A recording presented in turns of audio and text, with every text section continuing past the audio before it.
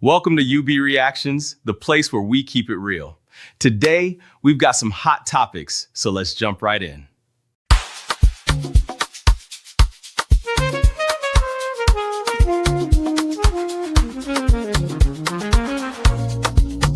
Yeah. You be in the building. Hey, vibe with Uncle Bino. Let's go. Now happy hour things, you know. Hang out with you, babe. It's our vibe tonight. Hey, laugh and learn. We shining bright. Oh yeah. You be stories, life lessons time. Hey, on the Uncle Beno show, everything feels right. From the streets to the world, we talk real talk. Vibes on the beat make the whole place rock. Happy hour flow with smiles non-stop. Sip and chill with you, be the energy on top. You be stories dropping them every day. Wisdom for life, the African way. From the grind to the glory, hear what we say. Tune in now, don't hang out with you, be. It's a vibe tonight. Hey, laugh and learn, we shining bright. Oh yeah, you be stories, life lessons type. Hey, on the Uncle Beno show, everything feels right. Join the sister circle. Oh, what a scene. CC Inca, honey baby, and I'll be so clean. Talk love, talk life, talk dream supreme. Empowerment vibes, like a royal queen team. Bola Sunday school when the beat gets low. A moment of reflection, let the spirit flow. Men of God speaking wisdom, you should know. Faith and vibes on the Uncle Beno show. Hang out with you, be. Come catch that light. Oh yeah, you be stories, keep your heart so bright. Yeah. Join the sister circle, feel that fire. Oh yeah, Sunday school for your soul so right. You be nation, we rise together. Love and vibe forever. Uncle Beno show. Yeah, we outside.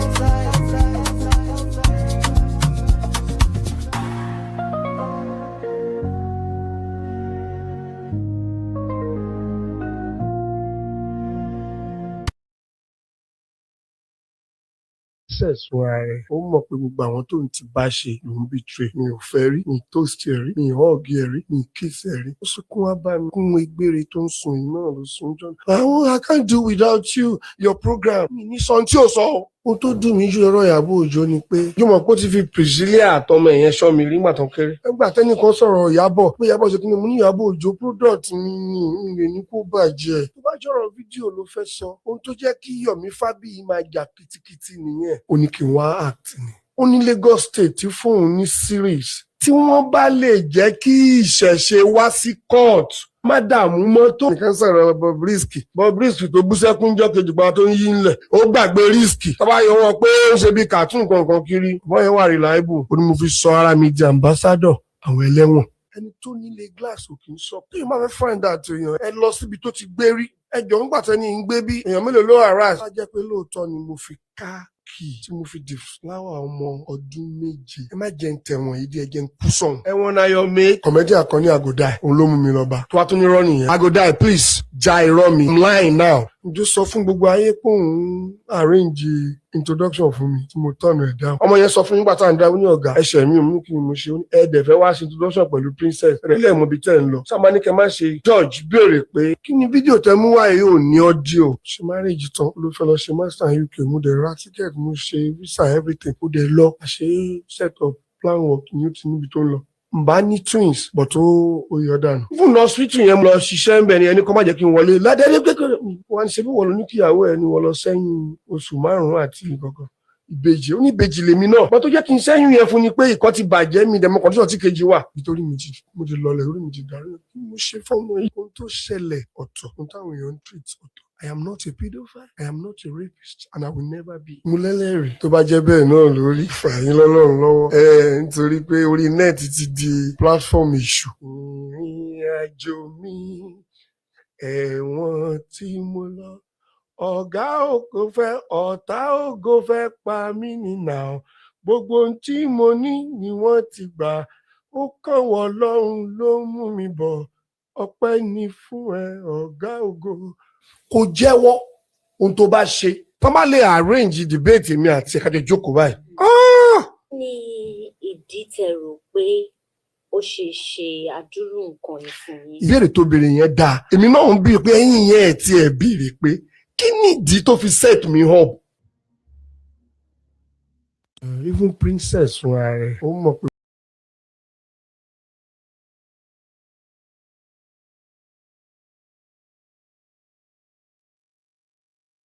So, Dr. B, I'm trying to get you the interview you had with Baba Ijesha. What was the reason behind it, right? With all the sweat, everything you've gone through to make that podcast, to make it what it is now. You now made the greatest mistake of all time, inviting Baba Ijesha. Ẹjọ́ kí ló wà lẹ́nu Baba Ijesha tó fẹ́ sọ? Torí video tá ń rí yẹn ṣé AI ni, at least that time AI ò tí bẹ̀rẹ̀ sí máa trend tá fi máa sọ pé maybe AI ni, right? Gbogbo video tá ń rí yẹn ṣé wọ́n force ẹ tó ń kiss ọwọ́ ọmọ lọ́mọ? I don't understand. They accused you wrongly, but you were the same person that when they caught you, you were pleading. You were apologizing. But come out roti anything, kosha roti Ọlọ́run, ko ṣe kíní kan. So I don't understand. Kí ló ń dùn lẹ́nu ẹ? And Bisola Dr. B, ti ẹ blame Baba Ijesha yẹn. Ìyẹn ò gbọ́n. Ó ṣe nǹkan tí ò dá. You're not supposed to shut the fuck up and go off social media and continue your life. Thank God they released you, because if it's up to me, you're still supposed to be in that place that you are in. Right? Okay, so you now came out. Oh, want too long on law broadcast. Dr. B, I don't understand. Where is it that you draw the line that these are not the set of people, these are not the kind of people you have on your broadcast? Because there's proof out there. So what else is he trying to say that is going to change what has already happened? There's already, I mean, from the mouth of one or two or three people, you will find the truth. It's not only Princess Child that this man did it to, according to what I saw. A whole lot of people also testified that this man too also did what he did to that girl. He also did it to their own children. He also did it to them. So I don't understand. You giving him audience to come and claim, to come and prove what? Anyway, the broadcast here and I don't blame Baba Ijesha. Now, Dr. B, I blame. What were you thinking? With all the good you've done, I don't understand. Show what then? Show what then? Man will be say you know, you definitely know. If it was your daughter, show my invite the wasi broadcast to Shein. You're just creating unnecessary enemies for yourself because of one wherever pedophile they call his name. Girl, I mean, I don't support you on this. And I will not zero you or cancel you in my mind because of this, because you've done a lot of good. But that was a very big mistake, you inviting that man to your show. To come and claim what? What is he supposed to come and claim at your podcast, Bisola Dr. B? Nah, it is very, I mean, my own advice is just know where to draw the line. Just know where to draw the line. Your podcast is for people that need help. They want to come and share their story. Whoever in his rightful senses wants to help that man. Whoever wants to help that man. And what story he has in his mouth. The only thing you could have invited him if he was coming to apologize for his evil deed, not for him to be claiming one thing. I don't understand. The video where we can see now, are you saying that we don't, the video don't have audio? Show audio la fair in a bearing cotton she.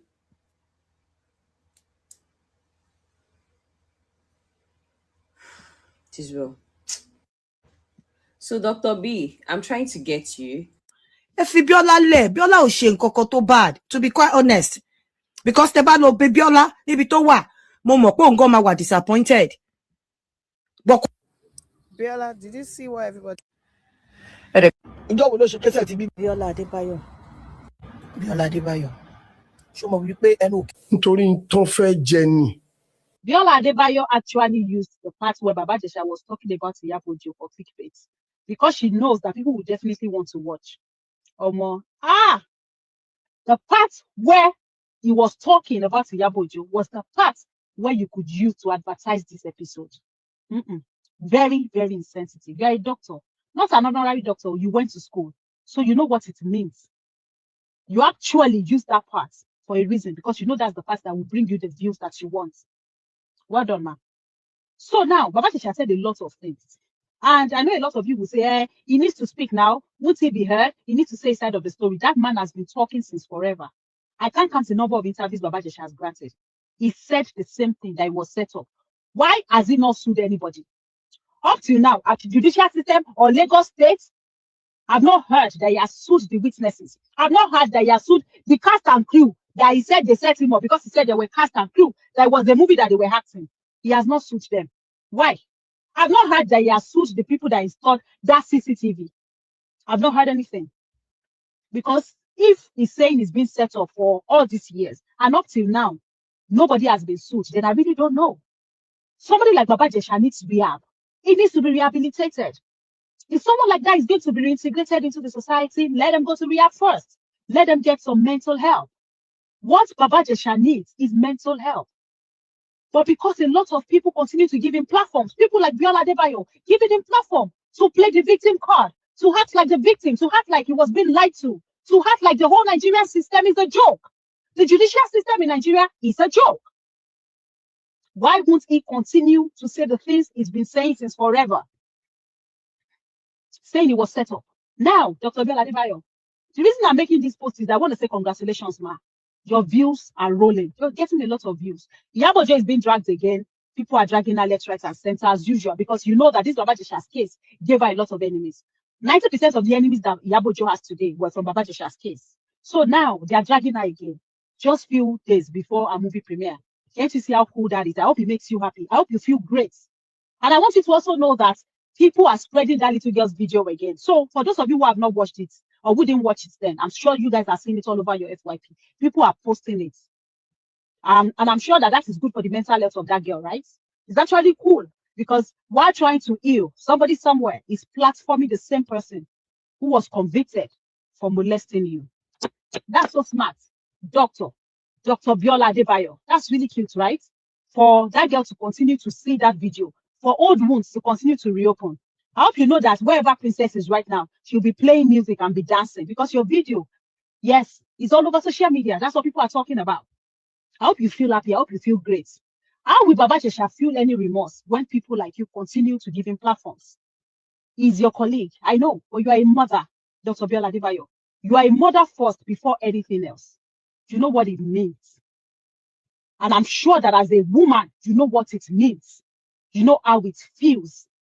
This show that you did, this episode that you did, the only thing that can make me agree that this is okay is if you are giving me a certificate of Baba Ijesha being fully rehabilitated. If you have shown it on your platform that, no, Baba Ijesha, I went to go and get him from the rehab, he's okay now, mentally, he's adjusting back. And I'm telling you now that if anybody leaves their daughter with him, it will be okay. Even me, my niece or my nephew or be my cousin or whatever was with Baba Ijesha for a few months as testing, and Baba Ijesha did not touch that my cousin. So I want you all to know that he's okay now. He cannot do such a thing again. Then I would understand. But all of the things that he came to say on your platform, he signed about it. He has said it on other platform. How is yours different? For views, monetization, for clouds. After that, After that, what else? Nothing. People like Baba Ijesha need to know that what they did is wrong. Why do you think that a lot of our men are wallowing in UK prison for this same thing? Because there are systems who don't cover up for people like that. Because if somebody in America or the UK or in any European country had done what you did today, Dr. BIOLA ADEBAYO, I'm telling you, would have been sanctioned. Somebody that was convicted. Before someone was convicted, there were investigations. There must have been proof, evidences before they convicted him. You giving him your platform today, if you were in another society, I'm telling you, they would have sanctioned you. But who am I to tell you who to bring to your platform? I'm just speaking from a mother to another mother. This right here is distasteful. It's very distasteful. From a so-called doctor. Or from a doctor, you're not even so-called, you're a doctor and a mother. This male-centeredness that a lot of us women that we do, it stinks. It stinks. Men are the perpetrators. But you see, some of us women, we are the enablers. How will the society be clean when we have people who platform people like Baba Ijesha? And I'm not saying they should cancel him. I'm not saying they shouldn't have his life back. But it's a gradual thing. You don't force people like Baba Ijesha into the society. You don't force him back into the system. It's a gradual thing. There are levels. There are processes for people like Baba Ijesha to be reintegrated back. If Baba Ijesha thinks he was set up, why has he not sued anybody yet? There are so many people who will give him money. There are so many likes of Baba Ijesha in society. Women, men that would contribute money. Let him sue people if he thinks he was being lied on. If he thinks he was set up, let him sue people. Not be church or chore every day. Not be church or chore. We are tired of the church or chore. Hey, Joe, this case has lingered for too long. It's enough. It's enough. BIOLA ADEBAYO actually used the part where Baba Ijesha was talking about Iyabo joke. All right.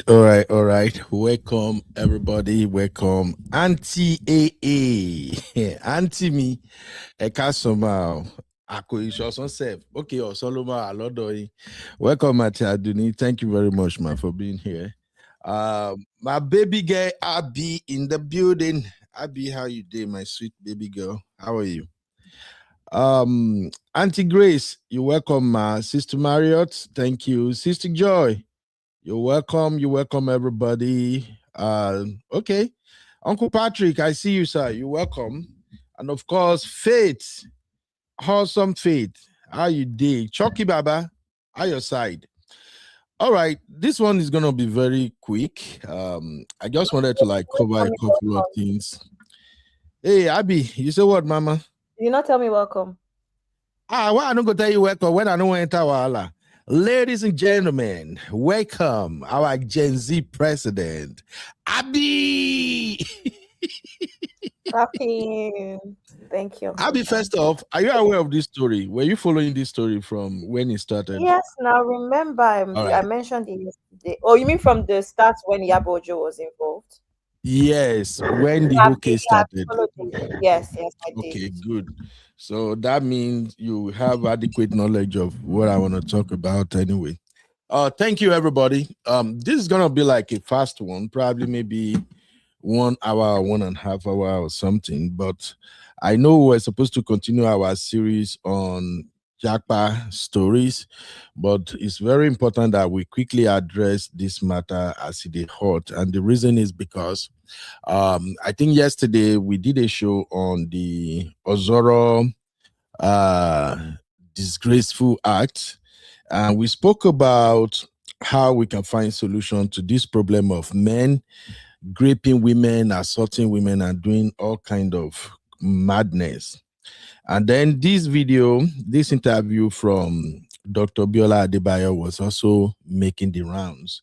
So I stepped away from it because I haven't had time to listen to the podcast, and got so good. This morning, as I was getting my kids ready for school, I was also listening to the interview. And I got to be honest with you, as a father of teenagers, I haven't been mad like I got this morning listening to Baba Ijesha.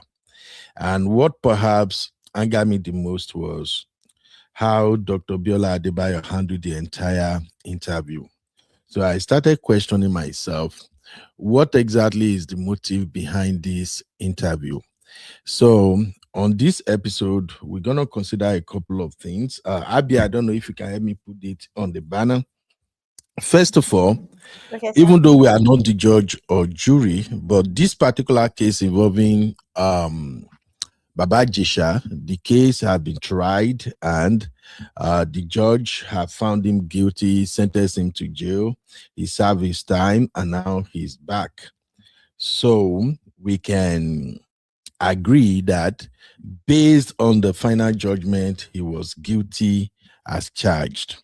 So number one, we're going to examine if truly Baba Ijesha was guilty or not. So Abby, let me drop that. Is Baba Ijesha guilty as charged? That's number one.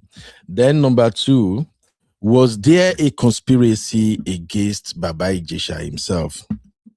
Because when I listened to the story, Baba Ijesha was still claiming to be innocent, and he was trying to push out a different narrative regarding everything that went down.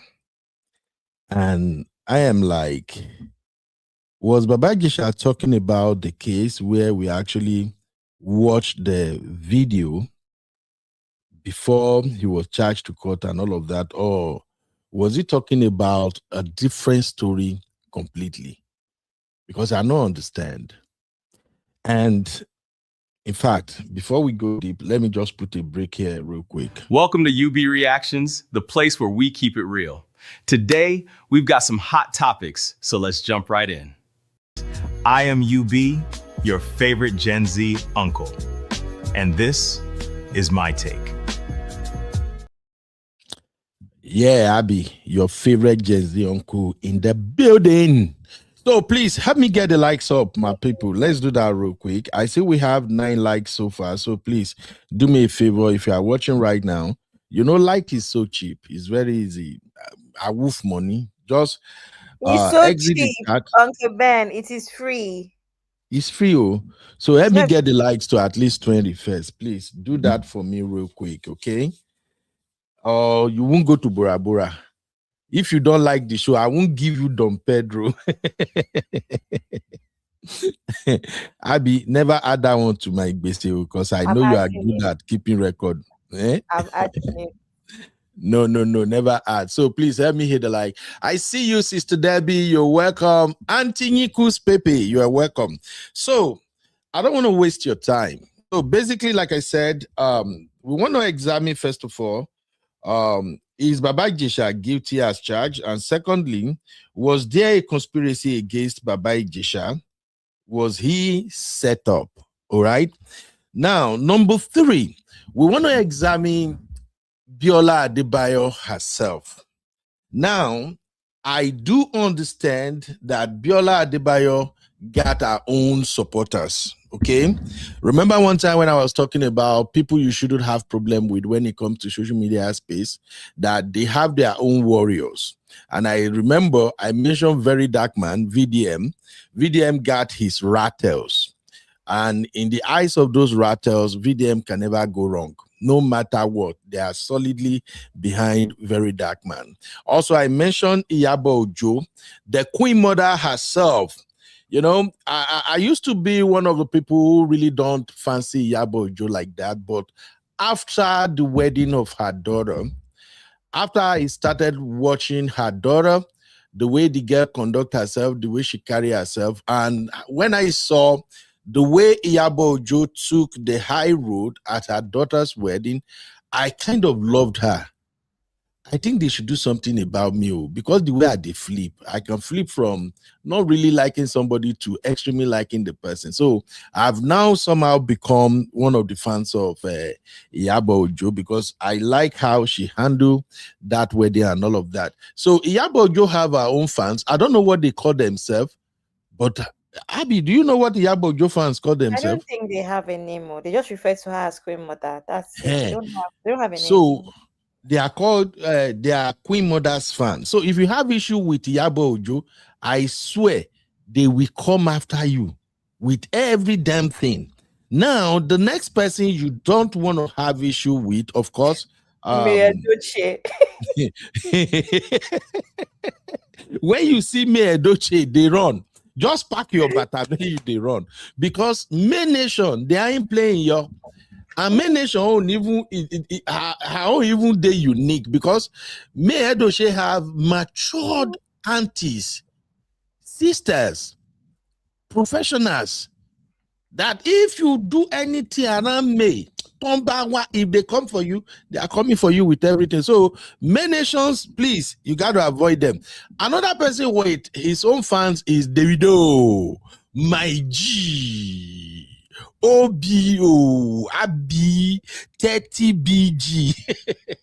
Then you have the Whiskey FC, and so on and so forth. Why am I saying all of this? Is because Dr. BIOLA Adebayo, she got her own fans, and then plenty. There is something unique about all of these fans. Whoever they are supporting can never do wrong. It doesn't matter. They can never do wrong. So when you have issue with any of them, the fans will come for you. So it's always a drama. Now, how did all of this tied into this Baba Ijesha situation? Like I said, we are going to examine BIOLA Adebayo herself.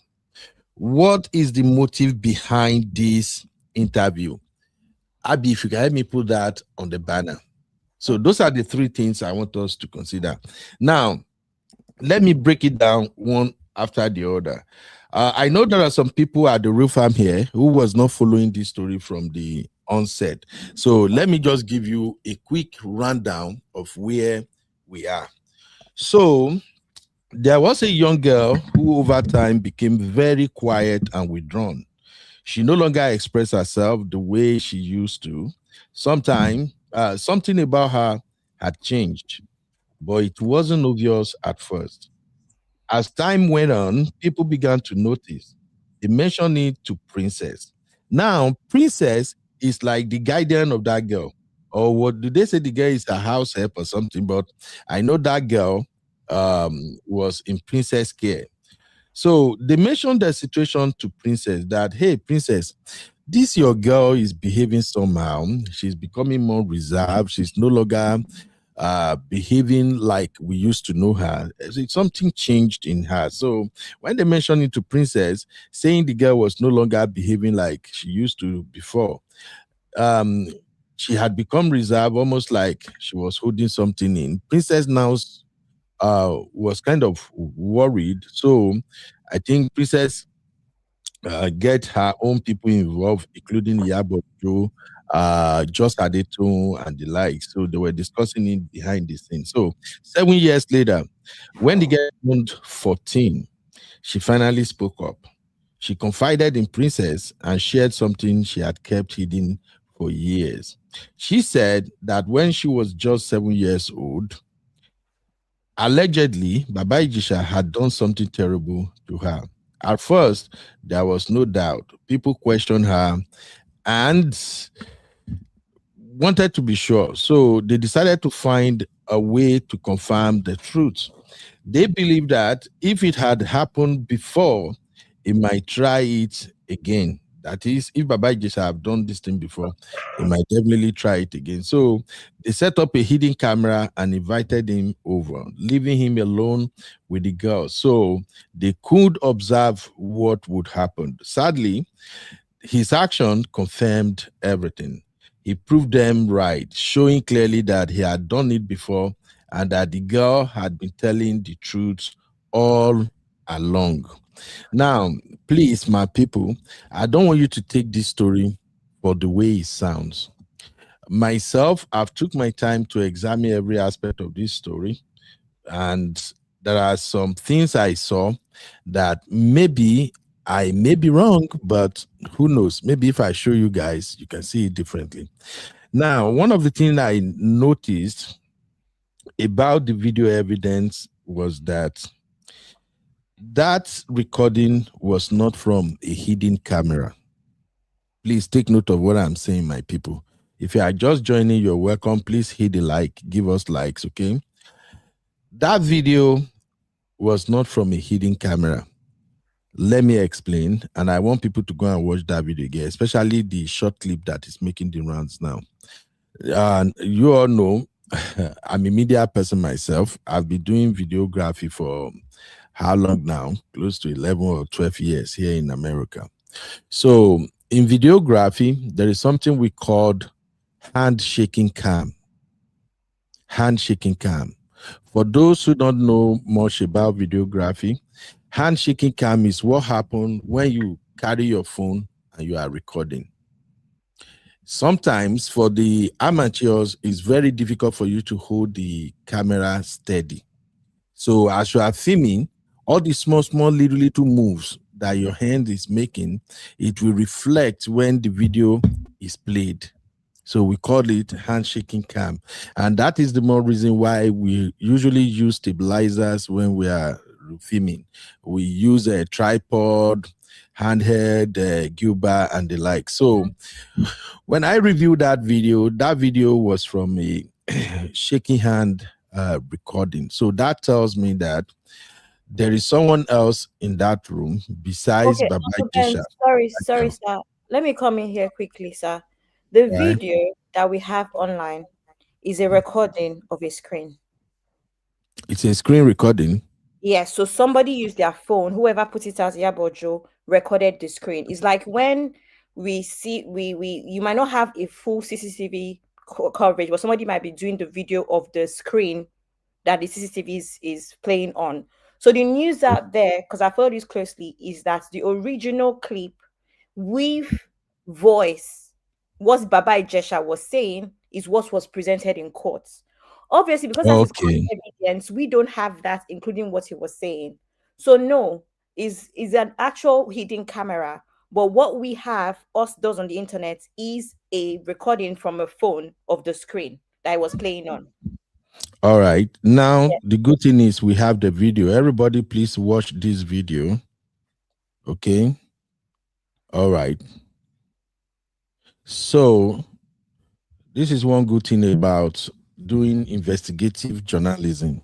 Now, I agree with the version that Abby just introduced. Of course, you can see right here that the footage is shaking, right?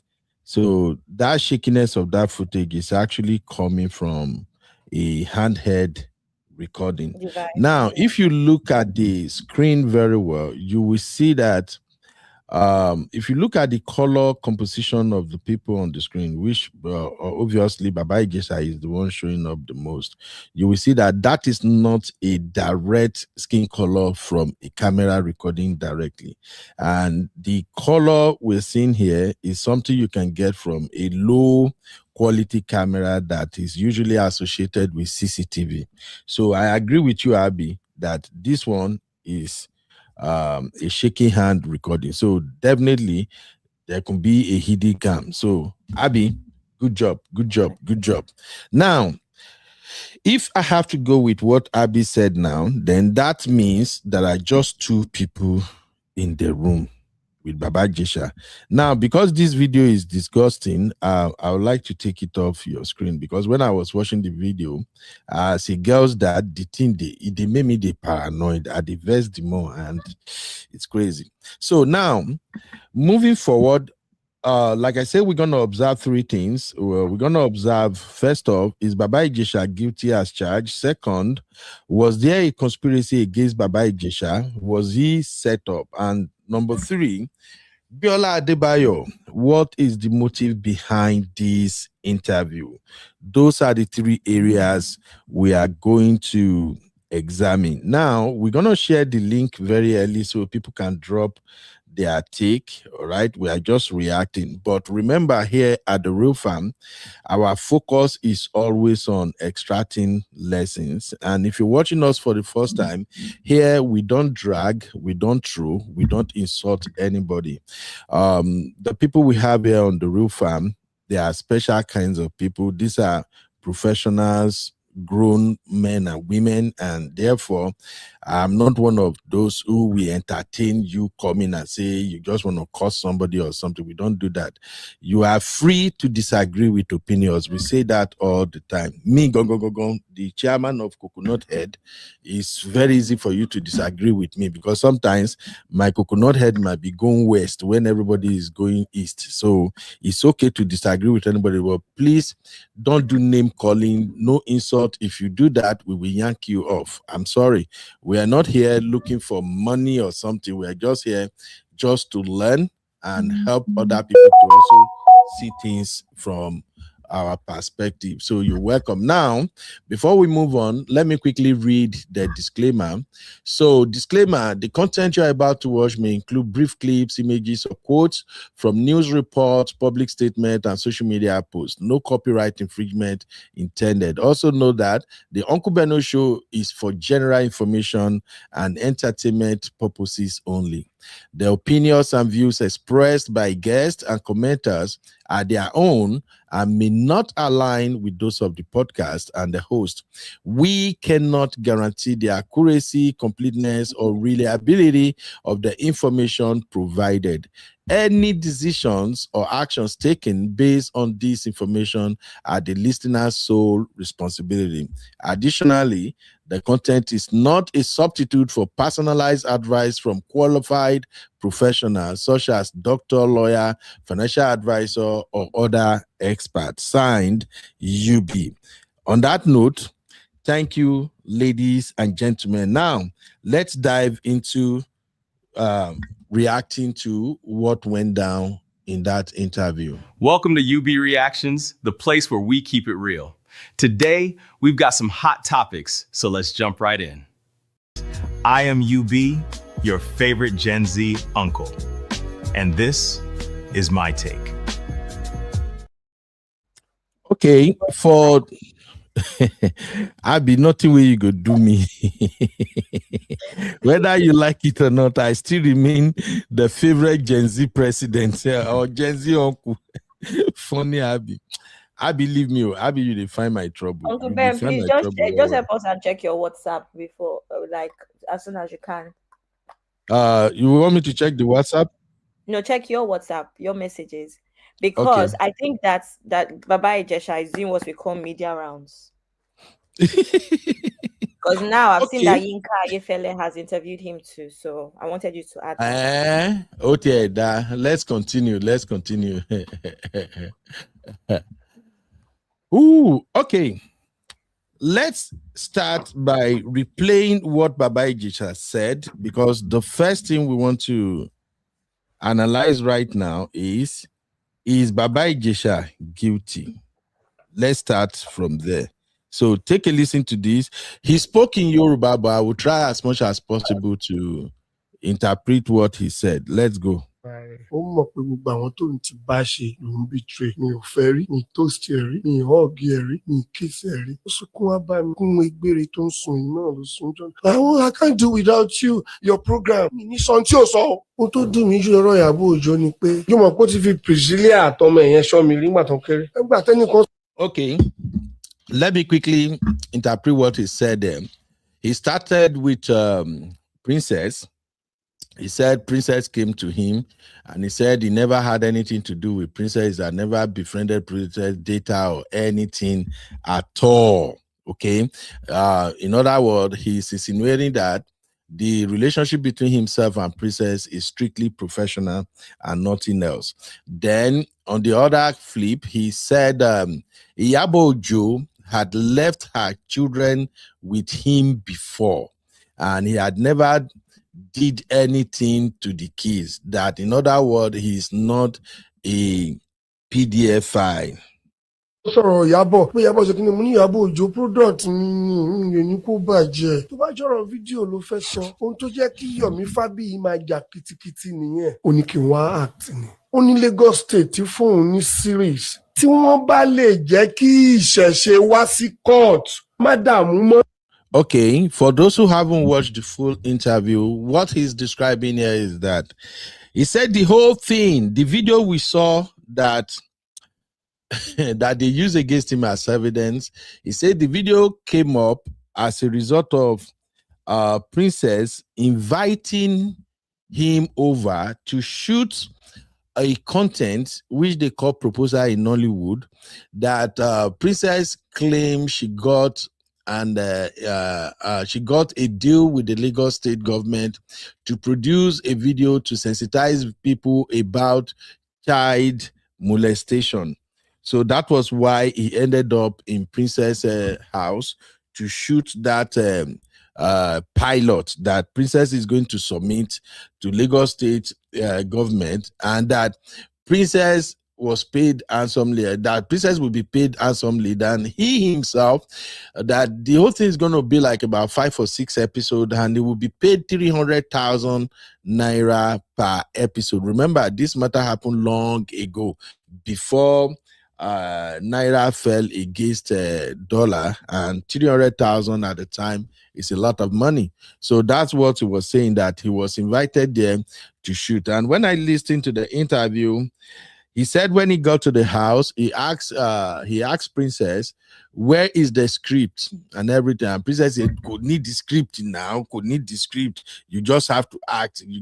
So It's crazy. It's crazy. But let's move on real quick. tó nìkan sọ̀rọ̀ Bobrisky tó bú sẹ́kún jọ́ kejì pa tó ń yí ńlẹ̀ ó gbàgbé risky tọ́ba yọ wọn pé ó ń ṣe bí cartoon kankan kiri wọ́n yẹn wà reliable ó ní mo fi sọ ara mi di ambassador àwọn ẹlẹ́wọ̀n. ẹni tó nílé glass ò kì í sọ tí yóò máa fẹ́ find out èèyàn ẹ lọ síbi tó ti gbé rí ẹjọ́ ńgbà tẹ́ni ń gbé bí èèyàn mélòó ló harass. á jẹ́ pé lóòótọ́ ni mo fi ká tí mo fi dìfláwà ọmọ ọdún méje ẹ má jẹ́ ń tẹ̀wọ̀n yìí díẹ̀ jẹ́ ń kú sọ̀hún. ẹ̀wọ̀n náà yọ mí kọ̀mẹ́dì àkànní àgọ́dá òun ló mú mi lọ bá tó wá tún ní rọ́ nìyẹn. àgọ́dá please ja irọ́ mi I'm lying now. ǹjọ́ sọ fún gbogbo ayé pé òun arrange introduction fún mi tí mo tọ̀nà ẹ̀ dáhùn. ọmọ yẹn sọ fún nígbà tá à ń dáhùn ní ọ̀gá ẹ̀ṣẹ̀ mi ò mú kí ni mo ṣe ẹ̀ẹ́dẹ̀ fẹ́ wá ṣe introduction pẹ̀lú princess rẹ̀ lẹ́ẹ̀mọ́ ibi tẹ́ ẹ̀ ń lọ. sábà ní kẹ́ má ṣe George béèrè pé kí ni fídíò tẹ mú wáyé ò ní ọ́díò. ṣe marriage tán ló fẹ́ lọ ṣe master UK mo dẹ̀ ra ticket mo ṣe visa everything mo dẹ̀ lọ àṣẹ set up plan work ni ó ti níbi tó ń lọ. Mbá ní twins but ó yọ dànù. fún lọ hospital yẹn lọ ṣiṣẹ́ ń bẹ̀ ni ẹni kan má jẹ́ kí n wọlé ládẹ́rẹ́ kékeré wọn ṣe bí wọ́n lọ ní kíyàwó ẹ̀ ni wọ́n lọ sẹ́yìn oṣù 5 àti ìkọ̀kọ̀ ìbejì ó ní ìbejì lèmi náà bọ́n tó jẹ́ kí n sẹ́yìn yẹn fún ni pé ìkọ́ ti bàjẹ́ mi dẹ̀mọ́ kọ́ńtínà tí kejì wà nítorí mo ti lọlẹ̀ lórí mi ti dàrú kí mo ṣe fọ́ọ̀mù yìí ohun tó ṣẹlẹ̀ ọ̀tọ̀ ohun táwọn èèyàn ń treat ọ̀tọ̀. I am not a pedophile. I am not a rapist, and I will never be. Mo lẹ́lẹ́rìí tó bá jẹ́ bẹ́ẹ̀ náà lórí fàyín lọ́lọ́run lọ́wọ́. Nítorí pé orí net ti di platform. All right. He said a whole lot of things, but I just want to concentrate on the one that really matters and the one that concerns us over here. So, in a nutshell, he exonerated himself for the whole accusation, and the picture he painted was what kind of troubled me the most. He painted the picture of him coming over to Princess house to shoot that pilot, and then while he was on set, he said he visibly noticed that the young girl seems distraught. The young girl seems like maybe they have kind of whoop her or did something to her, that the girl was not cheerful and all of that. He said, but because he's a professional, he was just trying to get the girl in the mood, leading the girl on how to act and all of that. The interview was so messy. So maybe when we get to BIOLA ADEBAYO segment, I'll talk more about what I observed in the interview, because the stories were not adding up. I'm sorry. Now, if you recall, when this matter was hot and Princess and Iyabo were releasing their videos, there was this part of that video when he was caught, when his shirt was torn and all of that, that he was pleading in that video. He was begging Princess, Jo, ma binu. So when I matched those two together, if you were invited to a place, you shoot a movie and you don't see any cameraman or anything, and Princess told you they are going to use a phone, and if we have to go by what like Abi said, that they recorded all these things on CCTV, which means how do you shoot without a cameraman?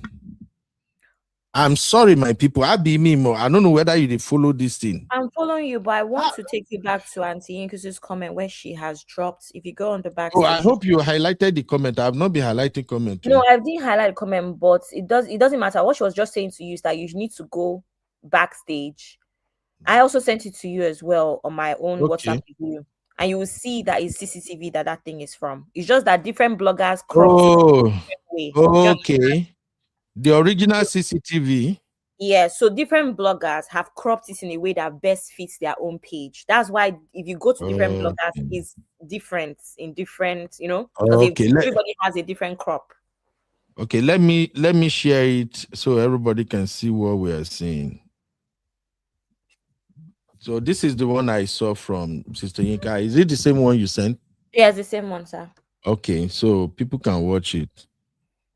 Okay.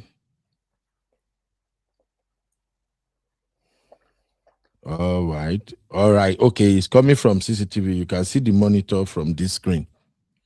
Excellent.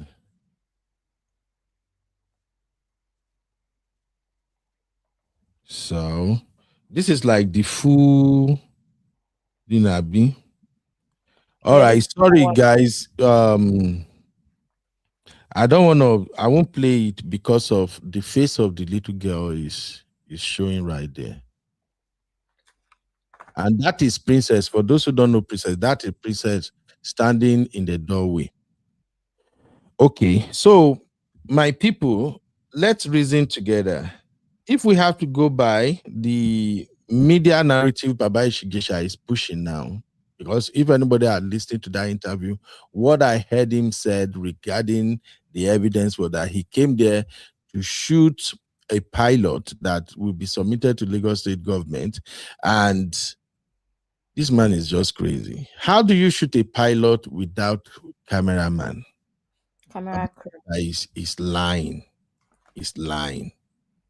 So that is the conversation. I'm sharing the link for those who want to contribute. So in everything we've seen so far, and if we have to go by the agitation by women saying that enough is enough, men have groped old, young, minor kids a lot in Nigeria, that something has to be done. And then BIOLA ADEBAYO turns around and offers Baba Ijesha an opportunity to explain or to tell his side of the story. And yet Baba Ijesha look into the camera and tell us this bold lie. How do you feel? For those who have followed this story, please let us cast this vote real quick. Abby, please, you can start highlighting comments so that we can read everything, because I know some people will definitely be at work now. So let us cast this vote, please. Is Baba Ijesha guilty as charged? If you ask me, I'm voting 1, based on what I've seen so far. And with all the evidence available on social media, I will say yes, he's guilty as charged. Uncle Patrick is in the building. Let's hear from Uncle Patrick before we move on. Uncle Patrick, you're welcome, sir. Hey, UB, thank you for having me. Abby, Auntie Grace, Auntie Inka, Biba. Welcome, Sisi. Sisi, Uncle Dayo. Okay, let me quickly cast my votes. Baba Ijesha is 100% guilty as charged. Yeah. Please cast your vote, people, please. Go ahead, sir. You know, all these people on Nollywood, all of them, Uncle Ben, I'm sorry to say, I don't trust them. They are bird of the same feather. They are doing a lot of atrocities. And that's why you see them, they have a, what's it called, hungry infrastructure, joining party, you know. You don't have no sense of direction. And you know, the justice system in Nigeria too is bad, Uncle Ben. I'm going to tell you, when I started a job here in America, and this guy was supposed to train me, very good man, was elderly, he's been with the company for 20 years. He's a black man, he even does wave on his head. Now, he was in the military before, so he moved from one state to my state about 20 years. Not knowing that this man has raped his niece before. Are you hearing me, Uncle Ben? Yes, sir. Go ahead. Yes, he has raped his niece before. So before you know it, the man clocked 65 retired. I was there, they brought cake for him, the company celebrated him. Soon after I retired, we just saw it on the news that this man was accused of raping his grandchildren. The children were little after when they grew up. Grandpa is doing this to us. This man just retired, bought a new car. The man denied it. Behold, this man did it. Yes. He's in prison for life now. He's going to quarry there. I was shocked. Oh my God. So this man is like this? He actually did it, because I was one of the co-workers that was going there. They got him a lawyer, and the man said, okay, yes, plead guilty, yes. But the man actually did that. I mean, the man has been doing it. The thing he did for 20 years. So all this camera they are talking about, they don't even have to go to that if you have a good justice system. That girl will have, they have taken that girl. She's a smart girl, she can't be lying. Is it Baba Ijesha the only person that she saw? They will have taken it up. Yes. So all this coming Baba Ijesha is doing, Baba Ijesha actually did it. I'm serious. From that evidence, what he's doing, Baba Ijesha actually did it. And we know what is going on even around the world. We know the case of Bill Cosby. It's only the women that came out. Are you telling me the friend of Bill Cosby doesn't know what he was doing? We are talking of a Hollywood actor. But men kept quiet. Men are very loyal. But the women came out. But Bill Cosby did it. We all know that he was raping women. So, Ben, all these big shots, you know what is going on in America, the Epstein file. I said it at the backstage. Yeah, a lot of people are doing it. What we need to do is to just train our children, and as parents that have daughters, we need to tell them to be very careful of some men. You don't, especially where you go to the circle of people, you go to all this Nollywood or whatever, they are doing it. We've seen all women coming out that they have to do something to them before they can give them a role as actresses. So they are all corrupt. Yeah. So this one, Baba Ijesha, his mouth is rolling. They're supposed to give him sex offender something. They don't even allow him to talk. So his mouth is rolling, talking. No, this man he's not remorseful at all. With that video I saw, look at the way he's rolling his mouth. He's supposed to get closer to where there is school, where there is children. Ayefele is interviewing him. You can see what is going on. I still can't believe that. Ayefele. You will find out that they will endorse him. You know, like you said, some of the Nollywood actors are behind him. Yes, some of them. So it's going to be a big fight. The fact that he has follower people that still hailing him. No, this guy, no. That's why my brain just went to the man that trained me. People like him, nobody ever taught that man, but that man. Kids are not stupid. They say, one or two kids, granddaughters, say grandpa did this. And they went back to say, this man, you've done that before. So Baba Ijesha should be heard somewhere. Okay. That's why if you have daughters, be very careful, talk to them. No. Yeah, a lot of these people, no. Ben, thank you very much. Sir. Thank you, Uncle Patrick. God bless you, sir. Let's quickly look at the voting here. Sorry, quickly. Can I just highlight that Lagos DSVA, they're actually doing quite well. They do have a list, and as you can see, it's on the list. So I'm just putting this out there for the list of sex offenders. Yes, and I'm putting this out there for the young girls, especially that live in Nigeria. This can also be a part of your research in the dating scene as well, because in this part of the world, it is part of our research when we start talking to men. We have data, so I'm just putting this out there because a lot of people do not know that there's a section on Lagos DSVA that have this where you can search for a man, and you can also make sure that if there's this kind of things going on, they are on a list. I just wanted to highlight that.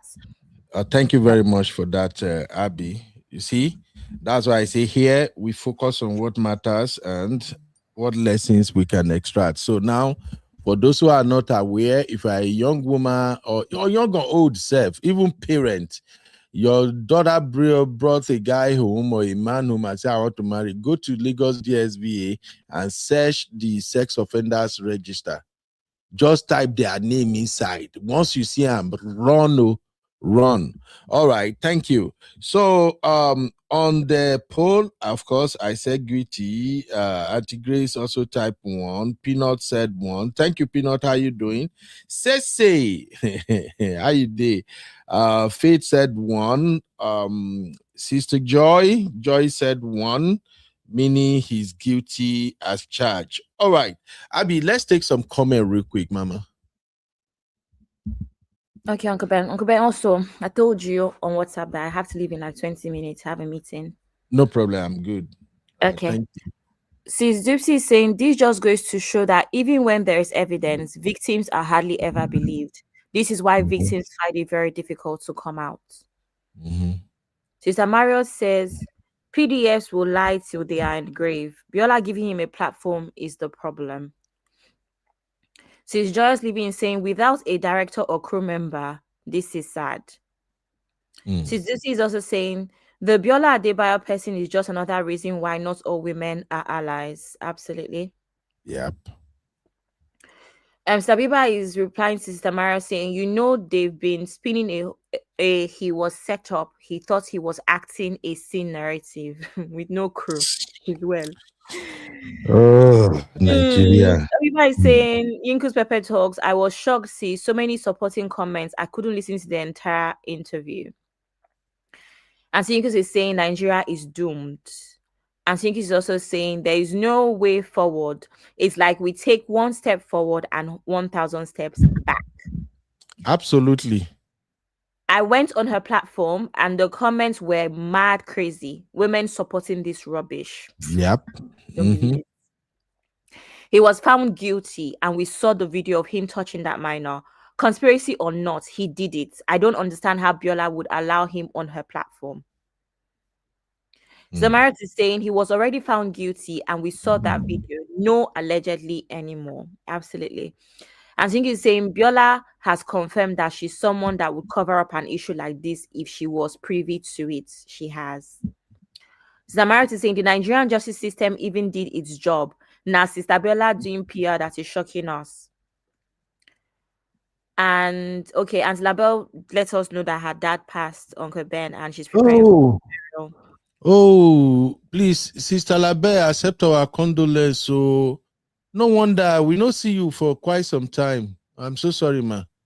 Oh, wow. Sorry, Auntie Labelle. Please be strong, go. Okay. May Papa so rest in perfect peace, ma. Thanks for letting us know. Amen. Says Didi saying this is why I don't believe in women supporting women curving, because women are the problems of women. To fear aqua for my gender. It's so unfortunate and sad to see. Sisi is saying, is he her family member? I don't understand why she would even platform such a man. He was found guilty in a court of law, or was that acting pilot too? Thank you. Mind you, just for more information, we were told by Iyabo at the time that they couldn't show us the full video, but the actual CCTV coverage was what was taken in to court for evidence, and also he had sound like what he was saying. We just don't have that because obviously it was court evidence. Yeah, but I think my major fear here, Uncle Ben, is that he's on a media round, because now you've gone to Yinka Ayefele, so who next? So he's just doing media rounds at this point. Yes. In fact, let's hear this 1 minute clip from Yinka Ayefele's platform. Yes or no? Yes or no? No, mo ṣe dáhùn pé I am not a pedophile. I am not a rapist. Kádàrá ló fàbùkù kàn mí. Ẹ sọ ní Yorùbá bàbá. Bọ́mọ Yorùbá àtàtà ní. Pedophile tẹ̀sán yẹn mọ̀ ti tóbi jù lóyìnbó. N tó bá fìyà jẹyàn gbà mí ò ní gbóyìnbó ẹ̀ rí. Ọmọ ìlú òkè ò mọ tó ń pè ní rapist, mi ò mọ tó ń pè ní pedophile. Ìgbà tó ṣẹlẹ̀ yìí náà ni mo gbọ́ kéèyàn ni mo fi kọ́kọ́rọ́ mọ́tò káàkì. Mo fi disflower ọmọ ọdún 7. Káàkì. Irin. Wọ́n mà ní fídíò wà tẹ́ ẹ ti jẹ́wọ́ pé tòótọ́ lọ ẹ ṣe oní sọ pé ẹ jẹ́ kí n ṣe fíìmù yìí, mi ní sọ jù bẹ́ẹ̀ lọ. Ṣé rí ẹ̀rù ò bà mí, nǹkan ló ṣe mí. Ẹ lóúnjẹ ni wọ́n fi tàn yín, ṣálátẹnujẹ nìyẹn ni. Àtẹnujẹ náà wà ń bẹ̀ àtowó tí mo gbọ́. Ṣé mọ̀ pé nǹkan kan ló bí nǹkan kan, mi kì í fẹ́ dọ̀tí obìnrin ni mo ṣe gbà pé mo fẹ́ ṣe sinimá yẹn. Ṣé sinimá náà pè fún yín ní tilẹ̀ ń tọ́ lọ́hùn? Bó ṣe rí nìyẹn níwájú ọba tá a gbọ́dọ̀ pè jẹ́rìí irọ́. Ẹnìkan ń béèrè ń bí. Okay, apologies to those who don't understand Yoruba. Basically, he wasn't saying anything different from what he said on Dr. Biola's podcast. But this is just what I observed from this interaction between Yinka Ayefele and Baba Ijesha. they are trying to appeal to the Yoruba base. I'm sorry to all my Yoruba people watching right now. They are just trying to spin it so that the Yoruba fan base can come back to Baba Ijesha. When he mentioned, when he said he's not a grapist and he's not a PDFI, Ayefele said that one is too big. Say it in core Yoruba language. Here is the problem with that. When he retreated it in core Yoruba language, he watered down everything. He just make it look like, oh, they were just lying on me. So, Abi, you're right. He's doing media rant. And then one other thing he confirmed here, which of course he confirmed on Dr. Biola's podcast, was he's trying to promote his new movie. And he's claiming that everything that happened to him, he had already demonstrated the whole thing in the movie. So in other words, people should watch the new movie if they really want to get what actually went down. This is crazy, yo. This is crazy. Now, Abi, we're going to get to where it's hot now. But before we do that, we have come to the conclusion of the first segment of this show, which is Baba Ijesha guilty as charged? And I believe we all unanimously agree that he is guilty. Now, for the poll we have ongoing on the YouTube channel, here is the result so far. The question is, would you leave your 14 years old with Baba Ijesha? 31 people already cast their votes, and 11%, is that 11 or 10? Okay, 10% said yes. They are going to leave their 14 years old with somebody like Baba Ijesha. 87% said hell no. They ain't going to leave him with a minor girl child. And 3% said he is innocent. Are these people trolling us? What? These people are trolling us. No, it's not trolling. No, if you go to Dr. Biola's YouTube channel and see comment, Abby, you will be shocked, my dear. Yeah. In fact, when I was going through that show has about, as the last time I checked, it got about 6,000 plus comments, and I can tell you, 95% of those comments are supporting Baba Ijesha. They are claiming he's innocent. Oh. No, I'm not. I agree. I believe you. And Siyinku said it in the comments as well. I'm telling you. Thank God I didn't even bother going to check. Everything I've seen is just from other bloggers, not her own page. I'm telling you, BIOLA ADEBAYO. Let me see if I can pull this page up. This is so crazy. I'm telling you. This is her original page. Yes. Let me show you. I think the view Dr. Biola wanted, she has gotten the view, but we will get to her shortly. Here it is, Abby. Look at this. And for those watching right now, this is the original interview. You see? Okay, the interview has gotten 6,200 likes, and it's got 171,000 views, and then it's got 1,795 comments. Okay, and you can see Atolu Lola say you have to be intelligent enough to know that he's lying and manipulative. Take it or leave it. At least, thank God. Well, it be like say people wear their head correct, don't they show up now? Even I say everyone loves him till it's their own daughter that was the victim. But again, a lot of people support Rada in that country. These are the people who live abroad. Okay. This one say tell Baba Ijesha to look for a rainbow and thank her so much. That woman is really black. If you just go on, you will just see this man will offend again. These are new comments. Oh, but when you check the old comment, you will see a lot of, he will rise again. He will rise again. All around the entertainment, Baba Ijesha will rise again. This is why written agreement should be signed before you begin to add. Biola, thank you for giving Baba Ijesha a voice. I love you. I wish for men like this, Baba Ijesha, in lives of all the people supporting him. Thank God for people with the eye correct. Don't forget to pray. I mean, pray harder because people want. Oh, man. You see? Yeah. I can imagine it too. It's just so disgusting. As at the time I was reading it, I'm like, Jesus Christ of Nazareth, who are these people? So, Abby, they are spinning the narrative, and I'm sorry again to my Yoruba people, they are spinning it to their Yoruba fan base, those who believe in them, not all Yorubas. We Yorubas, we have gone way past this bullshit that he's doing now. And that is why I want us to actually examine what exactly they are doing here, because this looks like a PR gone wrong for me.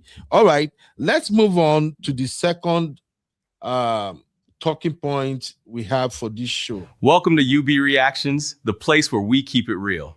Today, we've got some hot topics, so let's jump right in.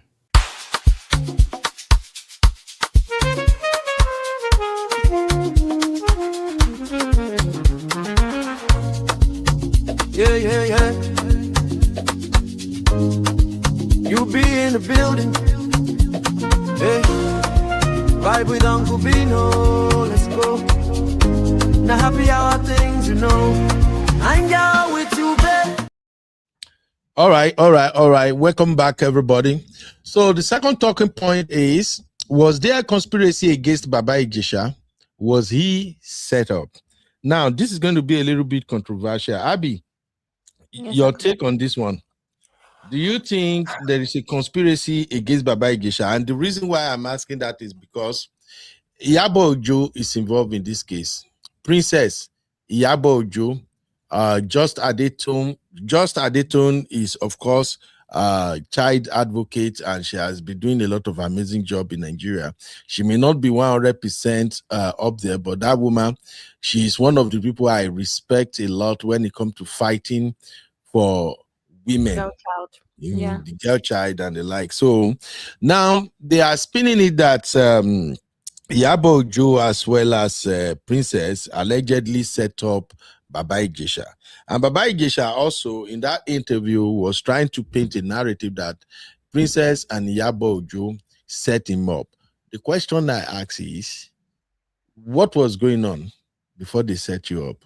Now, people also, I remember at the time, people also said Baba Ijesha and Princess were actually dating, and that the whole thing went south. It was so messy. Now, the story we had was, it seemed Baba Ijesha was doing something with that girl. It's like it was a continuous thing, because that's the impression I got when I watched that video. It's going on for a while, yeah. The way he was messing with that girl's thumb, that shit, that was so cringy. No, it's just that. Confidently. So, and who will it be? If you are watching right now as a parent, I don't know, if you have daughters, daughter for crying sake, and you watch that video, what will come to your mind? Me, I will tell you this. Whether it's conspiracy against Baba Ijesha or not, whether Princess have issue with Baba Ijesha or not, whether Iyabo Ojo might even have issues against Baba Ijesha or not, I supported what they do at that time, and I still support it now. You know why? There are thousands, if not millions, of young girls and women being molested in Nigeria all the time. Not be new thing. And if you don't have hard evidence, undeniable one, irrefutable evidence, you cannot convince anybody in Nigeria. Because even in Nigeria, that right now there are women that have caught their husband probably molesting another minor. Maybe they are housemaid. You see how those people, when I get housemaid, I guess housemaid. Some of them are even terrible in doing this shit. But if you don't have hardcore evidence, how would you prove it? You feel me, Abby? So yeah, that's the problem. I do believe a lot of Nigerians who are supporting Papa Ijesha and Dr. BIOLA, They actually buy into that conspiracy theory that this was a setup. They set him. Yes, it's a setup. But if they don't do it, they won't have that hardcore evidence. Yeah. Now, I may not be a fan of Princess. I may not be a fan of her work or something like that. But I still give Princess credit for what she did. Because from what I gathered, that baby, that little girl was in Princess care. Yeah, her foster daughter. You see? And if Princess is in love with Baba Ijesha, they got something going on. A normal, I'm not gonna lie, vast majority of some women where I know for Nigeria, they will cover that shit up. Mm-hmm. They might fight with Baba Ijesha. They might say, you do this, you do that. Yeah. But you don't go hear them outside. And I'm getting that energy from the apology and begging Baba Ijesha was doing immediately. They caught him red-handed. Because you know why? If in reality he was actually there to shoot that pilot, what would be Baba Ijesha na Yoruba, I be Yoruba. As I did like this, if you set me up, maybe for instance, I'll be there here now. I because okay, this Uncle Ben, he don't stress me so much. You know, they let me rest. Make I show him. Because okay, can you please come to my house? Let's shoot podcast. You know, go. Uncle Ben, don't use this example. No. I'm going somewhere, Abby. I can't drive, go your place. I can't reach there, finish. Another guy can't there. Another Opeke, we balance, front set, back set, he did there. I can't there and say, you be, now you and this guy go do part. I can't sit down with the guy sit down. Then, maybe you say in this podcast, you have to demonstrate how men, they touch women if they want to start something. I can't there, camera, they look, I'm like, oh, I like you. You look good. You are a good podcaster. Yeah. And then you boss inside with your people, say, you be with cashew. You are harassing the. You know when they're going to come out of my mouth and say, Yoruba man, even if they give me the go, I will be yelling at the top of my voice. Now podcast anymore, one podcast. Oh, hey, this is the script. Oh, I've been saying this is the topic. Even if they carry me, they go J. My voice will be loud. That's why they say Nigerians are so loud. I will shout that shout. Even for court, now the same time they shout. Baba Ijesha was not yelling in that clip, claiming, Princess, you asked me to come. Let's shoot pilot. No. He was like, Princess, ma binu, Princess, ma binu. Like, what the F? So please tell me, my people, do you cast your vote now? If you think this is a setup and this is what do we call it now? If you think this is a conspiracy against Baba Ijesha, drop a 1 in the chat. If you think this is not a conspiracy, bro is as guilty could be, drop a 2 in the chat. Let's take it from there. I'll be over to you. Uncle Patrick is still here. Uncle Patrick, please, if you want to add to this, let us know. You say what? I'm leaving in like 5 minutes. Let me just quickly say that. No problem. Okay. Let me just quickly say that I feel like it's both, right? But Uncle Ben, you see all those men, Nigerian men recently, even some Ghanaian men, African men recently that have been caught in the UK for talking to a minor. And most of the time, it's not even a minor. It's just somebody pretending to be. And they always say, oh, it was a setup. A lot of Nigerian men are angry. The reality is that if you were not already being inappropriate, there will be no room for setup. If someone if someone says, I'm 13, you know that you should not be talking to a 13-year-old. You would even be mad at them for being on the site to begin with. Do you know what I mean? You'll be mad at them for being on the site to begin with. No, you continue the conversation. Now lead up to even having a meeting with them. Now the police have come to get you. Everybody is mad that it is a setup. You will never have been set up if you were not inappropriate to begin with. You know? Here. So I don't even understand the arguments here. Now, to address something which we spoke about on the backstage briefly as well, do I think that it is uncomfortable to be a minor in that situation? Absolutely. Uncle Ben, it's the same way for you. You have your simple rules of, I don't put children on my channel, even if it's to make a point, because things like that can be uncomfortable. There can be a lot of blurred lines. But everybody, let's also be, should I say, let's be honest about the bigger picture. The bigger picture here is not even just about that young girl. It's the fact that someone like Baba Ijesha is a threat to society, right?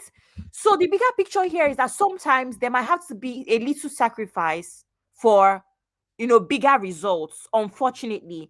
And especially in Nigeria, where even if you go to the police will tell you, I better get out, enjoy them. These are the things Nigerian girls are telling us that the police will even tell them.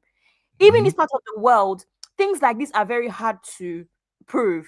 So we can't exactly knock them for wanting concrete evidence on this matter. However, I understand how it is uncomfortable and can be unfair to put a young girl in that position again, right?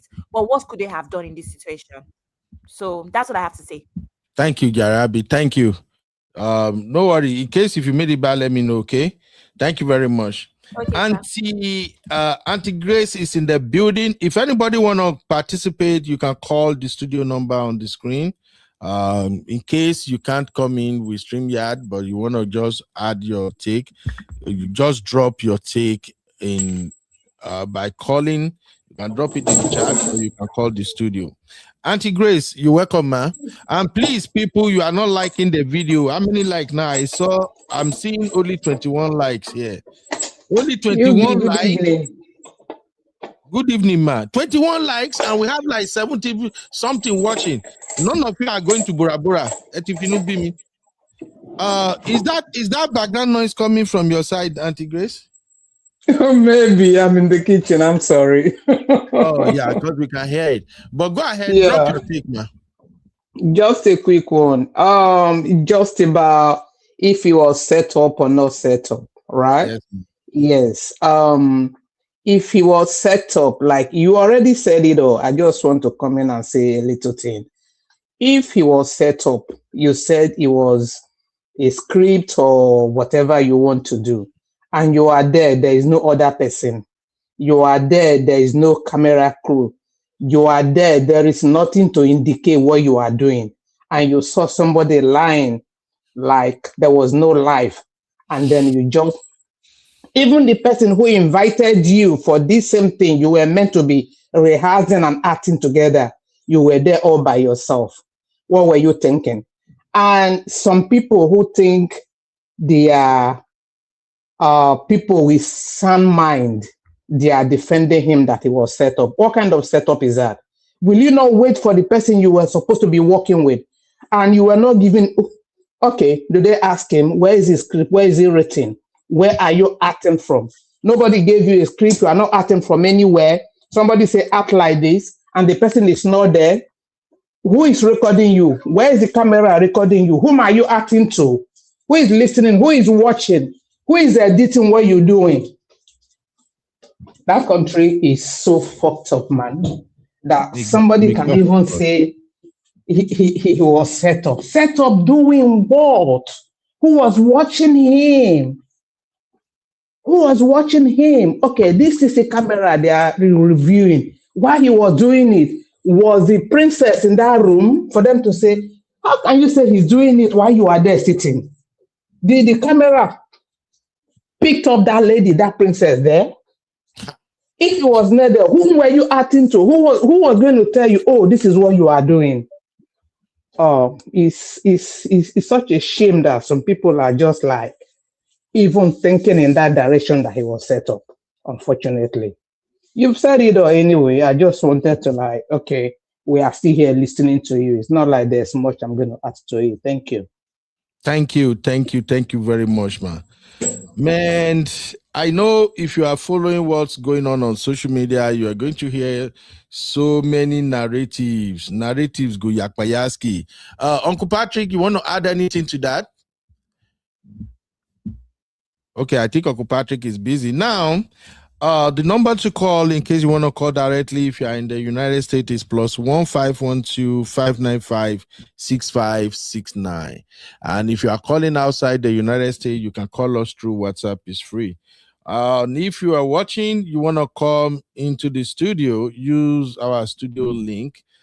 This show will be round up in about okay, in about 40 minutes, unless Abby is here. If Abby is here, it will continue. But if Abby is not here, we will round up in about 40 minutes. So you can call the number or you can leave your take. I don't in come the back chat. until 7, Uncle Ben. Which one is 7?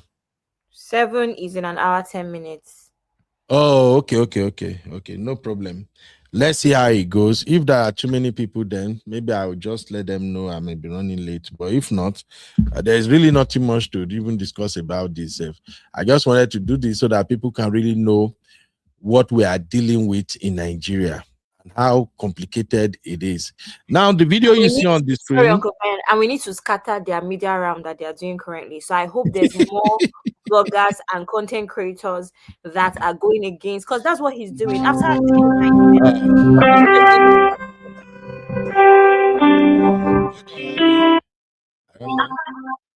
Hello. You have to off your device, please. Turn down the volume. I can hear you, but I can also hear myself. Yeah, hello. Where are you calling from, sir? Calling from Georgia. I just joined YouTube Live now, so I felt like I should give my contribution to the conversation. Yes, sir. What would you like to say, sir? Yeah, I think yesterday night was when I had the time to watch it. It was a very long conversation, like a 2-hour conversation. And the first, I think I read some of the comments as well when I joined the YouTube Live. I think first, I was initially angry at the platform. I mean, BIOLA ADEBAYO's platform. But then I sat down and I tried to analyze things. I felt like, well, everybody deserved a platform to be heard. But when I was listening to Baba Ijesha, one thing that really caught my attention was that he was saying some things. He was saying a lot of things, but then he was saying nothing. Exactly. That one. And secondly, I noticed that he was carefully, I don't know, maybe I should use the expression skillfully, using some expressions that he was trying to cover up some things. Now, for instance, he said something about his lawyer that, because I watched it, I'm a Yoruba person, of course. I watched it and he said he got an evidence, maybe a voice record or something that he sent to his lawyer, and his lawyer deleted it. Then I had to question everything he was saying because I didn't see the video initially. It was when I didn't see the original video of where they said he molested the girl or something.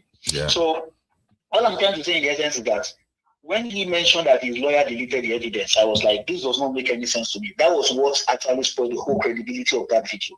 So I just had to wait till the end to hear if I was, I was so annoyed when he mentioned that why would I have a lawyer to defend me and my lawyer would delete my evidence? It doesn't make any sense to me.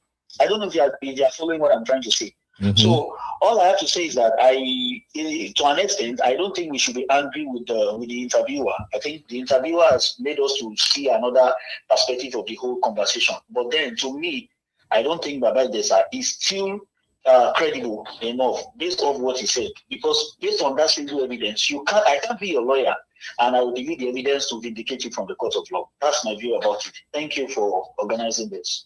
All right. Thank you, my brother. God bless you. Thank you. All right. Yes, Abby.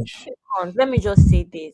I feel like sometimes, first of all, I don't agree that anybody on earth should have interviewed him because there's too much evidence where there's no contrary opinion. The only interview he could be doing that would make sense is an interview to apologize. Not like we care about his apology, but maybe that would be a little bit acceptable. Now, I also want to explain that there's some people that you hold in very high esteem.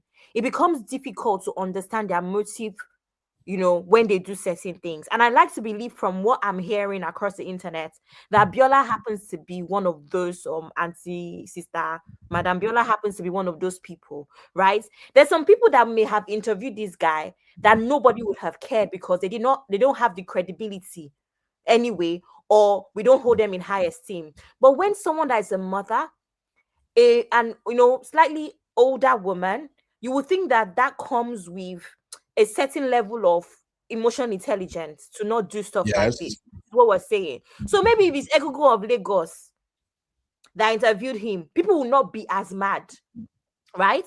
But because of the person, the caliber of person that interviewed him, it becomes very, very strange. And then a woman that should be protecting other young girls, especially, you know. So I think that's the problem here. What does he want to say on the interview that would exonerate what he did? That's why I said at the very least, maybe his apology wants to give that this is what he's doing to work on himself. Maybe even that would not have been necessary. But that's just what I want to say. That sometimes it's not always, you know, the whole act. It tends to be, you know, the little bits in between that we need to worry about. Exactly. Thank you, Abby. All right, Abby, go do what you got to do. So in case if a lot of people are interested in this, you can come back and do the host. Is today Monday, Wednesday? Okay. No recap today. I remember I thought today is Wednesday. All right. Thank you, everybody. Thank you, my brother who called in. Before we move on to the final segment of the show, let us quickly bring this conversation about controversy to an end. Okay, because that is the narrative being peddled right now on social media. Was there a conspiracy against Baba Ijesha? Or is this, was he set up? I think people cast their vote. Uncle Patrick said no. Auntie Oyin said no. Uncle Dio said no. Sister Joy Olahon said no. Didi, diaspora diva say 1 and 2. Didi, if you can explain that in the chat, I will highlight it real quick. Peanut said no. Auntie Grace said no. Oh, my beautiful sister Doopsy said nope. So definitely we can agree that there was no conspiracy against Baba Ijesha like he was trying to spin. All right, Uncle Dio, what are your thoughts? Are you welcome, Uncle Dio? How are you doing? I'm fine, Uncle Beno. Thank you very much, Uncle Beno. Good evening, yes, Uncle Patrick. Good evening, Abby. Good evening, Auntie Grace. Good evening, Refam. On this particular issue, I think Baba Ijesha just trying to do PR. You know, ever since this incident, his career has been on the line, and he coming out of prison now, trying to get back into his career. He will do some PR to be able to kind of clean up himself. What he's just trying to do is just to do some kind of a cleanup, because if he does not do this cleanup, I don't think anybody will buy his movie. That's number one. Number two, on the issue of BIOLA, I think, you know, it may be a kind of a industry assistance in a way, because she herself, she's in Nollywood. Baba Ijesha is in Nollywood, and then, you know, it's like fellow mates helping each other out, because I don't see any reason she should have given him an audience on a platform. That's number one. And coming back to everything that he's saying, he does not have anything at all to even say in defense of himself, because the court has proven that he was found guilty, he was sentenced, and was jailed, and he now came out. So I don't know what he was trying to do. Is he trying to now unseat, change the status of the court or what? Which is not possible anyway. So to me, he's just trying to make image for himself so that he can be able to get back into the industry and sell his movie and still make a living for his life. That's what I think he's trying to do. That's why he's going around now to try to do all this kind of image cleanup here and there. Thank you. All right, thank you, Uncle Dio. Thank you, Uncle Dio. Uncle Patrick, you want to add something real quick before I move to the final segment, sir? Hello, Uncle Patrick.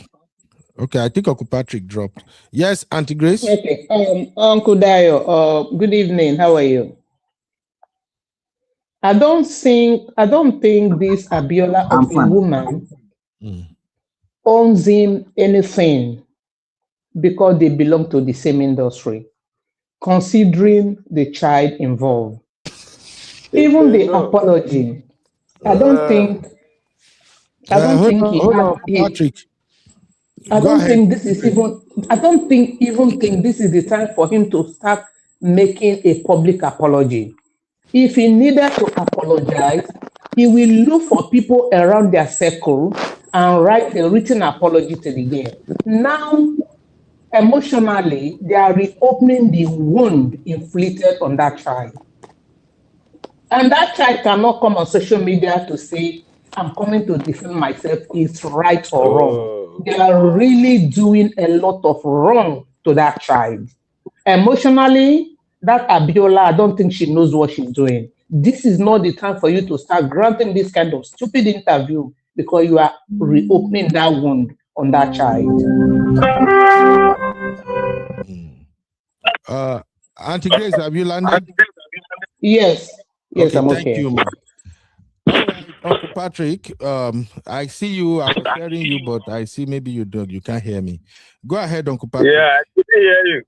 Yeah, Uncle Ben. My question is, why they not marry for Baba Ijesha? Go ahead, sir. So I believe it was people that bankroll his video, his new video, or whatever. Yeah. So they should have gotten married for Baba Ijesha to prove to the whole world that this man is a responsible man. He can wear face cap and begin to move around. That would have been the best bet for him. Get him a wife, and God will help him that his wife has triplet girls. That's my prayer for him. Because all this media, whatever, spinning it will not work for him. Yes. Yeah. We are going to bombard his new video. Anywhere they want to show it, I'm going to carry flag and I'm going to go. Let's do know that you shouldn't bring it to America. Uncle Patrick. Thank you. That guy is just kidding. Thank you, sir. God bless. Yes, sir. So again, the number to call is +1512 595 6569. You can call through WhatsApp or you can leave your take in the comment. Now, we have a lot of comments here. Let me read some comments as we are moving towards the last part of the show. But before I read the comment, I want you to listen to, this is Baba Ijesha when he was caught. The video you see on the screen right now, this is him. Listen to him, his body language, what he was saying, and tell me if this is how a man caught in the act will behave or not. Take a listen. Following the story of the rape allegations on following the story of the I want to understand. Telling me pay is the devil. Fine. No, let him wait, Oga. No. Please, why did you do this to me, Yimobiri? That is Princess voice. I know you are saying you are sorry, but I know you. Did I do anything to offend you? No. Why would you molest a 7-year-old?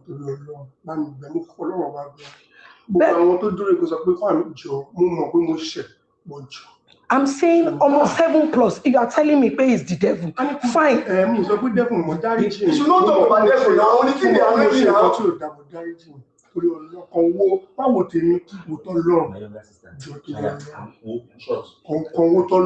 But after everything I did for you, why? You tried. But why?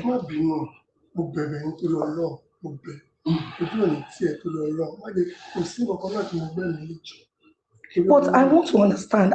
I took out my time, registered you in the school. The only thing I didn't even do was allow you to stay in my house. And that was because my marriage just broke up and I didn't want people to. So what did I do to deserve this? Oh, deserve it. If I'm lying, look, deserve it. But me, more, she me carry Jim. Mo bẹ̀bẹ̀ tó bá kọ̀rọ̀ pẹ́pẹ́ gbé mi lọ ẹ jẹ́ kí n kàn pa mi jù. No, you have not even answered my question. Why molest a 7-year-old? Okay. Please take note. Princess asked him multiple times. I want to understand, why did you molest a 7-year-old? His answer was, please, I knew I did what was wrong. Forgive me. Please forgive me. I'm not gonna play more of this video, but anyone else who want to go and watch it, just Google Baba Ijesha caught on camera. The video will pop up. My thing is this: we Nigerians, we are the one I would like to address mostly. We, not all of us anyway, but a lot of people in Nigeria are still enablers. How can you watch all these videos and then you watch one interview by Dr. BIOLA and you say he's innocent, they set him up, it's a conspiracy? I want to give an example now. Please pardon me, my people. I just want to describe a scenario and I want you to imagine it. I know it's gory, but I think maybe we help some people to understand, especially our people back home. Maybe this will help you to understand the magnitude of what this man had done. If you are a parent here listening to me right now, or you are still an aspiring parent, you still want to have your own kids. If you have ever been around a 13, 14 years old girl before, you will see that usually they have very small, frail body, kind of. I don't want to put that little girl's face here because people will begin to spread it now. The girl will start thinking about what she has gone through in the hands of this monster right here. Now, imagine your 14 years old daughter in the house. And look at the picture of this Baba Ijesha right here as he's sitting down on that screen right now.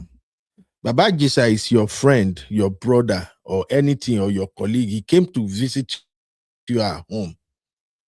And you were like, oh, my person, since you are here, let me quickly run an errand. I will be back in about an hour. And then you left the house with the 14 years old daughter, your daughter, that's supposed to be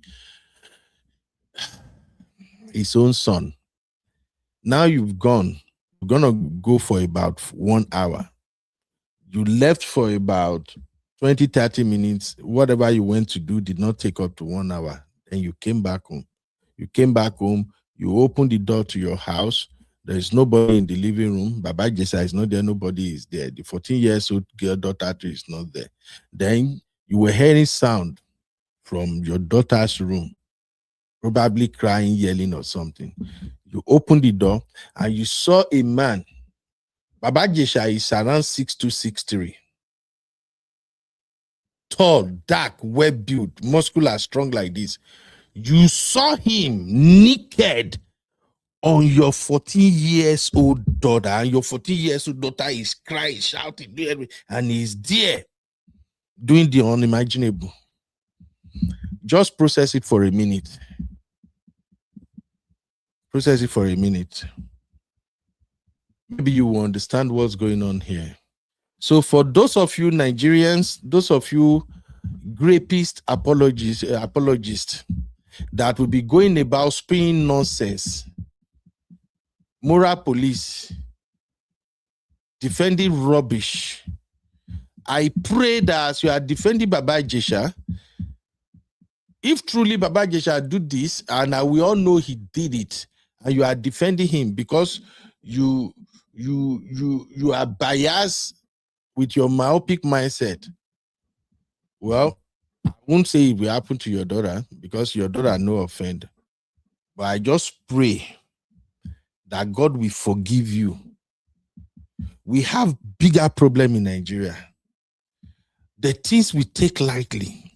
The reason this thing is not a big deal for those people defending either BIOLA or defending Baba Ijesha is because if they find this happening to their own sister, they will sweep it under the carpet. If the women defending this rubbish, if they found their husband even molesting their own daughter, his biological daughter, they will sweep it under the rug. That's why it's so easy for them. That's why sometimes it's so hard to pity some Nigerians when some things happen to them. Just because this is not happening to them now, it is easy. They'll hide behind keypad, be typing. Hey, thank you, Dr. Biola. Hey, now we hear his side. Hey, you see, no, say we bounce back. They want to put him down. Hey, say, yeah, we're you know. In Nigeria, everything goes. Everything goes in Nigeria. We have to do better. That's him right there. This video alone is an admission of guilt. Do you hear the question? Princess was not asking him about the guy being 14 now. Princess was asking him about the girl when the girl was 7 years old. Do you imagine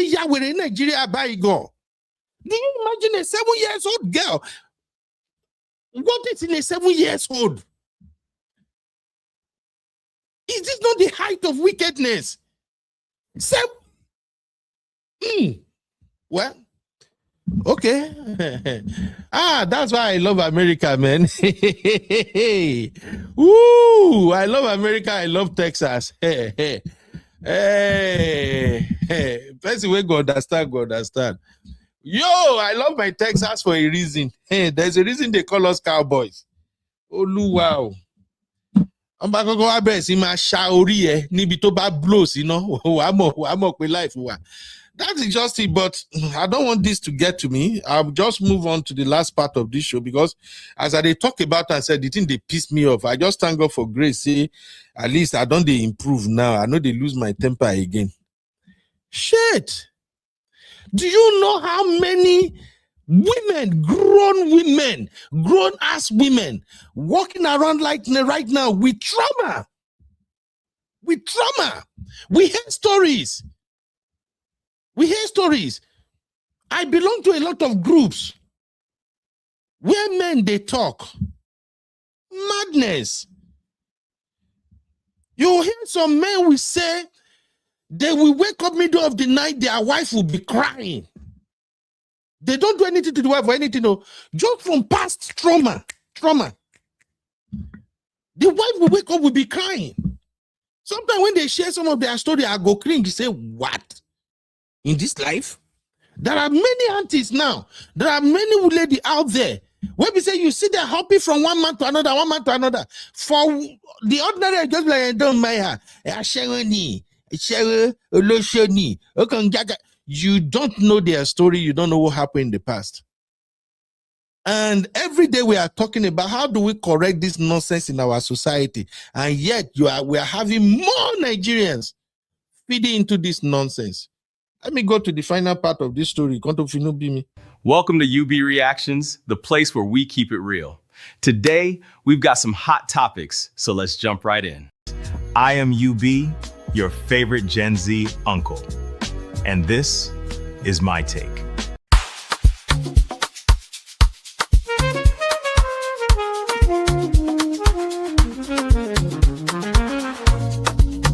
Yeah. You be in the building. Hey, vibe with Uncle Bino. No volume, or is it me? Yeah, you are in the studio. You can't hear it, auntie. Those outside can hear that. All right. Welcome back, everybody. Let us consider the last part of today's show. And that is Dr. BIOLA ADEBAYO and her podcast. Now, for the people who are fans of Dr. BIOLA ADEBAYO, this conversation feel hard, small, but just follow me. I started following this Dr. BIOLA ADEBAYO when the case between her and her husband broke on the internet. I didn't know her before that time, I'm not gonna lie. And when she made that post, choosing her husband's birthday to be the very day she was going to announce that they were divorced, she was dragged for it. It was terrible. I think we did like a show on it. I think we did 7-hour show on it. I remember my brother, Man of Prestige, was on that show. We did 7 good hours. And then I think we still have maybe another spin-off of something on her matter.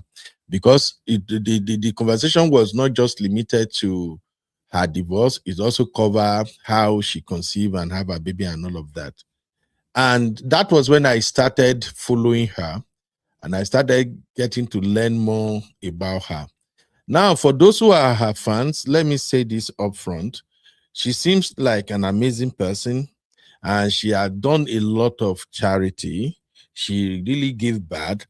She gave back, and her podcast is mainly known for helping people. You know, when you are doing this YouTube and podcasting, you need a niche, and your niche will reflect what you are all about. So, the couple of shows that I've watched from her YouTube channel, it shows that she will bring guests who need help. She will let them tell their story. She will solicit for them, and even she herself will go out there on the street and help a lot of people who are in need. And I guess that's what actually won a lot of people to her. Also, she's an actress in the Yoruba Nollywood. But then, I'm sorry, but I have to say this. When I watched every of her interview, I see somebody with dual personality. Dr. Biola, if you get to see this, I don't know you, you don't know me. I don't have any reason to put you down or anything. I'm just saying what I observe. Okay, you are an amazing woman or a beautiful woman. But anytime I listen to her, I see somebody with dual personality. Why? Her voice, her calmness, her composure, those are too curated. You know what I mean? She created that persona for her public image, which is not bad. But in her interview, I can see what she was doing, which of course is helpful to the people she brought on her platform. Okay? It shows that, oh yeah, the way she asks them questions, the way she walked them around, it's usually very, very perfect for the people she brought to the platform, which is good.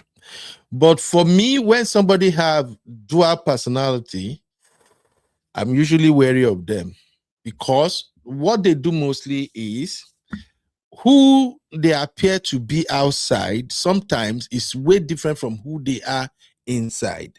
Now, the danger associated with that type of people is that when you have issue with them, that warm, acceptable, amiable, calm, kind, nice person, gentle soul personality that they presented to the public is what they will use against you. When they tell their story, unless you are a wicked person, you will feel for them because they will always be the innocent. Whatever happened to people like that, they will always be innocent. Now, don't get me wrong. I'm not saying she's guilty of anything. No, I don't have any record of that. And the information I'm giving right now is general psychology and general info to everyone in case if you are dealing with people who have dual personality, you just need to know me. And dual personality is also one of the reasons why you can be married to a man. The man is so nice outside. Everybody will be hailing, man, yeah, oh nice go. He's a gentleman. He help. He's so loving. He's so caring. And then you will see the woman living under the same roof with that man. The woman will be dying, will be crying, and people will not listen. People will just, you don't need job. Share that man will be saying, no fit keep fly. The same goes to women. If you are married to women with that type of personality, as a man, people will never see them for who they are. You are the one dealing with them. Now, however, as a Yoruba guy, I don't know how to say this in English. We have this saying in Yoruba, an adage that says, Eifiniwa, kosi boshele demole to omajade, meaning smoke is like character. No matter how you try to cover it up, it will still leak somewhere, somehow. Now, the people with dual personality, in everything they do, it still shows to some extent, but only the people who can pay attention very well to observe them will note what they are doing exactly. Now, having said that, how did all of this factor into what's going on here? Please take note, Dr. Abiola owns academic PhD not honorary. And in case you don't know, people with PhD, no be moi. I said maybe in a Nigeria PhD. And even in Nigeria, there are still some university in Nigeria that you cannot pick that PhD up. Like say Nagari, you can't buy it. I know of Ife. I know of a couple of universities in Nigeria that if you go to PhD there, buy if you don't have time to study. So what am I saying? She's a very intelligent woman, and she's supposed to be able to read the room to understand what's going on. How could you, a vastly educated woman, brought a sex offender, a sexual offender to your platform? A man who Lagos State have his name. God bless you, Abby. You see, that's why Abby is our last born here. Thank you, Abby, for that info. If Lagos State can have his name, he's a Yoruba man for crying out sake, very popular, well known. But if Lagos State can go ahead and said the magnitude of what this guy has done, his name must appear on the register of sex offenders. How come you, a doctor, you want to platform this guy and you did not sit down to define and say to yourself, what exactly am I doing? Here's the thing. She's a platform owner. She's good at helping people. Yes, she may want to at least give Baba Ijesha the grace to tell his side of the story, which is good. But I'm a podcaster too, and I can tell you this for free. If we are bringing anybody to the podcast, we will usually have a one-on-one with you before the show. We will discuss what we are going to discuss on the show. Before she platformed Baba Ijesha, she has listened to that bullshit that Baba Ijesha came to her platform to spill. And you want to tell me an educated woman with a PhD cannot see through that BS? Maybe I'm wrong. So now tell me, what is the motive behind this interview? If I have to platform somebody like Baba Ijesha, I have to first of all say, okay, first, I must protect my platform integrity. There is something called platform integrity for those who want to be podcasters or you want to be YouTuber or something. You can't just be doing yeah. If your platform lost integrity, you have lost almost everything. So you have to protect your platform integrity. Okay, one, you know you have to protect your platform integrity. Two, you know very well that you are just doing Baba Ijesha a favor, right?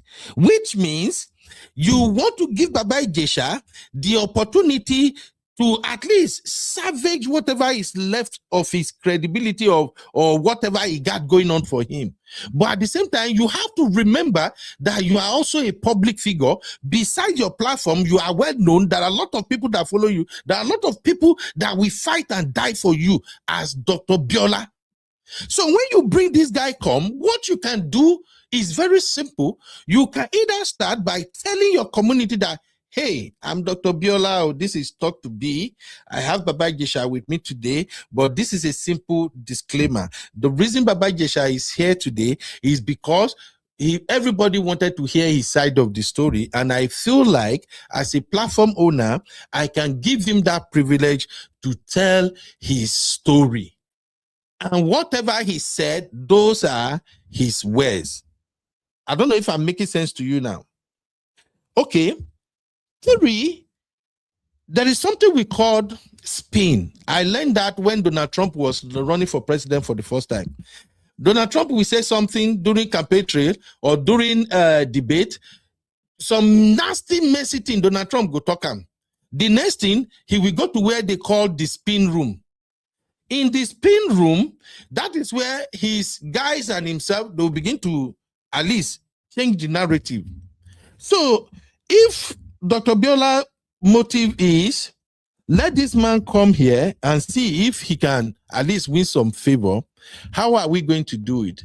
And as somebody who is a PhD holder, it will be better if Dr. BIOLA tell him that, look, Baba Ijesha, this is PR. The people that are going to watch your interview, they are not fools. It's better. We are in Nigeria, for instance. In Nigeria, you can blame Satan for anything. In fact, if you cheat on your wife, you can blame Satan for it. Some Nigerians will still say, "Oh, Tony, it should no low, now devil push up." It's so easy. You can tell Baba Ijesha to say, "Okay, just come and say, and you fans me and you tell me, thank you for standing by my side. Thank you. I'm so sorry for what happened, even though people will not understand, but I don't even want to dive into the past. Thank you very much for always being there. Although I have my side of the story, I put it in this movie. If you can please watch the movie." And then they can go on and talk about life in prison. What has this experience taught you? What are the things going on in prison? How do you want to progress from here? Is there any foundation or anything you want to invest your time or this in just to make Nigeria a better place? It makes sense. We are Nigerians. Millions of Nigerians will forgive him. They move on. They watch his movie.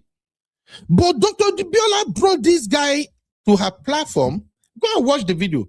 And then she did the same thing. I've seen her done multiple times. I am so sorry to her fans. I don't watch a lot of her videos, man, no lie, because I know it's regular thing she does. I don't have problem with it because she's trying to help those people, but not in this case. Now, Dr. Biola, you were there. You will ask him one question, he will pivot to something else. You will ask him one question, he will interject. You will say this, I'm offensive, and you just let him go scot-free. And then you are there looking at him, hey, oh God, that's just my take. You guys might see it differently. So I am not saying what Dr. Biola did is wrong, but I'm just saying, as an educated, a vastly educated woman like herself, she knows she effed up. So if you see people dragging her on social media, don't just say, one hate you, they want to bring her down. And again, I can give you my word right now. Watch. Within a week time, she will put out the public statement and she will be claiming victim again, like she did in the past. She will put out the public statement and she'll be like, hey, all I tried to do was to help. Woman drag you as we they try to help, they're always dragging us. Then she will use that her light feminine voice. By that day, people will they cannot put you down. And then she will go ahead and do one charity or the other, do giveaway. Because in case you're watching and you are not in Nigeria, let me tell you something about Nigeria. Poverty has been weaponized in Nigeria. You can do giveaway and your sin will be forgiven. In this, even the same Baba Ijesha talking now. That's why I always kind of agree with Abi. When Abi spoke about PR at times, we don't know how to do PR in Nigeria. Nigeria is a place where we say, as Baba Ijesha did like this, if Baba Ijesha do giveaway, I swear to God, make it just give people some rice. You see APC, they do. Just go buy 2 cups of rice, share them, share Gary, share everything. Baba Ijesha palliative or something. It don't finish. You will see Nigeria now. You get the knee or talofe muwale na people enemy na want to have case closed. But why platform him and allow him to spill this nonsense right in our faces? And when we talk, it will be like, nobody hates her. If we Nigerians, if we don't start looking at ourselves eyeballs to eyeballs and call out our bullshit, we will move forward. I rest my case. So now, to my panelists and people in the chat, what is the motive behind this interview? Did Dr. Abiola did the right thing? Or she is stylishly being part of people who are trying to bring other people down? And I'll give you an example. Iyabo has a movie that is coming out, I think this week or something. And then she interviewed Baba Ijesha. And then she allowed her production team to include where Baba Ijesha was somehow roping Iyabo into the whole thing again. She allowed them to include it in that 1 minute reel. And we all know those reels travel so fast. So now, some people who have forgotten about all this case that might likely go and watch Iyabo movie now, they won't go again.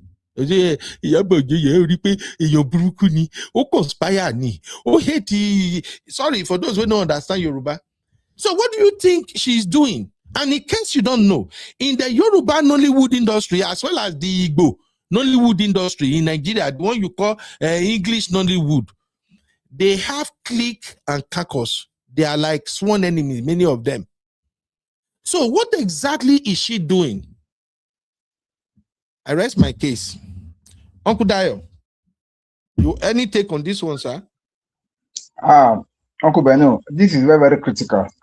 Number one, Abiola, with all her pedigree, with all her education, and with all her successes, to me, this is a very, very disappointing situation whereby you have to bring somebody like Baba Ijesha to your platform. To what end or to what extent, I don't know exactly what she's trying to achieve with that. That's number one. Number two, being a woman, you must understand that the crime that was committed was against a girl child. Being a mother also, you must also understand that perpetrators of this kind of a thing, if everybody does not join hands to condemn them, they are most likely to continue in that act.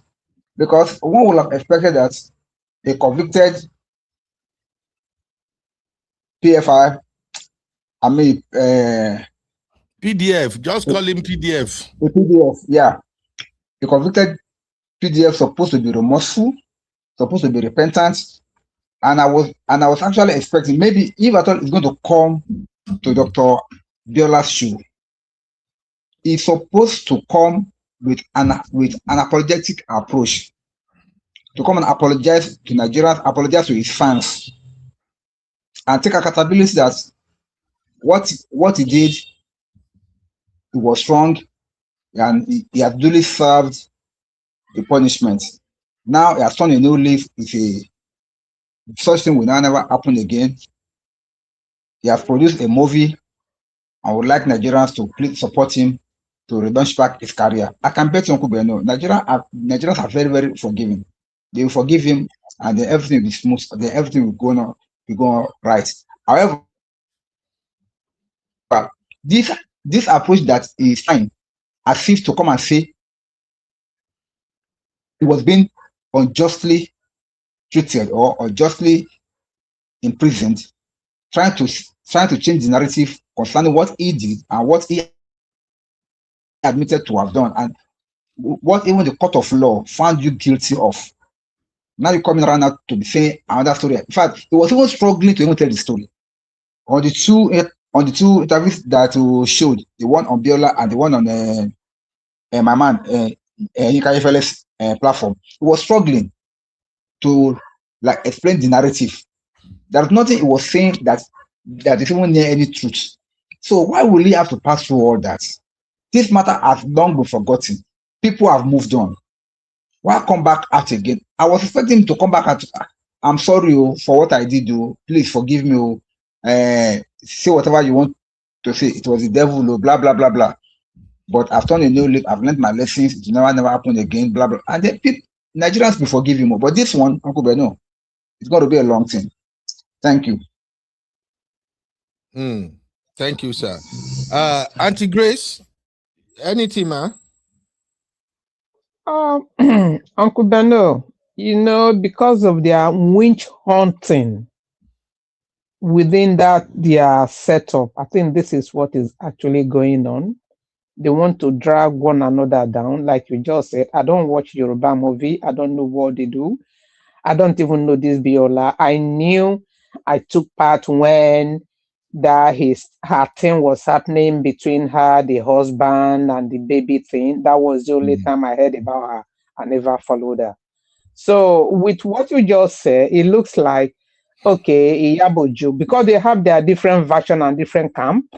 One person want to bring another person down. One person want to take another person up. It's just so shameful and annoying that this is the kind of person you want to bring up. Say, for instance, that girl was your child. That is just my own aspect of it. And you're bringing back the wound. It's not right at all. So whatever be their reason, they know themselves. They know their carcass. Bringing one person down to bring another person up. Nigeria that hasn't got law. Otherwise, this man should go back to the prison. I see somebody who is still emphasizing on the chaff that people need to hear his own side of the story after he's been to court, after he's been to prison. Is now that people need to hear his own side of the story to exonerate him. What is the interview for? You want to exonerate him, or you want to give him a platform to come and then start acting again, bring him into the society and start doing the same thing again? It's just so annoying. People are not ready to learn. People are not ready to listen. But I can see somebody still writing that people need to hear his own side of this. So what story has he got to say anyway? It's just so annoying. This is Nigeria. It can never change. It's going backward each day. I don't think we can even change it. It's a shame. It's unfortunate. Thank you, Auntie Grace. All right. As we're gonna be rounding up now, let me go through some of the comments we highlighted. Since my baby girl is not here, I'll read the comments and then we'll begin to round up. Please, you can still drop your comments in the chat. Hopefully I can cover that. And if you haven't liked the show yet, please like the show, okay? Let me start with Sister Marriott, my own paddy. Welcome to UB Reactions, the place where we keep it real. Today, we've got some hot topics, so let's jump right in. I am UB, your favorite Gen Z uncle, and this is my take. All right. You heard that. I'm UB, the favorite Gen Z uncle. Even though my Gen Z sisters, they said, lie, I must pay for it, but I'm still their Gen Z uncle. Okay, Sister Mario said, many PDFIs convictions, even abroad, are set up because they did it previously with no proof. God bless you, Sister Marriott, because some people don't understand why they usually have that sex offenders register. It's because so many times these folks, they get away. And if you do it once, there is tendencies you will do it again. Okay? So please let know that and know peace. My Didi said, but setting up a minor for those abused to get evidence seems somehow too. I just feel, look, I don't think it feels somehow. I think that girl, the girl he was abusing, is the perfect person to use to set him up. You know why? Go and watch that video. You will see how easy and convenient it was for him to start touching that girl in that proper. I don't even want to remember her. Make I just leave her, my dear. Sister Yinka said hardcore evidence was needed for him to be taken down. She did the right thing by getting this recorded. Exactly. And for those who don't know, I am a man with the man. Make I tell you now. When it comes to some of these shenanigans, I'm not talking about those with PDFI and SA or something. Let's just go with cheating first. If you know catch us red-handed, it will end up being your words against us new. That's why you see some women dying in marriages where they say they know say their husband they cheat like tomorrow no day. But anytime they do, the husband will say, what is she saying? I just went out. I changed tire. I bought coffee. I come back. Why? So please, as a woman, you need hardcore evidence, and that is why you have to be extremely calm, especially if you live in the diaspora. Because I think our next episode on Japa's story is about DV abroad. If you are dealing with us, I'm a man. I share my story here with you guys. If my wife not get hardcore evidence when I they chat with girl, lie, I will deny it. What? I will, Sissy, what is that you people used to say? I will gaslight her. Or is that not gaslighting? I will gaslight her on top of it. Do you know how many women their husband is gaslighting now? So please, sometimes when you notice your husband is moving somehow, you have to be calm. Be very, very calm. Don't let him suspect. Then you will have hardcore evidence. So yes, you know have case, so you know go get case. Okay. Antioyi said, he even said he was doing rehearsal with her. Rehearsal Didi said You be, don't worry. If I be okay, did you say, I think I do example? Uncle Dayo say, you be, even in the face of hardcore evidence, sometimes justice belongs to the rich and influential. God help us all in Nigeria. Uncle Dayo is 100% right. In fact, I was impressed when they convicted this man because I never thought he was going to get that judgment, like they were going to convict him. I thought he would just be swept under the carpet. So I give that judge a lot of credit, but it's because there was irrefutable evidence. Sisi, let me hear from you, my lovely sister, real quick, before I go on with the rest of the comment. Sisi, you are muted, though, or Sisi is no longer here.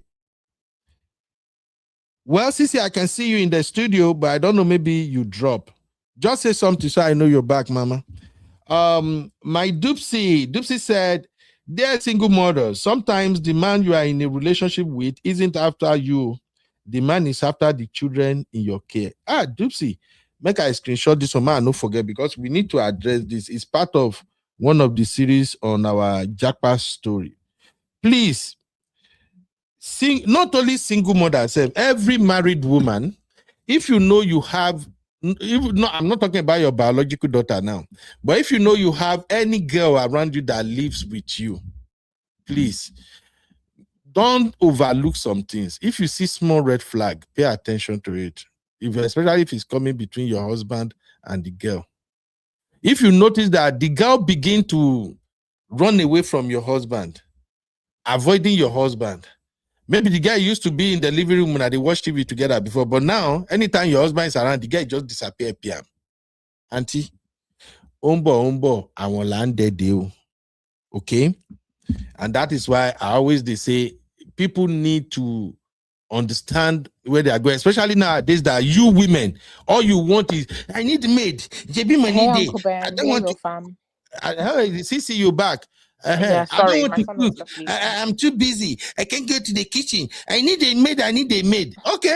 Okay. Somebody like me, you go hire a maid. Maid will get front, he get back. If they shakeable, body they good. Now me go they tell you now, say, Auntie, you are bringing problem into this house. Oh. Anyway, Sisi, your thought, my sister. Hey, real fam. Hey, Uncle Ben. Do you know what? I really tried not to come in because this topic, it really triggers me for personal reasons and just other reasons. I hate this topic so much. I know. And my issue is this lady, BIOLA, it's like she just lacks, I don't know if it's poor judgment or she doesn't have boundaries for even her platform, for her brand. Just the disconnect with the tone, being so tone deaf, right? I'm trying to not say what I really want to say. I'm trying to be PC. Don't say it. I'm trying not to go off, but my blood is boiling. I understand, Mama. My issue with people like this, women like this, let me not even say people, women like this, is that you are giving your platform to somebody that he's been convicted. He's been tried, he's been convicted in a court of law, right? So the crime that he's been convicted of and he served time for, right, is very, very heinous crime. Being a pedophile. Ultimately, that's what it is. So you, as somebody who has a platform, you have a brand, people have a certain perception of you. Why would you want to platform somebody like that, irrespective of if you think he's innocent, he's not innocent? You don't have to take that upon yourself. She's not an investigative journalism, unless anybody can tell me that that's her profession aside from YouTube. She's not a journalist. She's not a news broadcaster. She's not a criminal lawyer. She's not anybody in the criminal field, right? She's not a psychologist. So what is the reason and what is the benefit? That's why, to me, I feel like all this that she did is purely because she would rather platform somebody, because the guy has come out, is going to get traction to her page, and ultimately it comes down to clout chasing. That's just what it is. And for somebody who's a woman, she says she's a mother.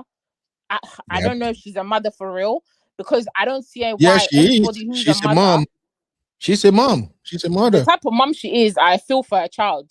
Because if you don't have any decorum, you don't have any decency, you don't have any boundaries, that you will allow a man that's been a convicted pedophile to come onto your show, to be singing. I couldn't understand the Yoruba, to be honest, so it was difficult for me to follow, but I got the gist from the comments. I got the gist from the snippets that I've shown. This is a serious crime that this man has been convicted of, right? It's a serious accusation. So to me, letting him come there singing his lyrics for it's trivializing the crime and the whole thing, everything that he did. It's making fun, it's making jest of it, it's making it. Why are you platforming this man to come and about his show? When he started doing that shit, you should have been like, I'm sorry, this is not what this platform is for. Say your story, whatever. This woman was, hey, yeah, what are you doing? You caught that, what right? What are you doing? You caught that, right? So you feel sorry for him? Okay. At what point did she pull up the CCTV that was played? I don't know if she did, so people need to tell me. I didn't watch the whole thing. As I said, I'm not Yoruba, so it's hard to follow. Did she pull up the CCTV and ask him to explain? If it was truly a script, if it was truly a pilot that you're acting, this is why I say, I'm so sorry. I can't. Sorry, Gary. Let me remove I can't watch it every time. Every time I see, it's always cringy. Because if you're gonna bring this man on your platform, then I expect you to question him. I expect you to ask questions that your audience will want you to answer, right? To ask, right? So you letting him sit there, sing his lyrics for his song, promote his bullshit that he's doing, shows me that you're co-signing his bullshit. You yourself believe that he's truly innocent of the crime. You truly believe that it was a pilot. You truly believe he was set up. That is just that's what she proved to me. So all this, I'm a nice person, I help people. You have poor judgment, lady. And you would rather put content and views ahead of the girl who this man has molested and has been abusing. She'll watch this content. You don't care about that as a mother, as a woman. You don't care about that. You want to be the first person to put him on your platform. That shows me that you're a clout chaser and you have no decency. You have no boundaries. So any good work she has done before, to me, is erased, to be honest, because you're truly not a good person. Because at the least, you would even think, you know what, as a woman, as a mother, I'm not going to touch this thing. Other people have not touched it. Why must you be the first one? Yeah. Why must you be the first one to platform him on your channel? For what reason? He could go to Arise News and put his story out. That is a platform that they can be impartial, right? They're not really meant to have an opinion or take sides. Fine, let him go to a news station. You're just a bloody woman who's a failed actor who's sitting on a podcast with a microphone trying to interview a convicted pedophile. Why? This is why YouTube need to start being strict on the people that they're allowed to have microphones and platforms. I'm sick of it.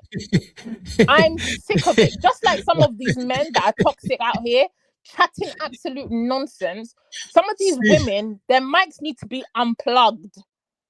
We don't need to hear your voice. Unfortunately, I disagree with you. You want YouTube to come and yank me off. You know, I'm not a professional. If you don't have anything good to say that's contributing to the society in a positive way, if you want to platform pedophiles on your channel, your microphone and your channel needs to be shut down.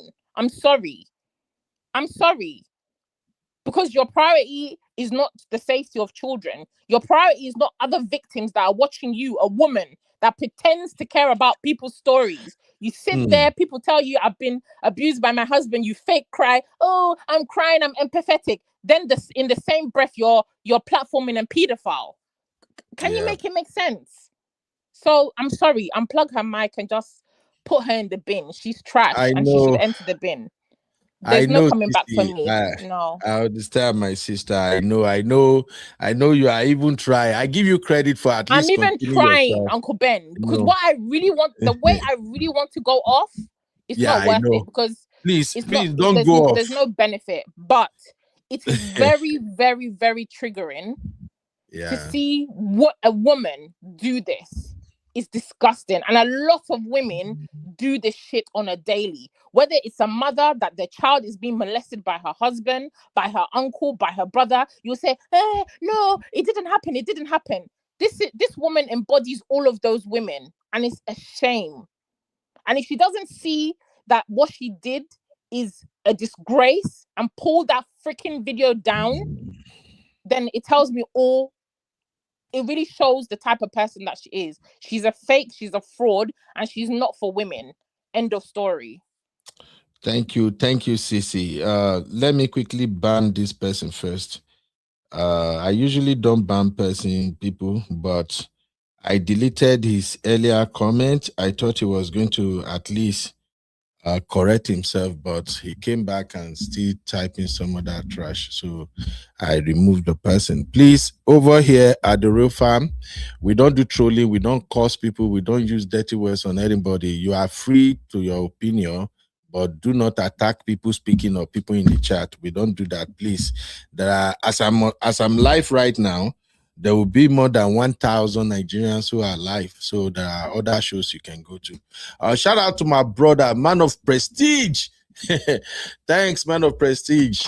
Man of Prestige. I'm sorry. Yeah, and she's not for women, and she's not for children either. Like Mariette said, I forgot to mention that. At all. Thank you, Jare Sisi. Thank you. I know you try. You deliver your point without really going off. I knew Abby, somehow maybe Abby ran away, sir, because Abby is passionate about this type of topic. And it's like Abby is looking, okay, make I just spare her. So anyway, thank you, Man of Prestige. Man of Prestige, your girl is back. Oh, and I actually mentioned you earlier, self. Man of Prestige, if you remember when we did the other show when she was doing that thing with her husband, and you were talking about what you observe about character and things like that. I think our girl is back again. Honestly speaking, I think she's a nice woman, but I hate it that whenever she wants to do this shenanigans, she will just drop it and then later claiming the victim. But anyway, hopefully she will learn and improve. There is something about platform credibility and integrity, like I said earlier. If you're a platform owner, you want to handle some topics, you got to think about your fan base, the people who are watching your content. Don't insult their intelligence. This last Saturday, I was supposed to bring at least 3 guys here who are looking for wives. They are in Nigeria. But when we don't want them. Thank you. when I investigated, when I dig, even me that I am a man, I noticed several red flags. So I said to myself, these are fine men, you know. But I said to myself, knowing what I know about these guys, if I still allow them to come, and I know the kind of women that watch my show, professionals, people in top jobs, you know, those of you here, you know the nature of the people we have. So professionals, great job. These are citizens and all of that in America, UK, Canada, and the like. And then I now brought these guys that I already see red flag, Yakpayaski. What does that says about me? It means I don't even respect my supporters enough to not insult their intelligence. In fact, one of them, if you see my text, I have to tell the guy to stop. He don't text me, die. I told him that, dude, the ladies that I have on my platform, if I put you on that platform under 10 minutes, they will see through you. And I will be struggling to protect you. I don't want to do that. I said, no. I said, the problem is you can't even convince me where the man. I'm not getting ash where you go fuck or something, but you can't convince me. All the thing where you they tell me they dig, they lombade. And then when I finally asked him one question, if you finally find out, let's say you even find wife abroad, what's your plan? What's your future plan about living in Nigeria or living abroad? And then dude told me, well, you know, people are doing it. I just want to know, I spent some time in Nigeria. I spent some time with her, you know, we will work it out within ourselves. I can come to Nigeria maybe 3 or 4 times in a year. I just say, you know what? I think this interview is over. because it means you really don't know what you're talking about. So you go day Yankee, marry woman for Yankee, and then they go Nigeria back and forth, back and forth. I was even expecting that maybe he would tell me something like, UB, if we get married, I will stay with balance, maybe 5 years, 6 years, when we have stability. Then, no, you're telling me you'll be going back and forth. And I know the ladies that I have here, many of my sisters here, we don't interact since. And that's why I kept saying, I love all the people we have here. I love people that can tell me, no, you are wrong. That's my type of people. Not be people will be saying they kiss us or say, no. The people I have here, I told them, the three of them, I said, look, if they come at you, you should be able to defend yourself. The only thing I'm doing for you is to bring you to the platform. By the time they start asking questions or something, So why am I telling you all of this? There is something called platform integrity. Somebody like Dr. Biola shouldn't have done what she did. And even if she's going to do it at all, you need a very, very strong, powerful disclaimer. So anybody who get to see the content, we know that, yes, you are for women and you are protecting children. And you live in Nigeria, a place where women are abused every freaky day. Every day. Even people who knows me all the way from Obodo Yibo to this place, they know say I be President General when it comes to brotherhood. But when it comes to abusing women and all this stupid shit men do in Nigeria, it's so difficult to defend. And women are talking, they are yelling every day, say, look at the whole Senator Natasha. What did they do to that woman? Just look at that. And you are a very intelligent, smart platform owner. And this time around, Baba Ijesha is not having issue with a woman, not the woman accuser. We are talking about a minor, and you were there. At least when you were asking Baba Ijesha a question, and the man is evading those questions, you push the question back. You make him to answer the question. But instead, you are just saying, okay, why will I say what she? That's bullshit. Hence why I said, what was the reason for him to go on the platform? She's not a defense lawyer or anybody credible in that field. It's above her pay grade. So what was the reason for the conversation to be? If you're gonna bring him on your platform, then I expect you to push back on the questions that your viewers would have, because not everybody believes that it's a pilot. Yeah, maybe some of our viewers do, fine, but the people that know that he's a convicted pedophile and stand on that, and the law says the same thing, you're sitting there, you're not pushing back on anything, you're not bringing up the tape and asking him, okay, if it's true that it was a pilot, why were you apologizing then that you molested the 7-year-old? Why? It's a mess, Jerry. Thank you, Jerry. You're acting, you're playing. Come on. She's just a big fool herself. I'm sorry.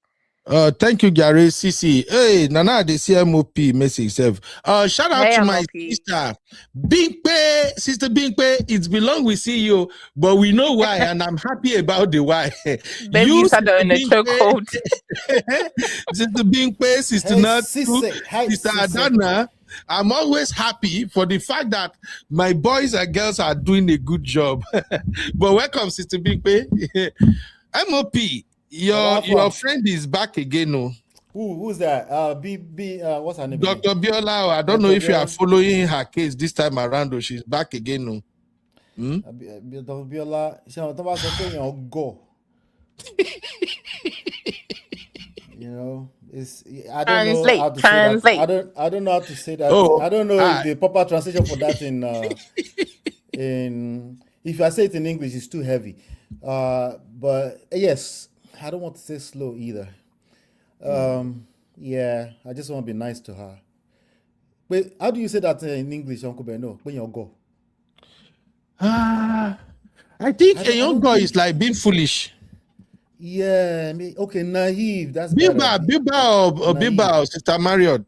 Okay, naive. Is naive bingo? Yes. Okay, yeah. Okay, yeah. Why are we saying she's naive? She's not naive. So naive, not in the sense of ignorance. Yeah, not in the sense of ignorant. That's why I said there's no direct translation. Okay. Then that naive is not. We're not using naive for a grown-ass 40-year-old woman. I'm sorry. She knows. What the hell it's probably closer. So Sisi, it's probably closer to foolish, because because you really think you're doing something, but it's dumb in the grand scheme of things. Absolutely. Let's keep it like that. Yeah, Very yeah. foolish. Naive sound like that person is just ignorant. Like I don't think she's exactly ignorant. I mean, this is a platform that is set up with hundreds of thousands of views on any given month. So I can't call it naive. That's nah. They need to be a little bit more accountable than that. Exactly. Yeah. This guy is dumb. Baba Ijesha is straight up just dumb. He thinks he authentically thinks he thinks he can take us out for being a fool, and it's sad, once you are convicted, this is how it works, ladies and gentlemen. Hey, real fam, this is how it works in real life. Once you are convicted, there's no two sides. This two sides thing that we're obsessed with. Let's listen to our side of the story. All that nonsense. There's no such thing, because you go through a process before you're convicted. And yes, that process can be unfair in real life sometimes. There are people that have served 25 years, 30 years, even a lifetime, and there was just simply not enough evidence to, beyond, they call it beyond reasonable doubt, they have been convicted based off of what they have available. But that's the system that we all subscribe to. That's the judicial system that we subscribe to. Now, if you're lucky enough to actually come out in a couple of years, which I'm not, by any stretch of imagination, I'm not saying that it's easy to go through kirikiri or prison, right? But somehow, some way, your destiny has put you in that position where you've gone through that process and you're lucky enough. Yes, I call it lucky because some people are not lucky to come out, even if they're innocent. You're lucky enough to come out and you get to do life again. Gentlemen, keep it quiet. And you're lucky enough to come out and you don't see that as lucky. You want to tell your side of the story. That's the most confusing thing ever for me, because I'm like, wait, are you stupid or something? Because now we have someone like Iyabo is now threatening him. He might get served again if he's not careful. Yep. Like why are you on interviews literally weeks after you came out of a conviction and a sentence and you served your time? The most honorable thing you can say is to say, I was convicted of a crime and I served my time. And I'm grateful to be back in this street, to be able to partake in this thing called life again. Life is beautiful. That's the most honorable. There's nothing else you can say after that that's not going to fall in the category of unnecessary shalaye. And the only thing you're going to do is throw yourself under the bus even more. When I was watching that video yesterday, the BIOLA video, I was like, wait, what? I'm looking at the comment section. I'm like, wait, what's going on? What's going on? Because people were like, God will bless you. You have a good heart. And we're seeing people saying those kind of things. I'm like, wow, the gullible, interesting. So when I was looking at it, I'm like, wow. So I shut it off in the middle because I was like, okay, this is annoying. And then I got on Instagram, and then lo and behold, somebody posted a video of him literally sucking on a baby's finger. What kind of acting are you acting? Because he was claiming that he was acting. What kind of acting is that? Now, even if he was a victim of, what did he call it? He was being set up, right? Yeah. At what point did you say, no, I'm not going to do that? He did say, oh, yeah, this is going to get on YouTube. They will shut it down. But are you saying you went ahead to continue to lick on this girl's finger after you checked yourself? At the end of the day, he was lucky enough. By the way, they actually reduced his charges to assault. He's actually lucky that it was reduced to assault because there was no proof of grape. Yeah. So why don't you just stick to that story and say, I was inappropriate. I was in the wrong place, the wrong time. I'm lucky to be out here. I'm grateful for everybody who supported me through the ordeal. I served my time and get out of everybody's face and get to work. So he wants to do a whole movie to come and do Shalaye to the public on Obasanjo's internet. You caught that, right? MOP, you caught that. Yes. Do you want to go and pay to watch the movie for him to exonerate himself? It's just, oh man. So, okay, now, by the way, let's not get it twisted. Enough Nigerians are gullible to buy into this. Okay? And they are going to justify it by saying things like, oh, what about the other side of the story? By the way, it's not funny. What about the other side of the story? What side of the story, outside of the society, the law of the land that you live in has convicted you? What other side of the story are you waiting for? What if it was not true? Or is it you that will find out that it was not true or not? If the judicial system cannot find out, is it you? Because it's now claiming there's a lot of innocent people in prison and stuff. Is it telling us anything new? Exactly. It's amazing.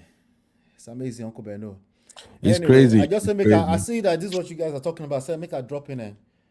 Thanks, Jare MOP. I appreciate. Thanks for the This is super another chat and example of everything. Shalaye. This is another example of Shalaye gone wrong. Ego Shalaye tire. No evidence. After you have been convicted. I've never seen something like this before. You know, MOP, these our celebrities in Nigeria, they usually do horrible PR job. They do horrible job. I was listening to that interview and I was getting angry. I listened for like an hour and I said, look, I have to stop. I can't be listening to this thing first thing early morning Monday. And then I checked my WhatsApp. Tosi sent the video of the actual act to me. I watched and like, yeah. For somebody who have teenage daughters, you know what I mean, MOP. The thing was just kind of like, I say, no, I can't start my day with this type of anger. This guy has a reputation in the streets, by the way. There's a couple of people saying he just tried to touch people inappropriately. Like it's a pattern here. How do we justify what Dr. B did? I don't understand. There's no way. That's why I concluded that BIOLA go. That's why I concluded at that. Because I don't know exactly what she said. There must be some kind of objective, a goal, a purpose behind anything you do. If you want it to stand the test of time, there must be a well thought out, a well grounded. If you follow me, you know I have the GPS. The G stands for grounding, right? A well-grounded purpose behind anything you do. It needs to be grounded. Why? Because you might have a why. It might be short-sighted, right? Yeah. You need to be well-grounded so that Odewaju Dejo, right? You can back it up and say, yeah, I did that. This is my reason, even if people don't agree with it. But what reason is justifiable for her to do that interview with someone who just came out? First of all, we don't need to find out that you went to see him in jail. We don't need to find that out. And you remember, Baba Ijesha said when the same Dr. B came to see him in jail, he was crying. Maybe at his condition or something, I don't know. But that just tell me more about what's going on there. They know each other. I guess this is how they want to justify Uncle Beno. They know each other, right? So they want to just say, but what if it's what if it Mama Grace, sorry, I didn't see you, ma. Good to see you, ma. Good to see you, MOP. Yeah. Thank you. You're welcome. Yes, ma. So maybe they want to say, we know each other. So Puff Daddy and Jay-Z are friends. Did you see Jay-Z come out to come and say we are friends? Let me just put in my 2 cents. Everybody ran. That's something about us in Nigeria. Our celebrity run towards trouble. Why in abroad? Celebrity ran away from trouble. Anyway, thank you, my MOP. Patrick, I think he went buried, but I remember now. Let me go and pull it up. I got you, sir. No problem, sir. Yeah.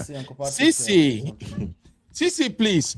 For education purpose, can you help me shine light on what that girl might be feeling right now, apparently that girl should be like, I think this case happened about, is it 4 years ago? Who can remind me when it happened? I think 4 or 5 years ago. So that girl should be like around 18, 19 now. So Sisi, what could be happening to that girl now, revisiting all of this and getting to hop on social media and see her picture and this cringy nonsense thing again all over?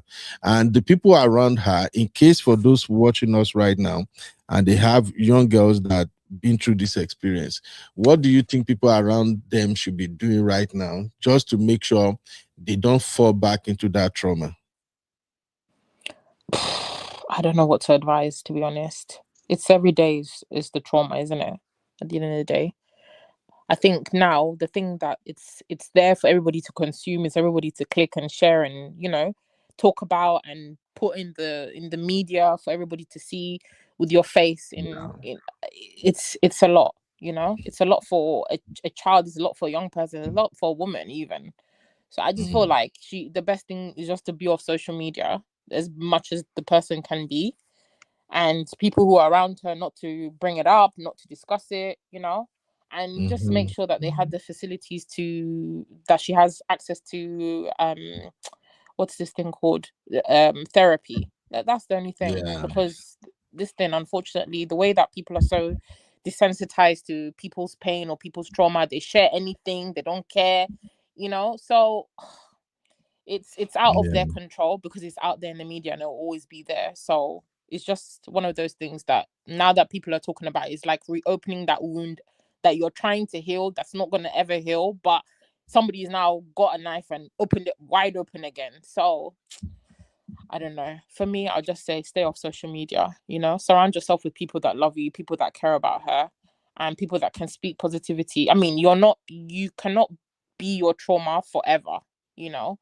It will always be with you, but you can grow past that feeling of being like fearful, or, you know, you just have to learn to live with it. Unfortunately, it's just one of those things. But therapy helps, having people around you that can uplift you, and people that don't bring this to your attention. Oh, they started posting these, they're bringing these, bringing that, you know. Just allow the person to try and bury this as much as they can and not discuss it around them. Other than that, I really don't know what to say, because it's not something that go away, you know. This man can get up, come on a platform, people can say, oh, he's a nice man, yeah, he's a good actor. No, but that person that he's violated, they will never get over that. So yeah, people can move on and it becomes tomorrow's news, but that victim lives with that trauma every single day.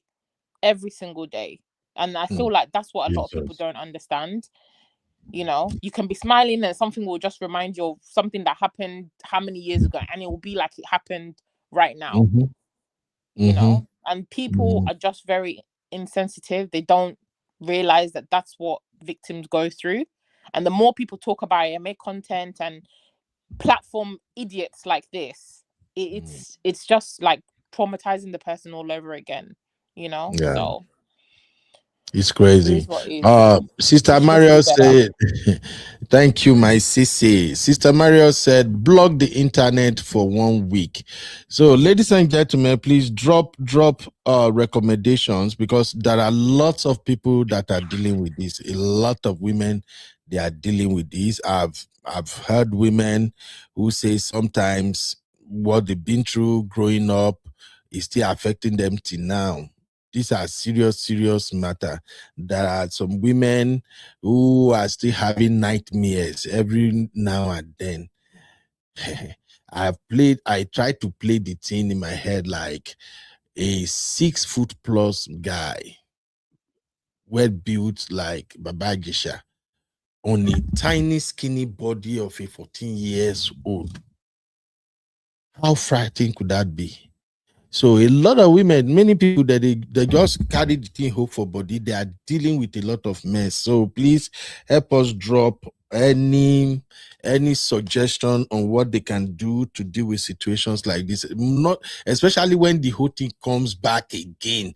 Things that has been forgotten. So for those who are protecting or defending Dr. Abiola, we are not against her. I'm not against her, but we are just saying And we're sometimes against her. you Please speak for yourself. I'm against her. okay. I know for me as a co-platform owner, I just need to let people know we are handling all of these things so people can learn. There are some matter that are so sensitive that you don't want to, you don't want it to be around you at all. So that girl will be going through a lot.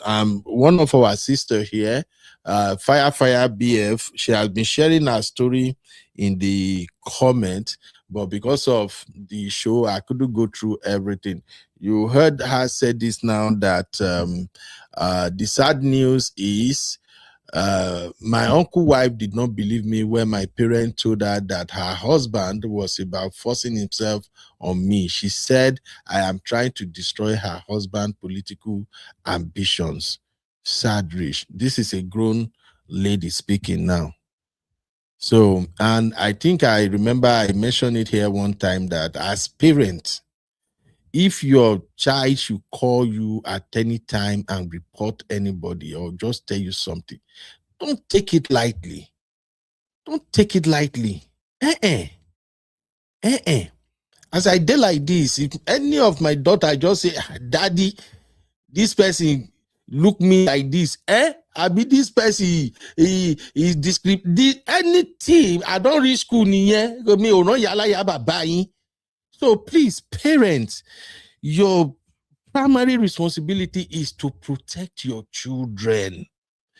Please, there are some things you don't use common sense on. MOP has preached that thing several times on his platform. It's not everything. It's people, they want to apply. Some things, no, me are they talk more. If there is any time you have to go mad, it has to be about your children. Both male and female. Gone are those days where we say now only female child that they abuse. Now, if your son fine, he fresh, I be on another year story.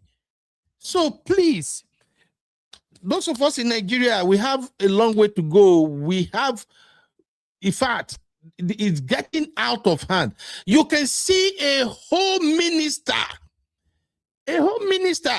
saying on camera, what did I want to do with this one? Even if I have to, if it is Senator Natasha now, I will say, and my brain go bang.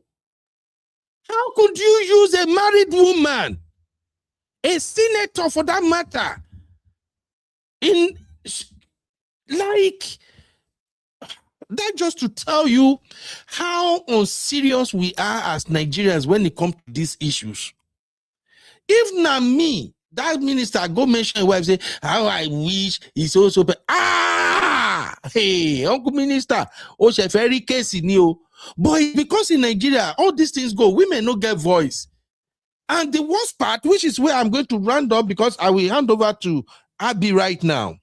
So that, because Abby is passionate about this, Abby can just do maybe about 30 minutes and wrap up the show. But let me finish it with this.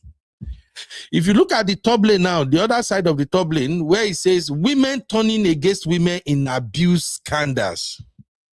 Uncle, Aunties, before you leave, I don't know if you saw the video. I don't know if you guys reviewed it. The video of Easy talking to the father. Easy Ogbede. I know they watch her. She they piss me off. I know watch her at all. So if you saw that video, right, you will see how Nigerian parents take how they are accountable. I say Nigerian, honestly, it's just the old school generation in general. They struggle with being accountable to the impact of their decisions in the past, And I think all of these are connected, at the end of the day. And I think like you were saying, it really comes down to what we consider to be typical moral standards, typical, like don't cheat, don't steal, don't lie. We don't realize that these issues are much more complex than what they seem or what they look like on the surface. And it takes a lot of patience to get a typical person to really understand how this is all types of wrong, Obviously, you guys are talking about the mental health of the child that was involved. In fact, me saying a child is confusing to them. They don't realize that the 17-year-old is still a child. You see, my 17-year-old son is 6'2", right? Is taller than me, right? And to be able to comprehend the idea that he's still a child is a strange thing to a typical Nigerian adult. You know, so how much more a girl child? How much more a girl child in a place of work that is not regulated, right? They have those laws in Nigeria, by the way. It's just that they don't enforce them, because even if you listen to that guy's story, he kept saying they were working for Lagos State. he kept saying it was something that they were doing for Lagos State. So it's I wanted to join forces with you to say, hey, we need to pay more attention to anything we consider to be common sense. First of all, it's 2026. So there's no way everything remains the same from the way it was in 1984. There are some new things you need to learn because our environment is different, okay? The exposure of children to danger is not just as simple as physical anymore. Now, you can't claim that you don't know that they are also exposed to danger at a mental standpoint, emotional standpoint, right? Exposure too early, too far.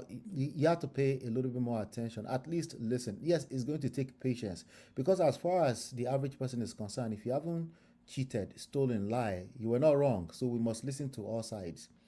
Unfortunately, that's not how society has never worked that way. Society has always been there's laws of the land. There's also protection of children, protection of women, the vulnerable of our society, but of course, protection of men as well. So we need to look beyond just the obvious stuff. Who are we protecting men from? From themselves, actually. Okay, good. Because I'm not sure who do men need protecting from exactly. Yeah, it's women. Mostly from themselves and their anger. Look at what is going on in the Middle East right now, right? So we need to pay a little bit more attention than just obvious stuff, right? Just obvious stuff like, oh, let's listen to, again, I don't want to become a broken record here. We're trying to call your attention. Now we're talking about the child. Every time the child see, internet is dangerous. Somebody's going to claim they are illustrating a talking point. They're going to pull that video into your feed. Every time that child is exposed to seeing that picture again, not just that child, every other child have experienced that kind of thing in the past, and it's going to be triggering for them. And when children are triggered in that manner, only God knows how far they're going to go in order to relieve the pain. Some of them, unfortunately, might cut themselves. They go through extreme mental health crisis, just trying to relieve the pain that might have happened to them even years ago. Some of them are adults now. They are 36, they are 46, and they can't get past something that happened 40 years ago. So we need to start paying attention, ladies and gentlemen. Thank you, MOP. Thank you, Baba. I'm going to yield to Abby right now. But Abby, for the next 30 minutes or thereabout, I just want to cover something which I know is something you are passionate about, okay?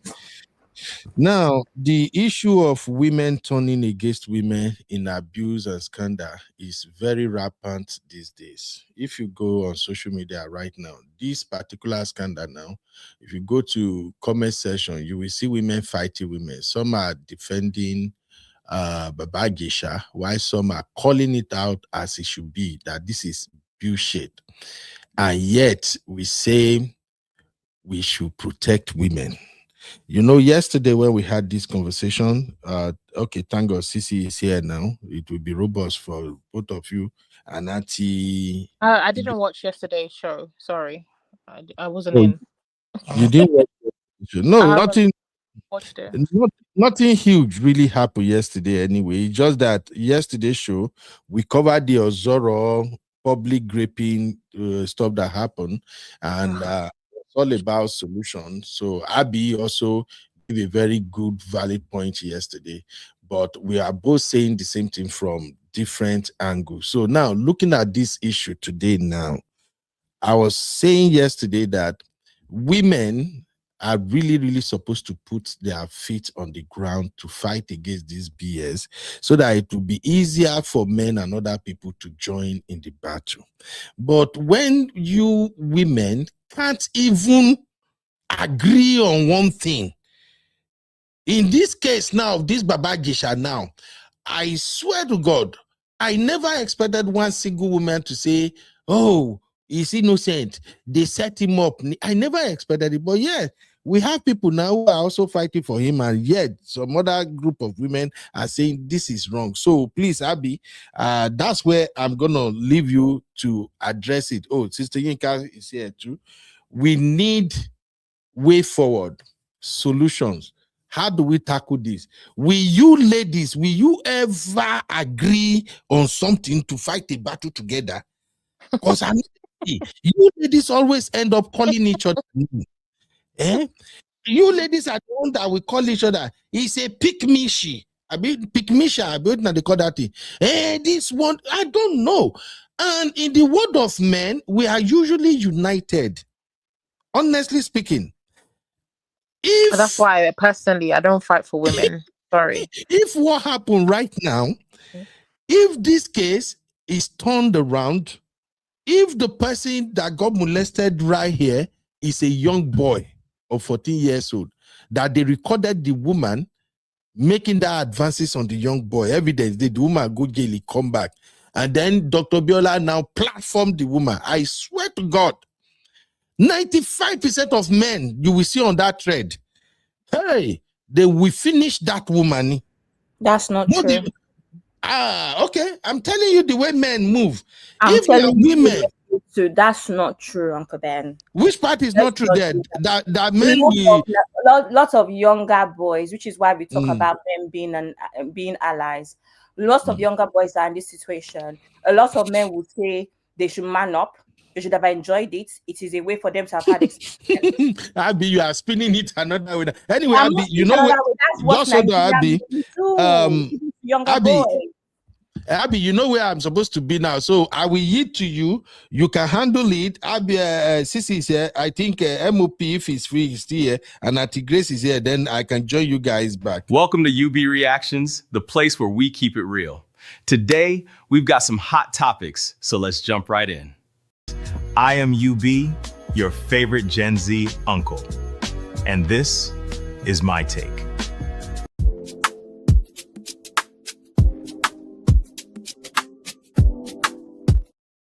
Yeah. I always like to play that Abby recap. I love your new accent. I love your new accent, Uncle Beno. MOP, don't start to. We got hot topic. MOP, don't start to. Don't start. Accent Baba, like water. Accent like CCs and Abby's. Love it. Love it. MOP, you will say accent yakpayaski. Accent yakpayaski. Accent that is odorless, tasteless, and colorless. Motigbo. Anyway, Abby, over to you. I will join you guys back. Thank you, everybody, for today's show. Now, let us move forward with some of the tips our real fam will drop about how women can work together to solve this problem. Thank you, everybody. Thank you, Uncle Ben. First of all, I don't know. Obviously, I missed an hour, so I don't know where we're at. But I just want to say that there's a lot of unnecessary, in my opinion, unnecessary weak arguments, right? This is not about women. This is not about men. This is about people. And this is not the time to even say, I'm not fighting for women or I'm not fighting with women. Because regardless, it's you can be an exemption to the rule, right? And also, at the end of the day, there starts to show that regardless of what side you stand on, there is still one gender that is worse than the other on these matters. So it's not even opportunity, it's not even a time for women to say, this is why I don't fight for women, this is why I'm not women. Because of that one, when in comparison, there's more men that are perpetrating this crime, right? Because even with that logic, people like Mr. Madam Abiola would not exist if men did not perpetrate this crime to begin with. I will not be here talking about what Baba Ijesha did or did not do if he did not even do it to begin with. And then there'll be no way for him to have a platform. He will just be a Yoruba actor and we'll keep it moving. So I just want to say that this is 2025. Those arguments are weak. You don't have to support every woman, but you don't have to exonerate yourself from the fight either because of one stupid woman or a couple stupid women like this BIOLA woman. So I just think that that is important for us to clarify, because again, we don't understand how little things become bigger things. When we say things like that, like this, you actually make men, this sort of men like Baba Ijesha, feel like they have some sort of support and we are divided. Why should we be divided because of people like BIOLA? It doesn't make any sense to me personally, but that's my own opinion. So I think it's very important that, especially on public platforms, there's difference between what you say in your group chat and amongst your friends and the things that you say on public platforms. That's why yesterday I even led with the whole statement of women need to stop saying I have male children or I have sons. Women need to stop saying I have brothers. Everybody has men around them that they love. It's not necessary, because we are not talking about your brothers. We're not talking about your husbands. We're not talking about your dads. I want to talk about your sons. So what's the point of leading with that conversation? Focus so that things are not lost in the unnecessary chats. So I just wanted to say that. I don't know if anybody has anything else to say. I just want to say hi, Abby. Hi, Uncle. Hi, Uncle. Like this a long time. I'm tired. Okay, so I wasn't privy to the previous conversation, but I think as I'm not a specialist in this type of conversations. So I try to stay far away from it. I can only give my personal opinion. My personal opinion are just exactly that, personal opinion. But I always like to back up whatever I have to say by just, at least some level of facts, statistics, whatever, But some things are also obvious. We don't need to wait for stats, But I can consider it obvious to me. It might not be obvious to other people, So me, I'm always preaching humility, not because I want to be better than anybody else. It's because I think if you're not humble, you create a massive blind spot for yourself. So I do think that Abiola made a big mess here. Uncle Beno mentioned earlier that she's going to come with some statements in a week or so. Well, she should. She should come with a statement. She always starts her show with a disclaimer that the opinions of the guest are not that of hers and stuff like that. But my question to the rest of, how is that going to pan out now? Is this our opinion or not?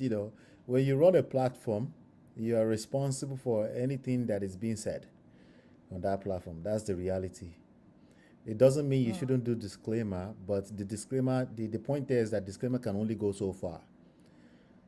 I think it was CC, I don't know if it was CC or Auntie Grace that was saying earlier before I jumped on, that there's no media house. I don't know if it was in the chat. There's no media house that would have touched that guy. It's not because they hate him, it's because it's a liability. We need to start to look at these things as this is a liability. This guy is just because you're a liability doesn't make. We're not saying you're a bad person. Never mind that you've been convicted of terrible behavior and you served your time. You're a liability, and even at an individual level, we all need to realize what that means. I gave the example of the Jay-Z and this guy earlier on. You see, people that have a lot to lose, or if their friend get into trouble, they can support behind the scenes, but they will wash their hands off of it when it comes to the public. There's multiple reasons for that. Well, first of all, it gets messier when you put your hands in it from a public standpoint, because all of those thousands of opinions, regardless of how much you might say it doesn't matter, it does matter. It becomes additional layer of energy you have to manage. So you don't want to, in the name of I want to support you, just put your mouth in matters that does not concern you. If you want to support, you support behind the scenes. They will, if they are smart enough, they will actually support you to get to wash your hands off of it. If your friend who got in trouble is any wise at all, they know to say, no, no, no, no, no, don't get yourself involved in this. Don't worry, we got it. You have to contain it. It's a massive mess, and it's going to follow him for the rest of his life. So he's going to have to do a lot of work. There's people, some of the greatest that we celebrate today, be it Fela, be it Mandela, be it, some of the once upon a time they've committed something crazy that, some of them went to jail that nobody wants to be a part of their story, but some of them today are being celebrated. Including some of the deities that you might be celebrating in your faith today. But because the overwhelming narrative of their positive work in their lifetime and beyond that has overwhelmed whatever that is, they can still be celebrated. But right now is not the time. You go somewhere, you be remorseful, hide somewhere. Don't put your hands in it in the name of, I just want to be supportive. I'm looking for what about the other side of the story? What other side of the story, especially in this social media era? Social media is not your mate. You cannot control the narrative. It's not going to work. The only thing you can do is learn how to navigate the narrative. That's your best chance. And then get back to work, create some new work, try your best to leave some positive impact before you leave this world. If you're lucky enough to have that opportunity, not coming back and trying to control the narrative with a stupid movie. The movie is, the movie will gather some views, but there will be useless views. Not all views are created equal. They'll be useless, and that's something that BIOLA obviously did not get. She needs to understand that some things you just leave them alone. And that goes to all of us. Some things you just leave them alone. Your opinions, most times, by the way, you need to talk them inside. That's what I have to say about this one, particularly because it's dangerous for the vulnerable. That's what I'm saying here. You might mean well, you might have good intentions, or you can still create a bunch of mess for everybody else.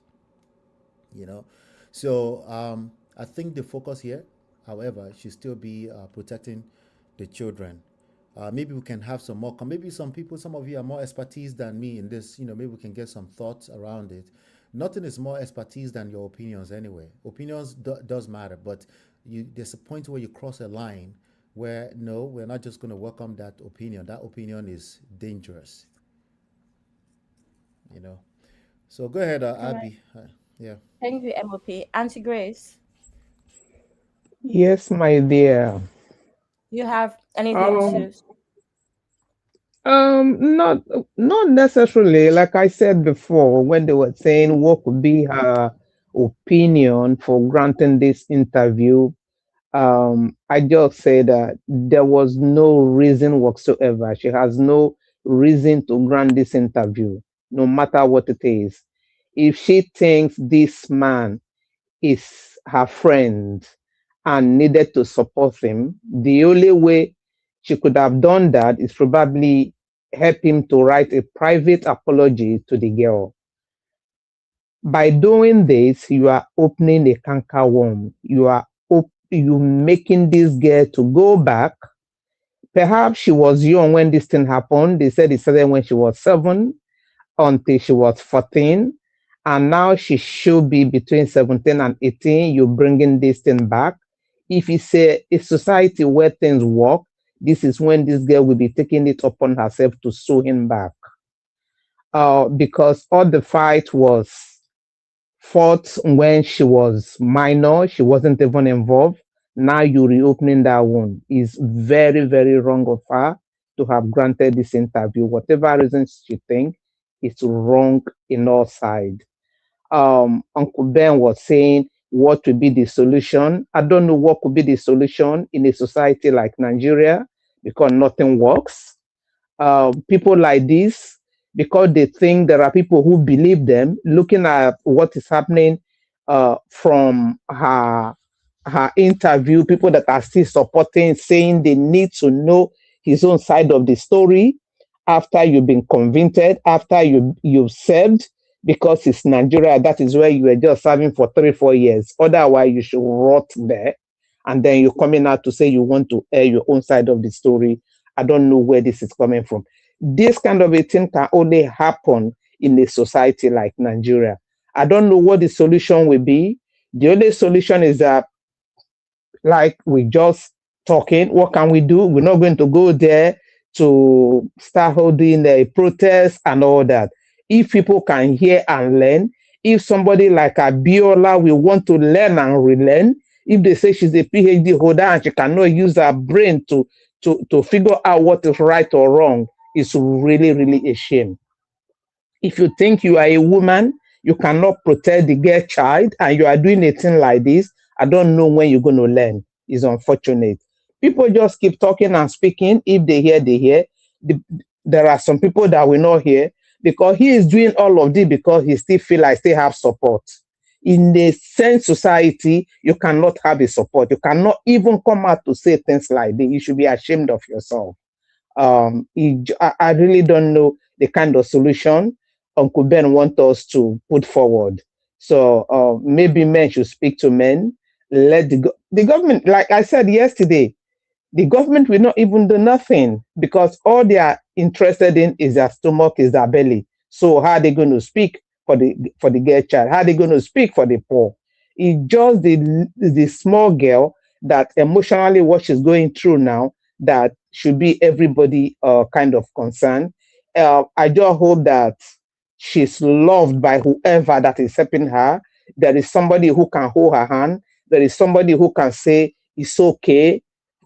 Just zoom off from this social media. If she doesn't have that kind of support, how will she even know that she will zoom off? So if I just pray that she has that kind of support, people that will keep her safe now, to make her not to be seeing all of these stupid things happening on the internet. It's just a shame that it keep happening, it keep repeating itself. It was only yesterday we were talking about Ozoro, and today we're talking about a small girl. It's never going to end. It continues, unfortunately. Yeah. Thank you, Thank you. Auntie Grace. I just wanted to clarify that her PhD is honorary. I don't even know why they started that nonsense. Is it honorary? Oh, okay. Means that Okay. I people are thought it's or the range. okay. Okay. Just All saying. right. What do Thank you you. mean, Thank Abby? So saying. what do you mean, Abby? So if I have a honorary PhD right now, you think it's nonsense? Well, for It some is people, clearly nonsense. it is nonsense, because if you had the range, we will not be here. If you had the I range, we will thought not it's, be I actually thought it's a real PhD anyway. It doesn't have the range. Well, Anyway, PhD is usually offered to people that have created a certain level of impact, not necessarily that they are perfect, right?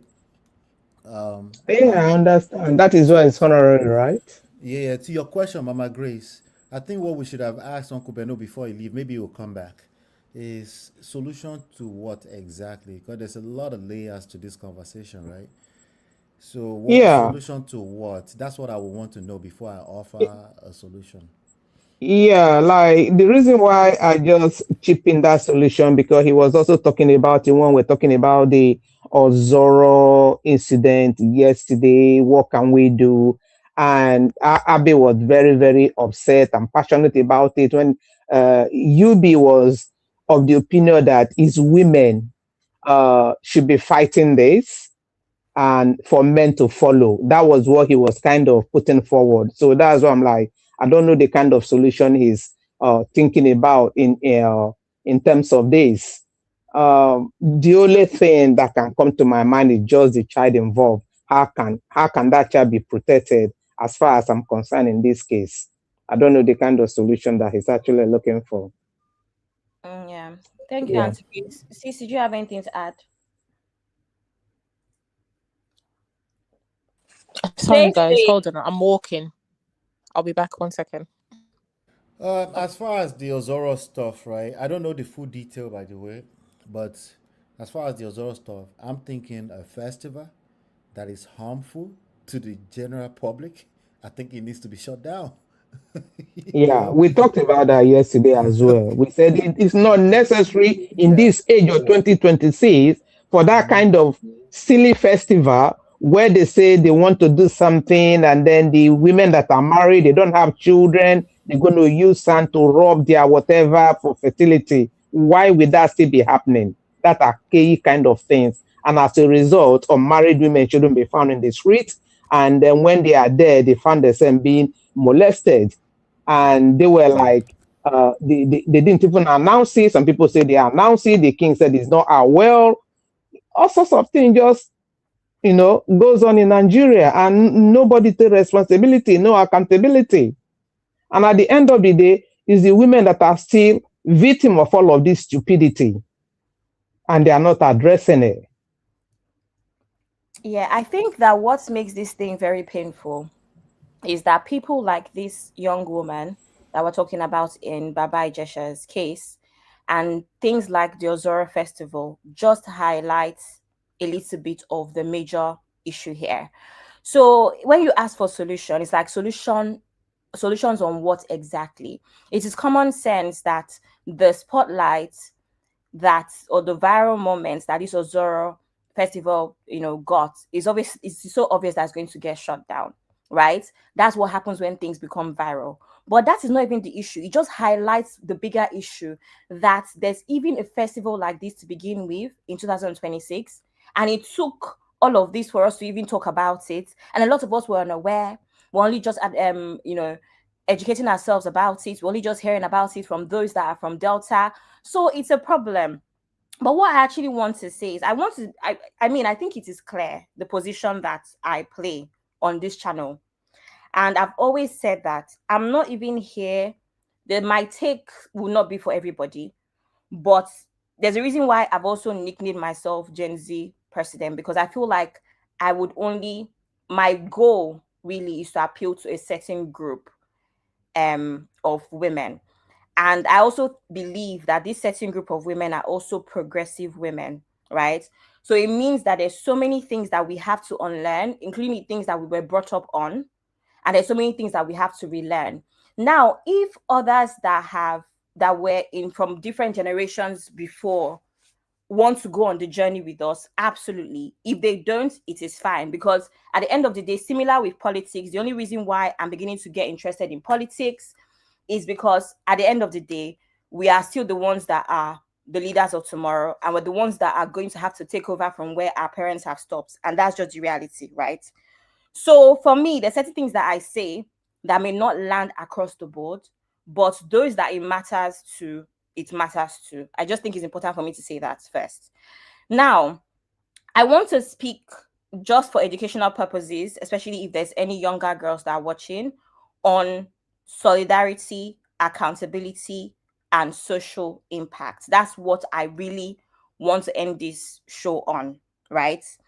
And I want everybody to understand that regardless of anything else that's going on, this sexual violence is a systemic issue. It is not just about individual cases. And that is why I was upset yesterday when the focus became, what do we do moving forward? I don't know. I can't answer you on what we should do moving forward because it is Nigeria, right? If we had the answers, we would not have Tinubu as our president. We would not be in this mess that we are in Nigeria. It's because generally across the board, we are in a big mess. Okay?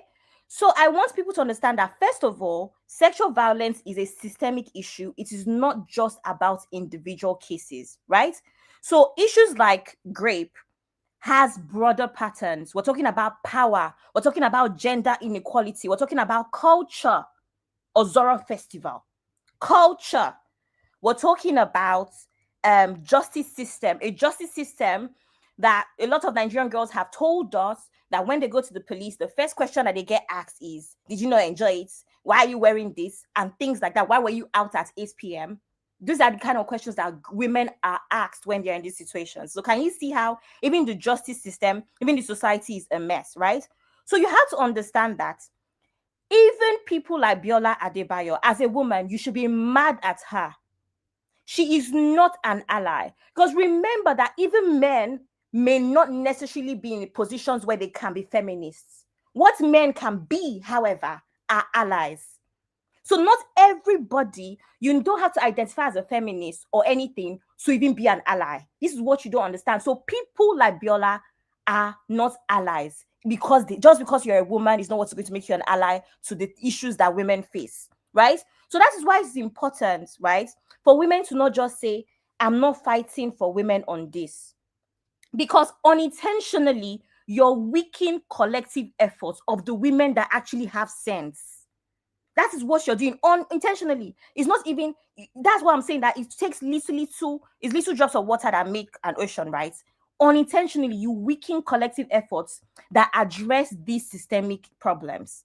Number 2, silence or neutrality can be interpreted as indifference. I said it yesterday. Sitting on the fence is not necessary on this matter. You have to be on one side. Everybody should be on one side, because guess what? You may not know this young girl, but you have a daughter, you have a sister, you have cousins, you have women that you care about. And this is what I said yesterday about Maraji. When Maraji came out to cry, I said these are the issues. People like Maraji that have put down women's, efforts, and all of the times that women came out to cry, she trivialized it. It now came to her own compound. Her friend was in that Ozoro case and she came out to cry. This is why you cannot be neutral or silent on these issues. And you cannot sit on the fence either. You need to be on one side. And you don't have to care about women or men to just be a decent human being. To me, this is a matter of decency. Are you a decent human being or not? It's not even about gender, So when someone says, oh, I'm not supporting women on this, whatever, you come across as dismissive to victims. Forget the people like Biola. Like I said, Biola can be a big fool. But how about the 14-year-old girl? How about the 13-year-old girl that still needs us, the rest of us, to fight for them, that don't know any better? How about the 13-year-old girl that will go and report to her mom or people who are meant to look after them, and they even tell her to apologize to the man for accusing him? Have we not heard of those stories before? Those stories are very common if you don't know. You are the one that's come to say, this is what has happened to me. My older cousin, my uncle, usually starts from the home with people that parents trust, by the way, right? You will go and report to your parents, and your parents will still come back and say you should go and apologize. How dare you say that about your uncle? These are the girls that we should be fighting for. It's not about people like Biola. Biola is a distraction, as far as I'm concerned, to the bigger fights, right? I also need to address that advocacy often depends on collective voices. Unfortunately, one person cannot fight this fight. And that is why people like Biola, they should be condemned. And also, they should not be the reason why we shy away from the fights, right? So we're talking about social changes, we're talking about laws, we're talking about awareness, we're talking about support system. If you don't even have a platform, or you don't even feel like you want to be in the forefront and speak about it. Yesterday, a group of feminists were raising money for the girls from Ozoro. This is why I was angry about asking for a solution. Something like that has happened at Ozoro Festival. The federal government did not think that these girls needed to put themselves forward for medical attention. Some of these girls had to go to hospital, right? Some of them today, as far as I remember, they were all going for HIV tests as well. But you wouldn't know that. And this is not something that a bunch of women should come together to do. It should be the federal government that should have done it, but they did not do that. It is a bunch of women that are raising money for women to look after themselves after that nonsense that went viral. That's why I asked yesterday, what solution is there when common sense, like even medical care, did not come to the minds of those in charge? Not the king that came and said he does not know anything about it, not the local government chairman, nobody.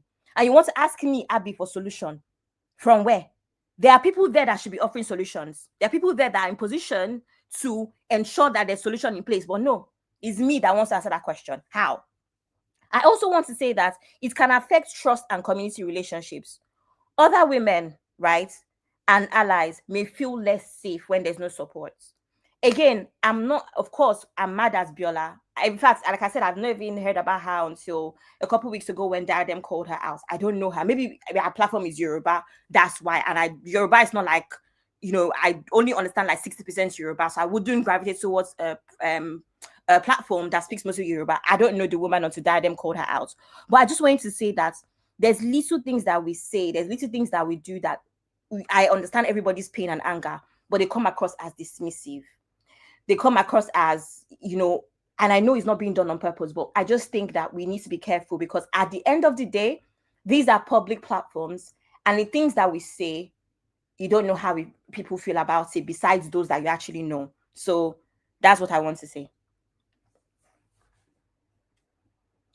Uncle Dio saying, Abby, people like Abiola are just clout chasers who can do anything for money. It may surprise you that her primary reason may be for clout, and the views are not justice or accountability. Uncle Dio, honestly, everything that I've just said now, people like Abiola are the least of my problems. I promise you, because we know them. We have an auntie. We all have an auntie like this. We all have an older cousin like this. We have women like this all the time. We're not unaware that women are the biggest issues. And the reason why it is obvious, well, like I said earlier, people like Bola would not even exist if these crimes are not even perpetrated to begin with. Do you understand? But at the end of the day, we all grew up Nigeria now. It's always a Nigerian woman that's against you, even in the workspace.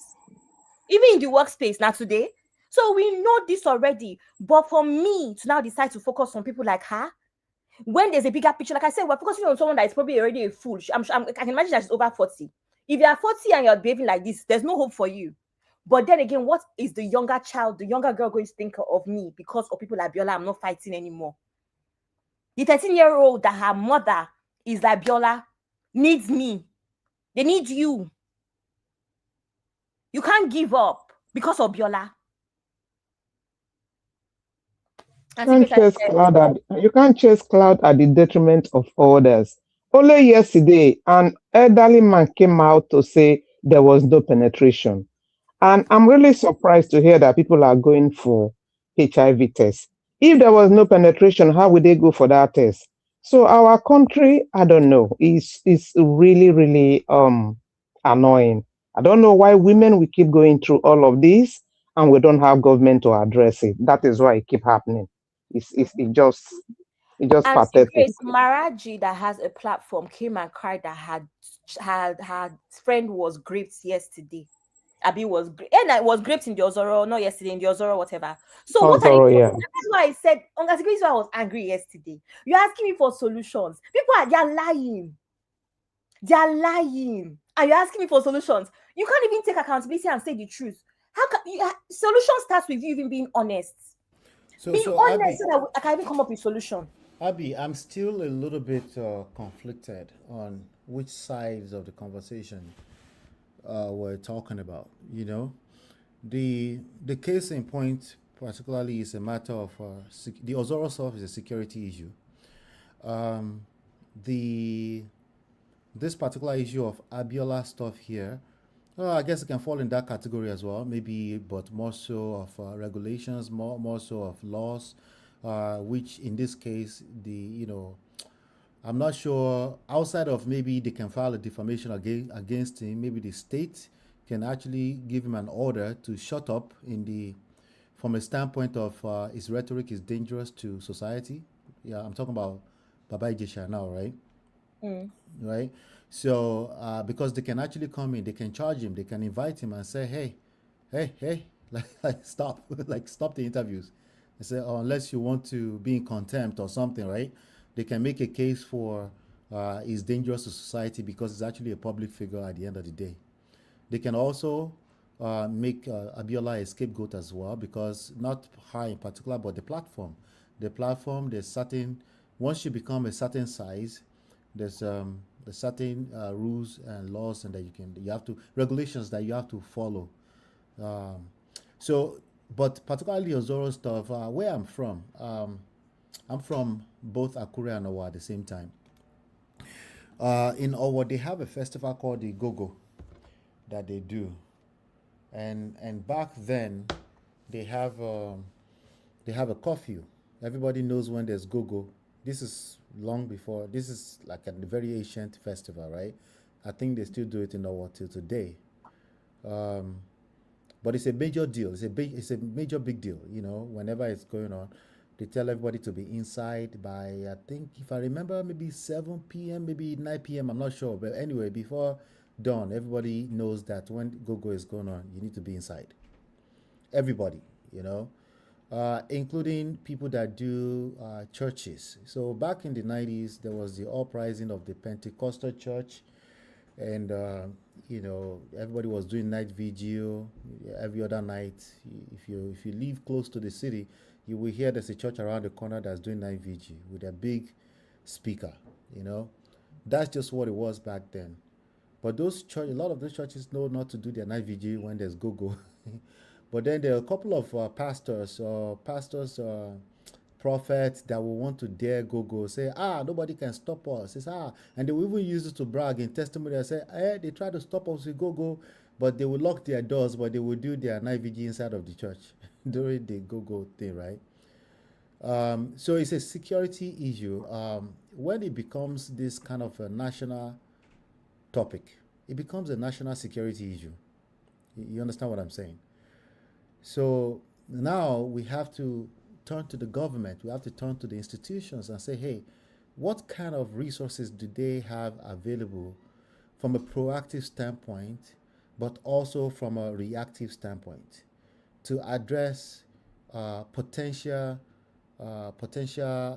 cases like this, right? MOP, how can we ask that question when the king said he's unaware? Everybody is unaware of this thing. We were not there. We don't know. It's not true. No, see, Abby, this conversation we're having this is how it starts. Believe I don't know how many people is watching, and we don't know. All we need is one solid person, right? And we just have to keep having the conversation. We can't get tired. You understand? Even though it's tiring, we can't get tired. We have to keep talking about it. But that also means we have to keep allowing people to speak their mind, speak their opinion. Because if they bury those opinions because they are afraid to speak or because they are afraid that man of procedure will tackle them, then that's no good because their opinion is still a part of the truth, right? It might become a subtle danger for the rest of us, the vulnerable in our society. So we want them to speak up so we can correct them. Do you understand what I'm saying? But it starts with the conversation. We need to keep having the conversation. And shout out to Uncle Beno. He's also good at instigating all the angles, all the potential angles of this conversation. Like I said earlier on, some things might come off as obvious to me. It's not that obvious to other people. There's a lot of things that makes that, whatever that is, up, right? Like it could be personality, temperament, ignorance, willful ignorance, right? It could be that and everything in between, right? But we need them to say it out so we can address them. You understand? So when it comes to this kind of, when it comes to Baba Ijesha, their profession needs to be regulated, and then that's the proactive part of it. But when you do commit something like this, there needs to be adequate punishment for it, right? He needs to serve time, and there needs to be stipulation. If it was in a society where you commit something like this and then you have, what do they call it? I forgot the name they call it. There are things you have to do after you come out. You're not just going to be freed. You're not just freed. I think people mentioned it earlier too, before I came on. Registered offenders, He is, actually. I gave the education on that earlier. That this is, yeah. So, thank you. Yeah. So registered offender, where it's enforced, there's certain places you can live. You can't just move into a neighborhood unless you go through certain things. It happened to Nicki Minaj here. Nicki Minaj went and married a guy who is an actual sexual offender. And before she had to go, before they can move into Beverly Hills and all those type of places, they had to go to certain scrutinies. And that means you don't really have freedom for the rest of your life in the grand scheme of things. So if he had to deal with those kind of stuff, maybe some kind of probation, or then he wouldn't be running his mouth on the podcast so early. They can put stipulation like that in place if we notice that people think they can come out and try to control narrative, essentially posing additional danger to our children. We can continue to advocate and speak up for things like that. It's just one voice at a time. That's all it takes, And then the back to the Ozoro stuff, proactive and reactive measure is something like that happen. We need intelligence in place to find out who the perpetrators are, and they need to be punished. But before we get into having to punish anybody, there needs to be, before you can stage such a festival, there needs to be security measures that needs just same thing that you have to do if you're going to do like a protest or something like that, right? You have to take certain types of permits. There needs to be a certain amount. If we run ordinary church program in my 25 members church here, right? If we are running it, we have to have a police in front of the place that we pay $300 to. Just because it's a public setting and that poses a potential danger because it's a public event. You understand what I'm saying? There's going to be a parking lot. People are going to be parking out. Especially it's going to be overnight. There need to be stipulations in place like that, not just to react when things have happened, but ahead of just knowing that this is a society and things will happen sometimes. So we need to be proactive ahead of things like that happening. To reduce it drastically, it needs to be baked into our society. And then after that, of course, things will still happen because this is the real world, right? There need to be, and then that would drastically, we just need the numbers to reduce dramatically, right? Another thing I want to say to this is this. We're just getting coverage for the first time. These things have been happening for a long time. Exactly. Okay. People disappear all the time in Nigeria, never to be seen ever again. No coverage, no accountability. Of course, no social security number, no identification number, no passport, no IDs. The only people that know that person disappeared is their family member. So even if you go to police and they ask and say, what happened here? There's nothing to trace a human being. People are not actually accounted for properly. You know, so so that's part of the proactive things that needs to go into place in that society so that you can actually account for people. And then if something happens, somebody says, let me see your ID. The first thing the police will ask for is like, where's your ID? You have an ID? Okay, they trace it. And even nowadays, they can scan your face. They know who you are. They have an idea. They still need to correlate it, right? But hey, baby. But they need to correlate it, right? And they need to see, they need to know who that person is. But in Nigeria, they don't know who an average person is. Listen to what I just said. An average person does not live in Lekki, okay? In Nigeria, as in 200 million people, they can't account for an average person. You know, so of course it's going to be hard to provide security for an average person. Every one of them, even the biggest one, they are at risk. They are at the risk of these things we're talking about, right? But I understand. Back to the original topic, which is what we're talking about today. Ijesha, Baba Ijesha, clearly the punishment was not adequate enough. Clearly, obviously, the punishment was not good enough. If it was good enough, he will come out.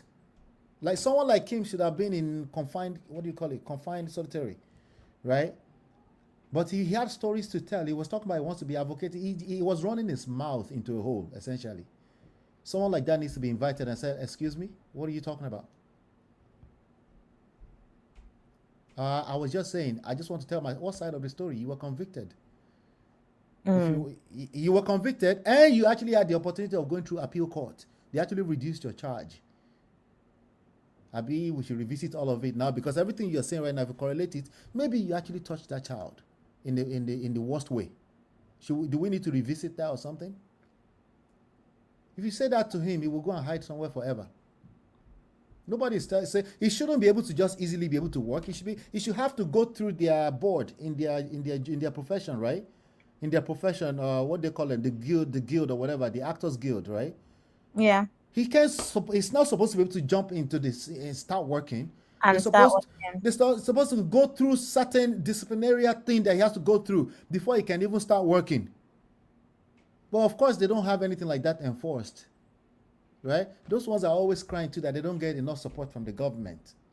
So it's a systemic failure.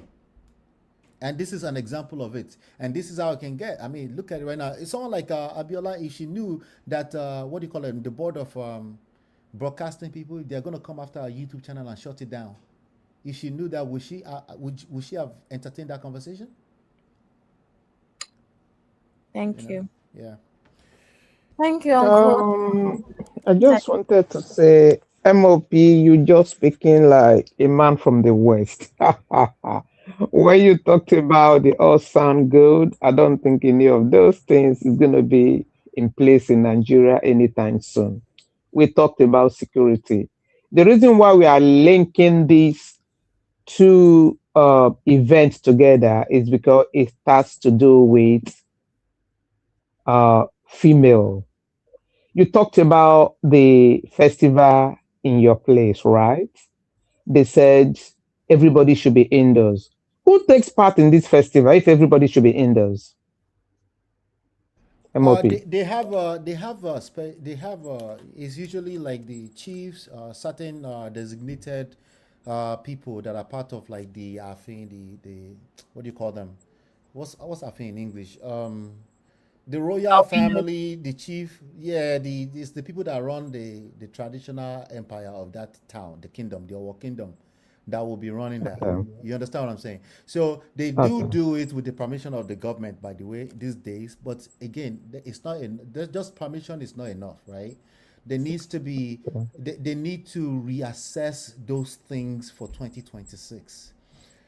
There shouldn't be such a thing in 2026 as curfew for the general public. What if somebody did not get the news? That is dangerous for an average human being.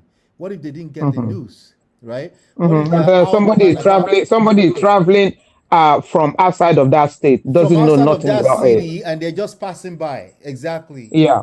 And many of those things happen, by the way, and they just disappear, right?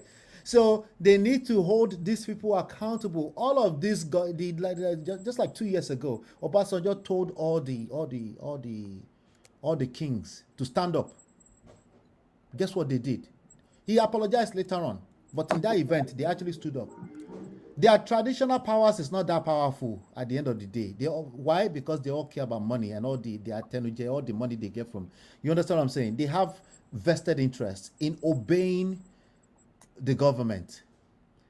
So but the government is answering to the general public. The general public does not have the voice yet. You're right. I'm speaking like a person from a Western world, but the reality is also that society is getting westernized, little by little. So we need to keep talking, right? So that it will keep taking stronghold. You understand? It might take 50 years, it might take 500 years. I don't know, but we need to keep talking because it's actually working. It's too slow for our liking, of course, but it's working because they all care about the aids, at least the aids that's coming from Trump. They all care about their visas. They want to travel, right? Including all the Obas. Look at the one that just went to jail the last time that was just convicted here for some $4 million. They all care. But sometimes we don't know how far it can go. We think it's just us talking right now. But I promise you, I'm guilty of the same thing, Mama Grace. Sometimes I feel like, oh, it's only one view on my video. Like, oh, I wish it was 10, right? But it's the wrong mindset. Because all I need is one person to hear that. Whatever I have to say on that video. Definitely. You understand what I'm saying? So we need to keep talking about this kind of stuff. And then before we know it, it might take just one person to affect the next 10,000 persons, to affect the next 2 cities or 3 cities, or before we know it. But the reality is that we live in a dangerous world, right? We're just trying to reduce the number of all these atrocities. We need to reduce it dramatically. We shouldn't have to deal with an average person, but if we're still having a parent that can't hold themselves accountable to, hey, your child was touched. Can you just be accountable? Your child was touched right under your nose. Welcome back. You understand what I'm saying? If you can't admit to that, just simply like that, like it's possible that when I stepped out, even Iyabo Ojo, when she was talking yesterday, whatever she said had no meaning. There was always people around to monitor my children. I don't know what you're talking about. People around monitoring your children. Could it have been Baba Ijesha? So you're basically agreeing with him anyway. Exactly. She shouldn't be talking. At least not in that manner. They're all talking from their place of emotions. I get it. But they all need to calm down. But in this case, we're talking about this Baba Ijesha of a guy. He has too much leeway. Like he has too much. There's too much going on here beyond just him to allow him to even have the audacity to be talking, and those festivals, we're mixing too many things together, but those festivals, all of those traditional festivals need to be reassessed. They need to shut them down indefinitely until they actually have proper measures in place, security particularly. before they can stage them again. And those festivals are actually money maker if they do them properly. They are money maker that will attract tourism, will attract a lot of good things into Nigeria if they just shut it down first and reassess things. But this idea that there's this thing, there's going all this stuff, there's certain thing, there's not certain thing anywhere. All of them follow money, all of them. Yeah. The reason why we are bringing a Zoro festival is because it's kind of gender segregation. It's against the female. That's why we are bringing it. If it was like you just said, nobody should come out. That is why I asked the question. Okay, who takes part? It's not like only female don't come out, only male don't come out. That's quite different. Though it's still dangerous, but this particular one is just against the female. That's why we are linking them. I understand, Mama Grace. Here's the thing, right? Every single one of those festivals is dangerous mostly for females. Yeah. Do you understand what I'm saying? Even if they don't name them or label them as female thing, like the fertility thing that this one is labeled with, right? Every single one of them is dangerous for mostly females. Okay. Why? Because they're the most vulnerable, including children of our society, right? They're not set up to have to deal with this kind of stuff. And by the way, even from ancient times, some of the men will use the female and the children to get at their enemies. Yeah. Right? They will come into somebody's village and invade that village, and guess what they're going to take as slaves? They're going to take the weakest men. They're going to take the children. They're going to take the women. Elder ones, yeah. Some of them. I have family in Egba that never to be identified ever again because my village was invaded a couple of centuries ago. We know this from history. Do you understand what I'm saying? Those were the things that happened in our society in ancient times. So even the most powerful is at risk because you have these wives, 7 wives, about 15 children, and you came home one day and they were no longer there. Right? These are the kind of things we're talking about. So we have new versions of those things today. We need to pay attention to what that looks like in social media age, in the digital age. What does that look like?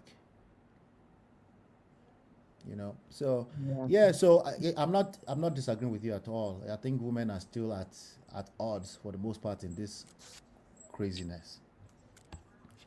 She make I find our sister's trouble small. Uncle Beno, you step back into the room. Uncle Beno, you don't come back, so that we Auntie Grace, may we end with Bass Bush. Shout out to you, Gary. How are you doing? Auntie Grace, you want to know why women are not allowed in all of these festival things? Why they say women should stay back? No. Now, make I tell you now. Because women won't keep their mouth shut. They will expose everything.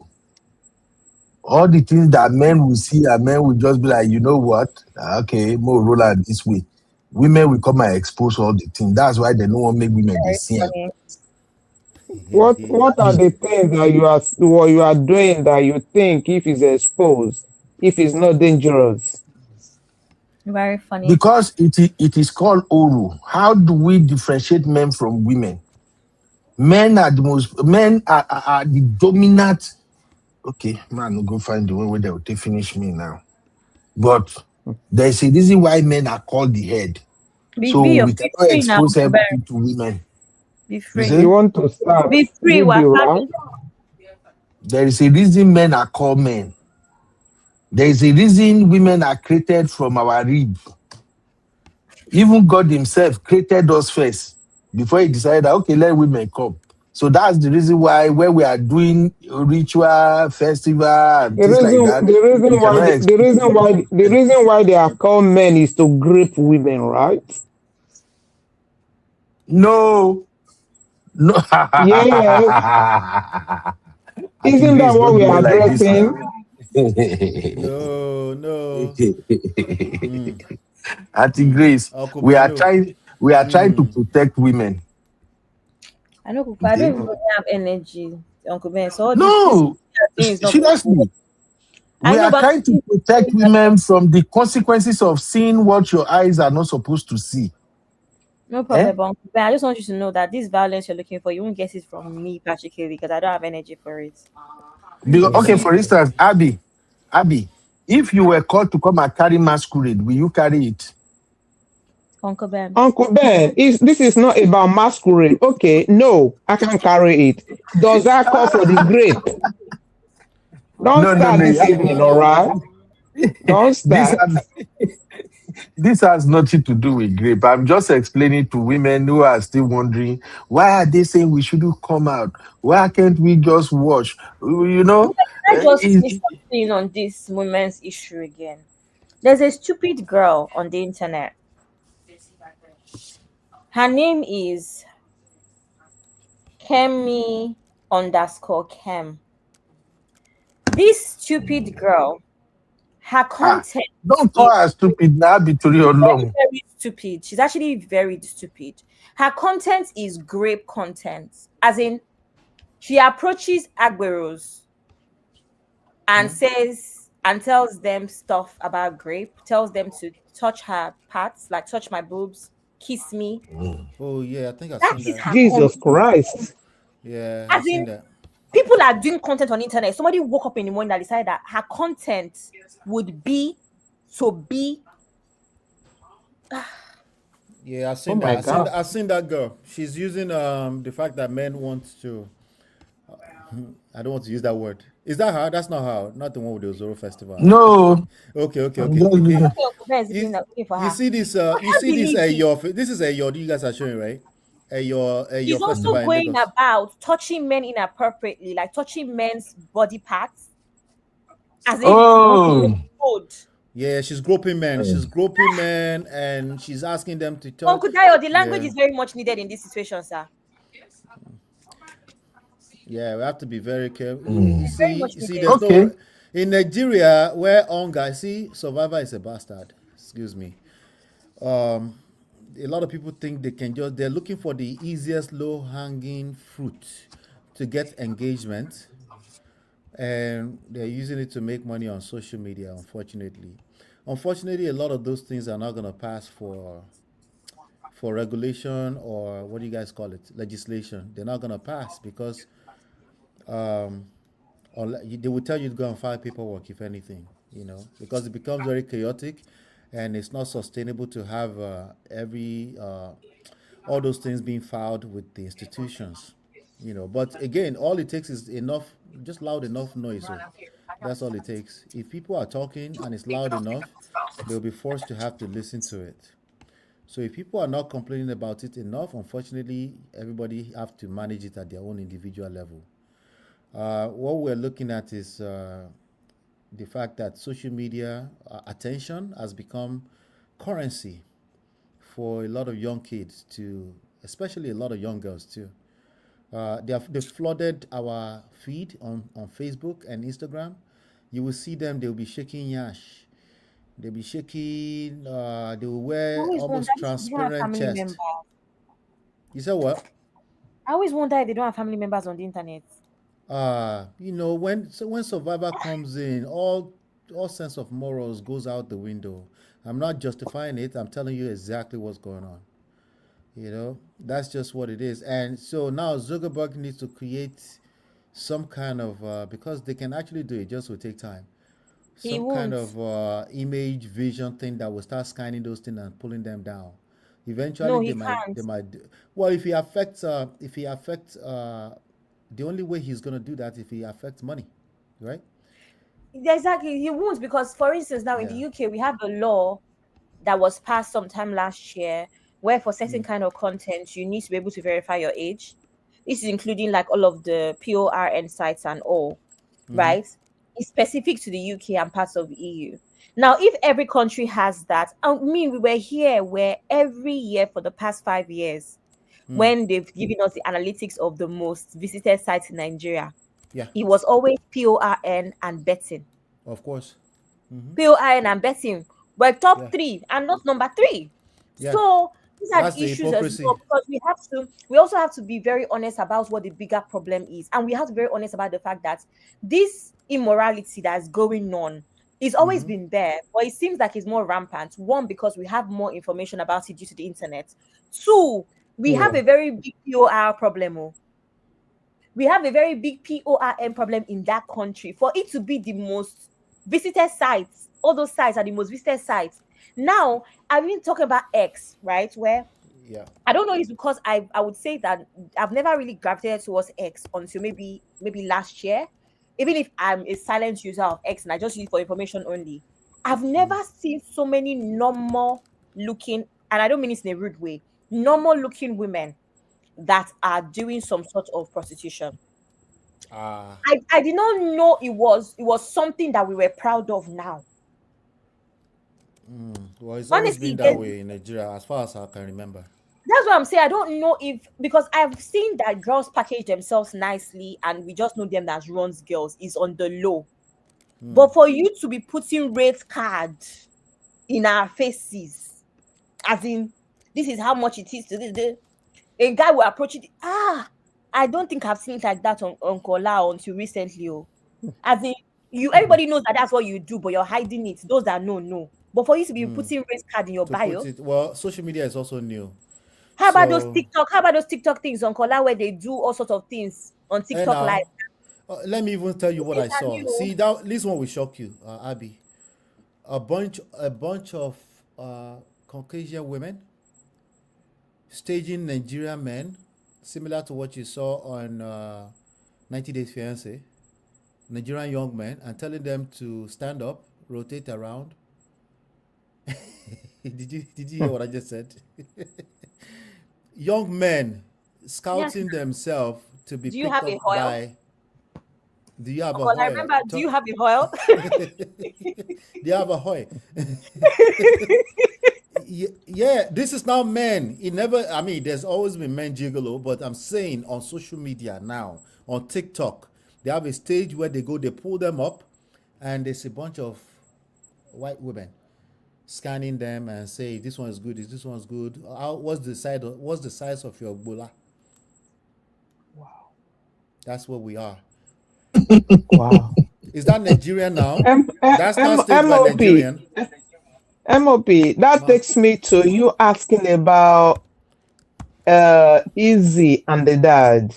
Yeah. And you expected that man to take responsibility. I actually watched her interview, right? I don't know what she was looking for. She probably wanted someone to support her, like your word, we say shalaye. She was just shalaying all over. She had come, she had cried, she put this old man there and was asking all those silly questions. If you actually look at the body language of that man, as at that age, that girl's mouth and the way, that is what I saw for that interview, and the way she and her mother was controlling that man, I don't think that man had so much to do in that home apart from going for that 1 week, 2 weeks, do her job, bring money, put it in one place and say, Madam, use this money on my children. I don't think she had. Like he was saying, I put all of you in school.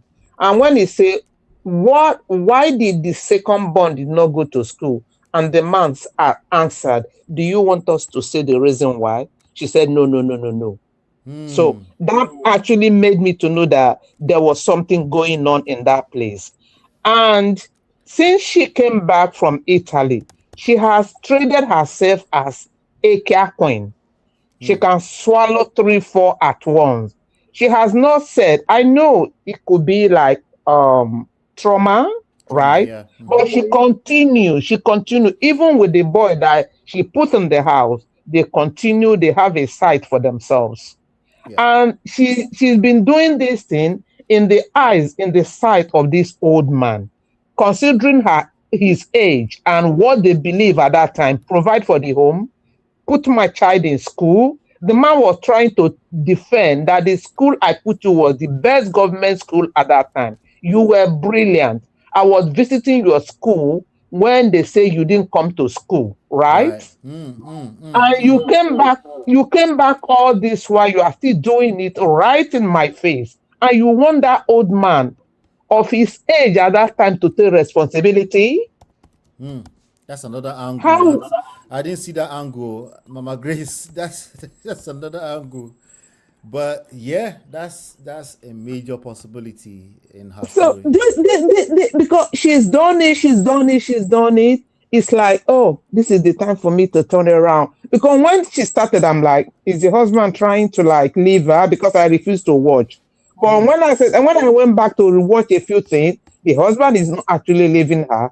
I think she's trying to like, make money from whatever, from people by kind of, I don't know. MOP, Nigerian matter, I don't know. It's So tiring, because honestly. now she's trying to launch a book. She's trying to raise funds to launch a book now. She raised it from 30,000 pounds to 100,000 pounds now. Because people are already donating. Yeah, she has ulterior motives. That's clear. But here's the thing. Two things can be true at the same time. I always try to remind all of us for that, right? And thank God you mentioned it too. There's no question that girl is traumatized. She does think she can get away with a lot just because she's traumatized. The real world, unfortunately, does not work like that.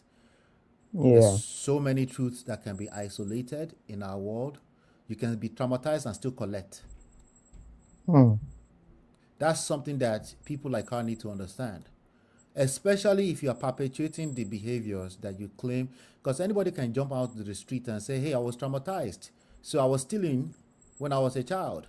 So now I'm stealing. Yeah. Baba, you're going to jail. You're going to, if you don't stop before we catch you, you're going to go to jail. If you stop and you use it as an excuse to seek the help you need, absolutely. Yeah. Absolutely. But you're using the perpetuate, you continue to glorify certain types of lifestyle and all those kind of things. We can acknowledge that she's traumatized. I can understand that. Yeah, but we can also say if she doesn't stop, she's going to destroy more people. Yes, she's capable of destroying more people, particularly those that are just operating from a place of sympathy towards her. That's what I'm talking about. It looks good on the surface. It looks good that we're all mental health aware. You need to understand that everything has good and bad to it. You can destroy yourself and still be right at the same time. Yeah. Let's start to round up. Yeah. Well done, guys. I will leave you guys anyway. Thank you, MOP. Thank you, Abe. UB. I'm gone. Yeah. Good night, everyone. Thank you, Auntie Grace. Good night, man. Thank you very much. Good night. All right. Abby, we did not cover just one last part of this story, but maybe that will be tomorrow or next, depending on what comes. The Iyabo Joe part of the whole thing. Let me just do this briefly. There are drama plenty. Welcome to UB Reactions, the place where we keep it real.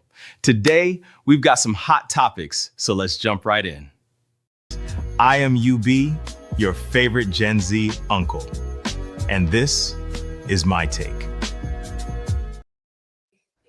All right, thank you, everybody. I saw that she unfollowed Biola on Instagram. She unfollowed Biola. Okay, that's good. Biola. Who followed Biola? Iyabo Joe. Well, why you say that's good? What's good about that's good. That's good. That is content for people like me. Because they both have their followers. I be like, say, these bad bros go long. So anyway, what happened is that during that interview, Baba Ijesha mentioned Iyabo Joe. And he referenced that Iyabo Joe used to left him with her children and go and do something and all of that, and nothing happened to the children. So I think that kind of ring a bell in Iyabo Joe's ears. So Iyabo Joe went on her Instagram story. Abi no be there when I did keep everything.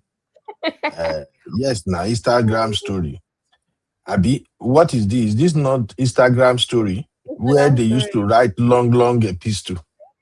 You know, I've never used this thing before. I don't even know how they activate this one on Instagram. Yes, you have.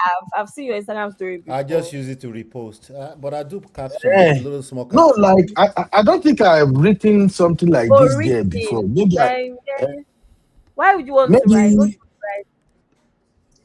You just don't to look rant for on trouble. Instagram. I'm Gen Z uncle, you know.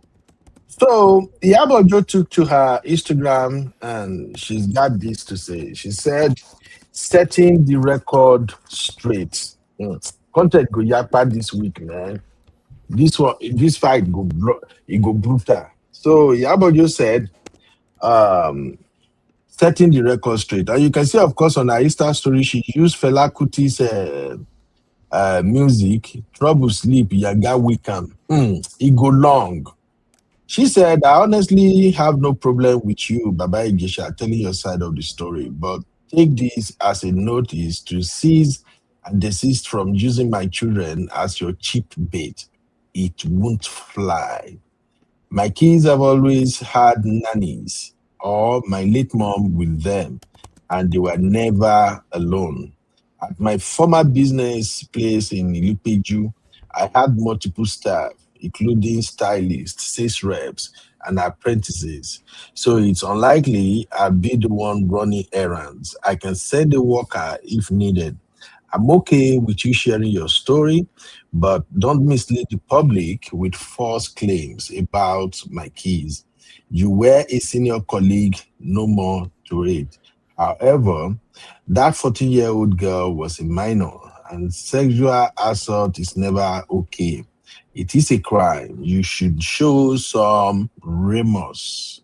The court found you guilty based on evidence. So please don't drag my kids into this. Stop mentioning their names, else I would direct my counsel to serve you appropriate papers. Say no to child molesting. Say no to child molestation, and hashtag say no to rape apologist. Hashtag say no to grape. So I think the last part there, that say no to grape apologist, she's throwing shade at BIOLA. Uncle Ben, are you If I may say. aware that this Biola woman has been reposting people on her stories that are calling her strong woman? I Amazing. told you. To generation. I told you now. MOP. I don't know when you started listening before you came in. When I was doing my monologue, I actually referenced when we cover her. If you remember, I think was it last year when you and I we cover her case with her husband, and when we were discussing the fact that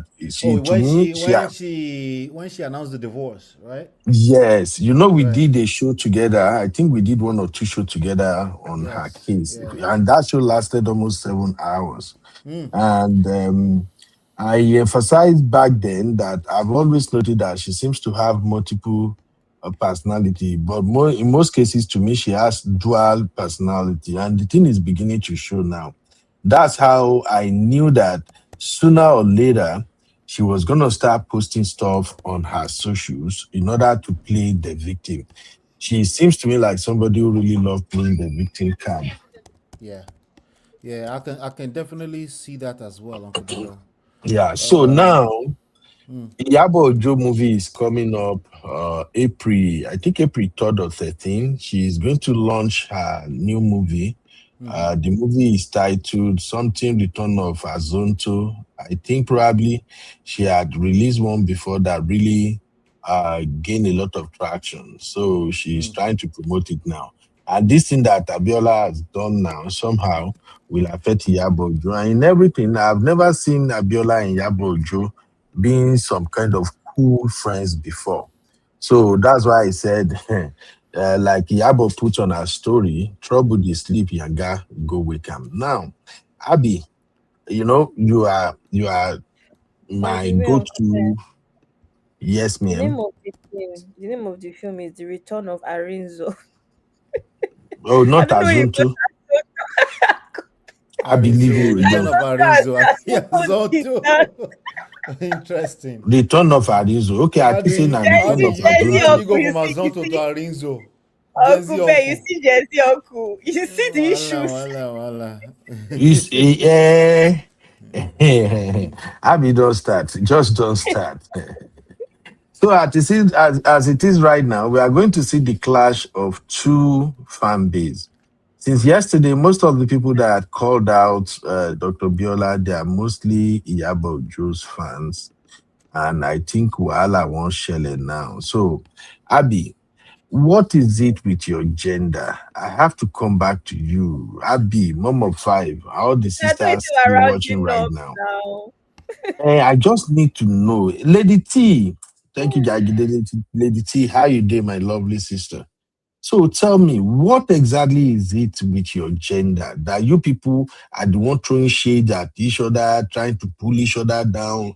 I just don't understand. So, if this battle really went down between Iyabo Ojo and Dr. Biola, who do you think will come on top on this one? Because for me, Yeah, I but think Dr. Biola went too far. What does top mean?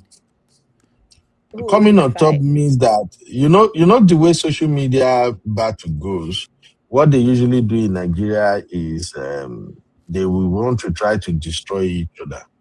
And most time, the person will get cloud pass, now they win, and the person will get most supporters. And to me, I think Iyabo Ojo has more supporter than Yeah. Abiola, although Abiola do more giveaways than Iyabo Ojo. So this battle go long.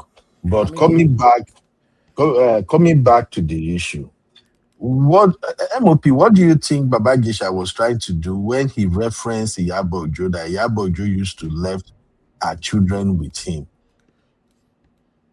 it was trying to shalaye. I don't I don't doubt that part of his story. I don't think it's Don't get relevant it. either. Mhm. I don't think it's relevant.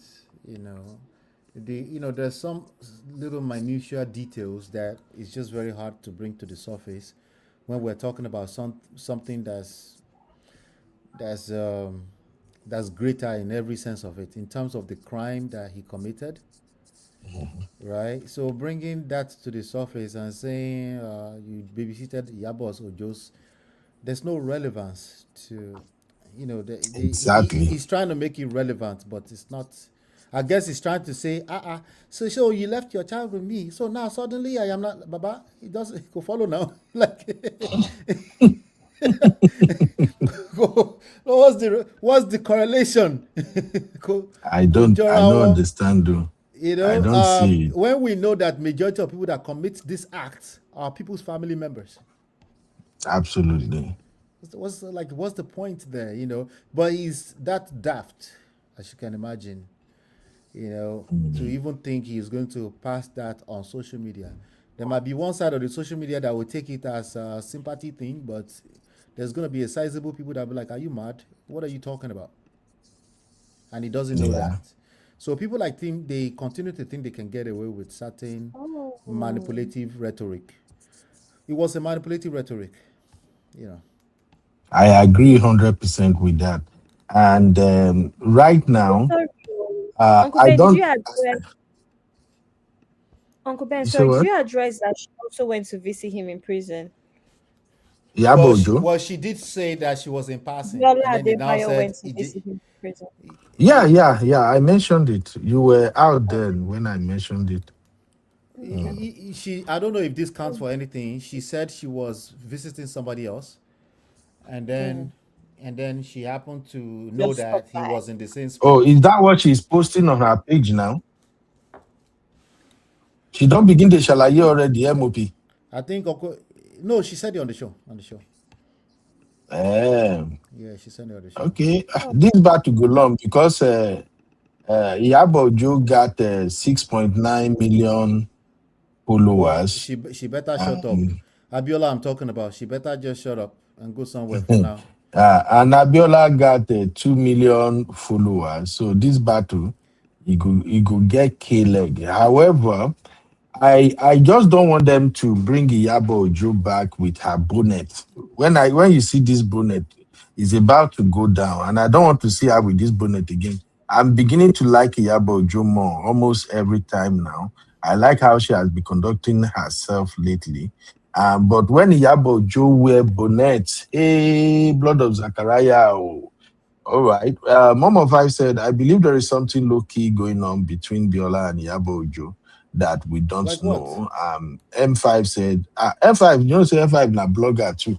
M5 will dig I it know out. now. Just Yeah, watch. but like Once what? once you see M5 I driving and making video, if you see M5 driving and making video, just to say it's about to go down. M5, are you going to I didn't release see another the video? comments about this. They said that they are exes. Their Exes to exes. who? Wala wala Biola and wala. Baba Ijesha dated. I've been saying this from the beginning of the show when I was here before I left. Huh? No, Well, no, no, Didn't no, you no, see no. my there's Please, nothing on the comment? don't. show that suggested that though. There's nothing on the, they were No, I like more don't like think brother so. sister. Yeah. They were Let more me like find it brother for sister you. They type of were relationship. okay. Let me find it for you. Okay. You know how So in M5. Nigeria everybody consider anybody that's older than them their older brother, especially like Mm-hmm. the same thing You that see, it's Iyabo Ojo what she said, like an said older now. colleague. But people were posting their comments from before, suggesting that Eh. yes. Wala So wala there is a wow. you Well, know the thing about social media is they always have screenshots. There was a time that I used to post some kind of funny things. Like imagine some kind of funny things that insinuates that they had something romantic, sexual going on now. Mm-hmm. Long ago, allegedly, they had I'm not. allegedly, Sha. Allegedly, I'm not It's sure of possible that, people are but impregnating their older brother and older sister in Nigeria. So I'm Exactly. not sure. I'm But just saying, In Nigeria Nollywood industry, anything can happen. Remember, anything these can happen. women when they are looking for relevance and movie roles, all these many of these Yoruba and English actors and directors, they usually try to take advantage of the women. So But it may be Uncle because Beno, we know the actresses, not all of them obviously, but we know the actresses that have those reputation. Abiola never fell in that category of people that would just quote unquote sleep around to get roles, which is why she's a hustler. She's always had the reputation that she's a hustler. She run her own shop. She started her podcast so that she doesn't have to kiss up to people and sell herself for that purpose. That's the but that reputation that she has in the industry. that is what she's trying to sell, but we don't know what went down. We don't know. We don't know. So that's that's it. why M5 said Biola knew what this could cause for Iyabo Ojo by interviewing Baba Ijesha. And Faith said, and another thing is that Biola also helped people with surrogacy like she did with one of her colleagues recently. Any sensible hospital will stop working with her. Lady T said, like a drowning man looking for anything to grip to stay afloat. M5 say she has been supporting him low key while his case was going on. Absolutely. I can't doubt any of that. Sister Bimpe said, Iyabo Ojo should not wear black bonnet too. I want her to focus on her movie release. I'm telling you, because let me quickly show you guys something. This is what you get when Iyabo Ojo puts on black bonnet. I've seen it before, and I don't want you guys to see it again. If you are looking at my screen, check this out. This is Iyabo Ojo with bonnet. Wala. Ó kí ó sì bàjẹ́ kò sẹ́ tó máa bá mi sọ. Tó bá jáde máa dá padà síbẹ̀. oh my God. Wàhálà ìmọ̀ àtàlẹ́ mi lórí ẹ̀. Yomi, ó ṣe live video jókòó. Yeah, you know, you have to wait. You want to wait, Yomi. You want to sounds wait. like I see. Ọjọ́ waiting fún ilé jẹ́ kí n àti bó ṣe ṣe náà. Mọ̀ pé mi máa imitate yàn. Ó ṣe báyìí. You know, you have to wait. Even if the person is guilty, even in the court of law, you know, you're not guilty until you're found guilty. Wàhálà Baba Ijesha guilty. Ṣé bá àfi pamọ́ tẹ́lẹ̀ ni? À ń fi pamọ́ pé kí ó jẹ́ pé adájọ́ ló máa dájọ́ fún. Baba Ijesha guilty. Tí Baba Ijesha bá jáde máa dá padà sẹ́wọ̀n yẹn, ó guilty fún kọ̀tún mo wò. Ó guilty bàjẹ́ kò sẹ́ tó máa bá mi sọ. Tó bá jáde máa dá padà síbẹ̀. Gbogbo láti mi máa ná sí. Wàhálà ìmọ̀ àtàlẹ́ mi torí ẹ̀. Tí Baba Ijesha bá jáde máa dá padà sẹ́wọ̀n yẹn, ó guilty. I told you. I don't want this black bonnet. Hey, MOP. The drama go hot too. And for those who don't understand Yoruba, Yes, your uncle is bonnet. what Iyabo Joe is saying is that Baba Ijesha was guilty, and if Baba Ijesha should come out of jail, she will send him back there. Why would Baba Ijesha now include that in that video clip? And why would Dr. Biola now add that particular 1 minute? You don't even up to 1 minute. Say, why would you add it on that reel if you are not trying to start something? So these are the problems. Anyway, I just wanted to like touch up on that. So Abby, let me go and follow Iyabo Ojo and put her notifications on. Mudaro, how do you put notification on? Emma to come in me. Which one be put notification on now? I'm not telling you. Pay me. Uncle Beno, you're Gen Z uncle. You have to learn these things. You should know. Abby no teach me. I've been always vocal here. See, I know Sabi Instagram. You know they see me say I know they pass my boundary. I just they post once in a while. I don't know Instagram. Abby, please show me how Instagram work. This lady, please, Biko. I didn't know they used to turn people notification on. One thing I found fascinating about Instagram is how you people know who doesn't follow each other. MOP, you know how they do that shit? Me, I don't know. Yes, Every time I wake up like this, when I check our operation platform, Tosi and my guests, they don't post. So person on follow so person. I will be like, you're no. How do you guys have time to know who follow each other, who won't follow each other? Does that thing really matter? I have a lot of friends that I don't even follow all my friends. I don't even know who have time to find. If I'm following you now, if I unfollow you, you will not be wondering why I unfollowed you. Why would I just unfollow you? Why you unfollowed me? I swear to God, it not go bother me. Because I'm already following you. So if I unfollow you, it's weird. Why would I unfollow you when we're not fighting? We don't have any issues. Okay, Why Abby, you and Biba, another Gen Z. Explain. I need to understand the. How do I put it now? Walk me through how that thing work in Gen Z world. I don't get that. You will follow me, you know, follow me, you follow me. How would that bother me? It's as good as deleting your number. Yeah. It's like me leaving real fam group chats. Blocking the person. Why will I leave? If I leave real fam group chats now, are we fighting? Who am I fighting? It's the same thing. That one is different. And leave. It's not different. It's the same, Uncle Ben, in social media, whatever. If you're already following somebody, the idea is that you guys are affiliated, you're cool, your colleagues, your whatever. There's some sort of likeness there, at least. If you just unfollow them, you know, it's just a bit like, okay, something must have happened. So even if nothing happened, you just don't like them anymore, whatever. Do you know what I mean? Or you don't agree with their content. So it's a problem. That's why I said, you don't care about Instagram, fine. But if I delete your number now, that means something is up. Why would I do that? That one is different. It's not. It's the same thing, but in Instagram world. It's not. But did you know, somebody once told me that many of these celebrities, when they unfollow each other because they are having saga, that sometimes they will also go and create fake accounts to follow that person back, so they can be keeping tabs on that person. Check on No, first of all, yes, that is very true. As someone who also, yes, of course, they have to keep up, but you don't even have to do that. We're in a world where Iyabo Ojo, for instance, doesn't have to sit down and just monitor anything. It's going to come to her. It's going to come to her. Look at that her saga from last week, where her top, that woman that was using her name to collect money to do her job. I don't know if you saw that gist, Uncle Ben. Tosi mentioned it, but I wasn't interested. Fans that are very, very, oh my God, Uncle Ben, my friends' fans, my close friends' fans, the way if I even saw, because I haven't posted on Instagram for a while, do you know, I just saw one of them went to go and comment on another of my friend, who is not my other friend's friend, to say, Abby, it's been a long time, you haven't been, just because I commented on that, like, that's how they monitor. Those ones are even monitoring me.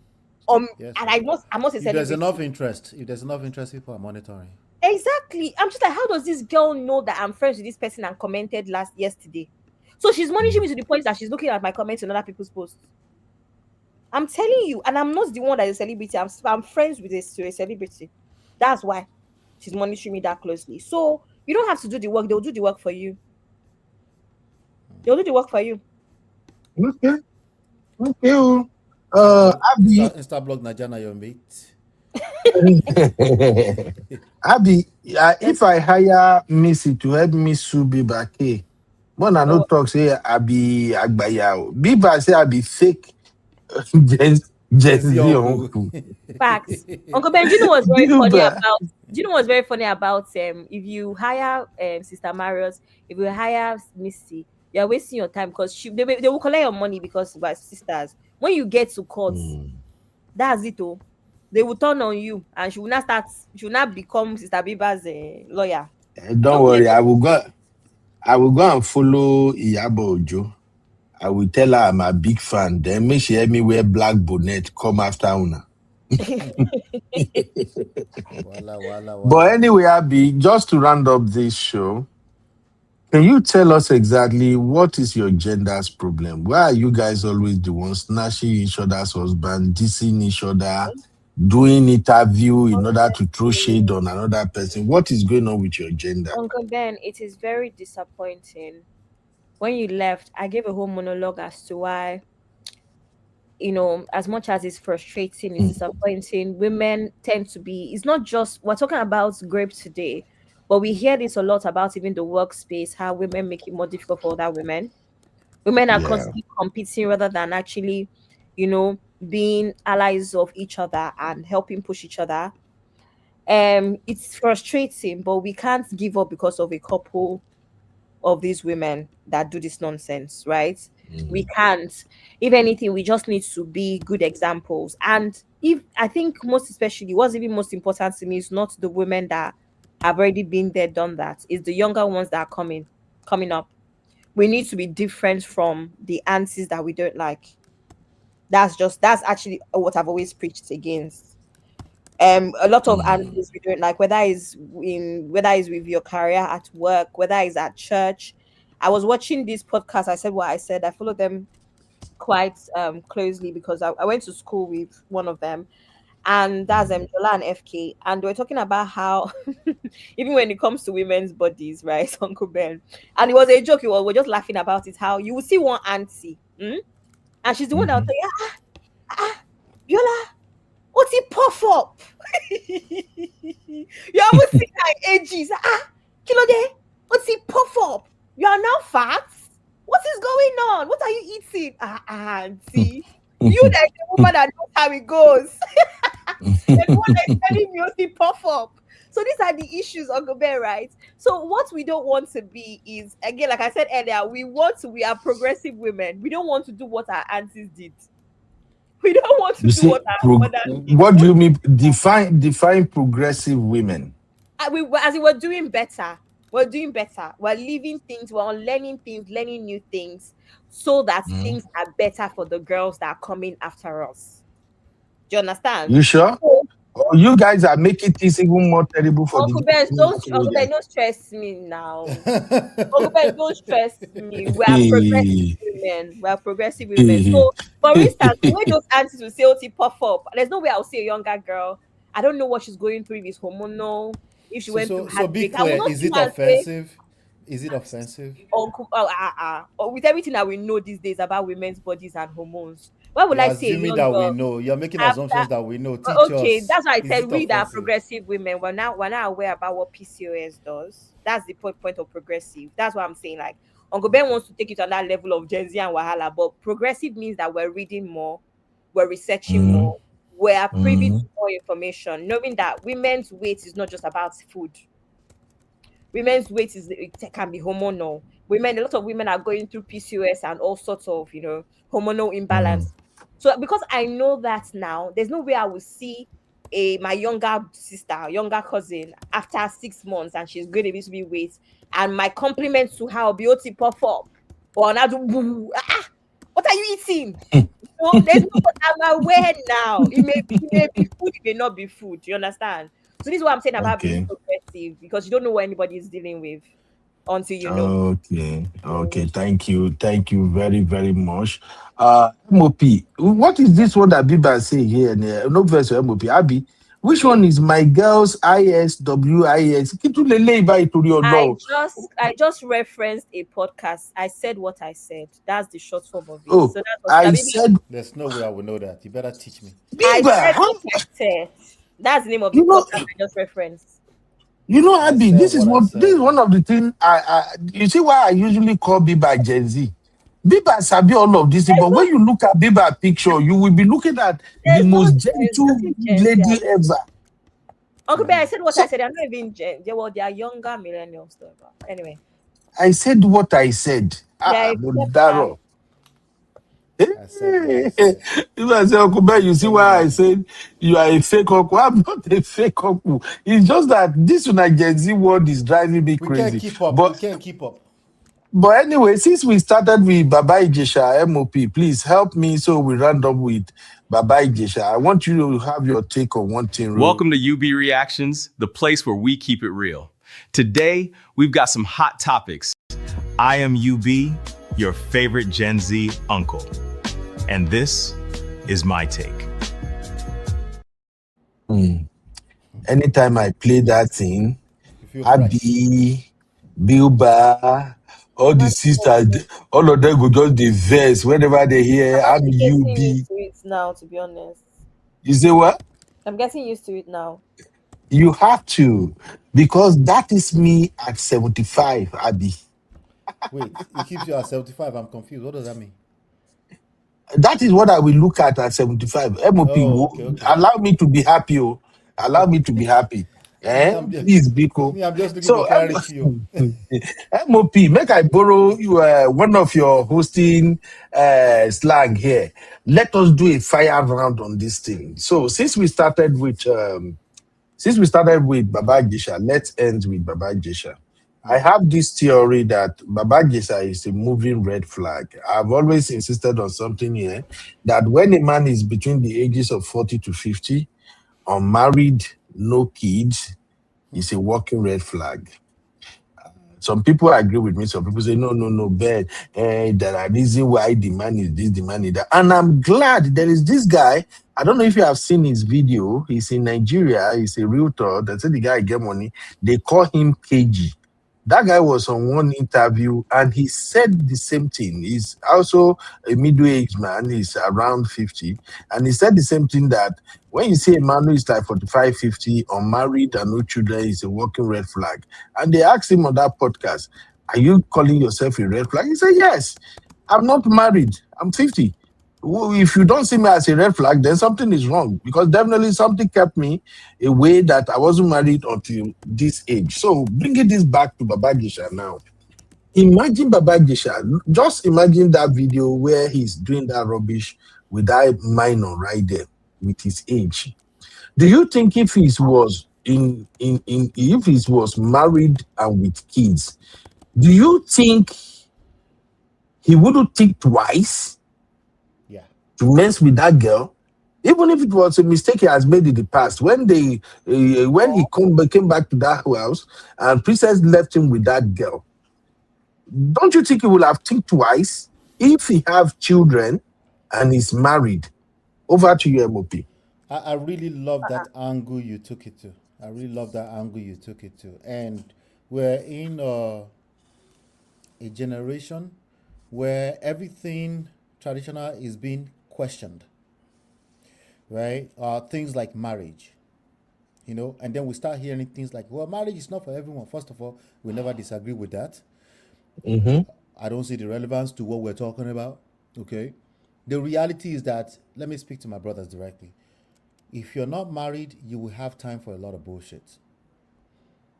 Of course, we're talking about everything else being equal. It doesn't mean that there are no married people that don't commit atrocities.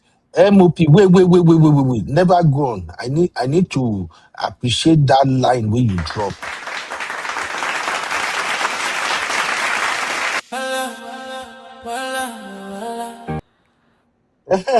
You know why I give that round of applause, MOP? Yeah. You said it all. If you are not married at that age, you are open to all forms of nonsense. MOP, you will grow old. Continue, Baba. You're vulnerable. You're vulnerable. Not vulnerable in terms of you're innocent. In terms of You know, when you fight not the flesh, I always quote that part of the scripture. You're not fighting flesh, you're fighting principalities. There are enemies after you in weird, twisted ways. Okay? What it's going to look like is what is an example, is what we're looking at. I'm I'm I'm so surprised I missed that part because I recall when he was talking about he's not married, he was throwing his ex under the bus. Seriously. He was talking about how he was supposed to have a twins. But Mhm. somehow he has a mother-in-law that they all work together and nobody knew they were their mother-in-law. All of that was cap. Okay? That people MOP, you work really pay together with. attention. Yeah, I paid attention. All these people that work with you, that Biola is finding out for the first time that was your in-law, and she actually knew who this person is. Irony. This guy was floating around society, acting single. That's what happened. That's one of the things that happened to him. Now, does it mean he can't still commit stuff even if he was married? Of course, we have a bunch of married stuff. We're just saying everything else being equal. I think being married keeps you grounded. It keeps you, it gives life a whole new meaning, you know?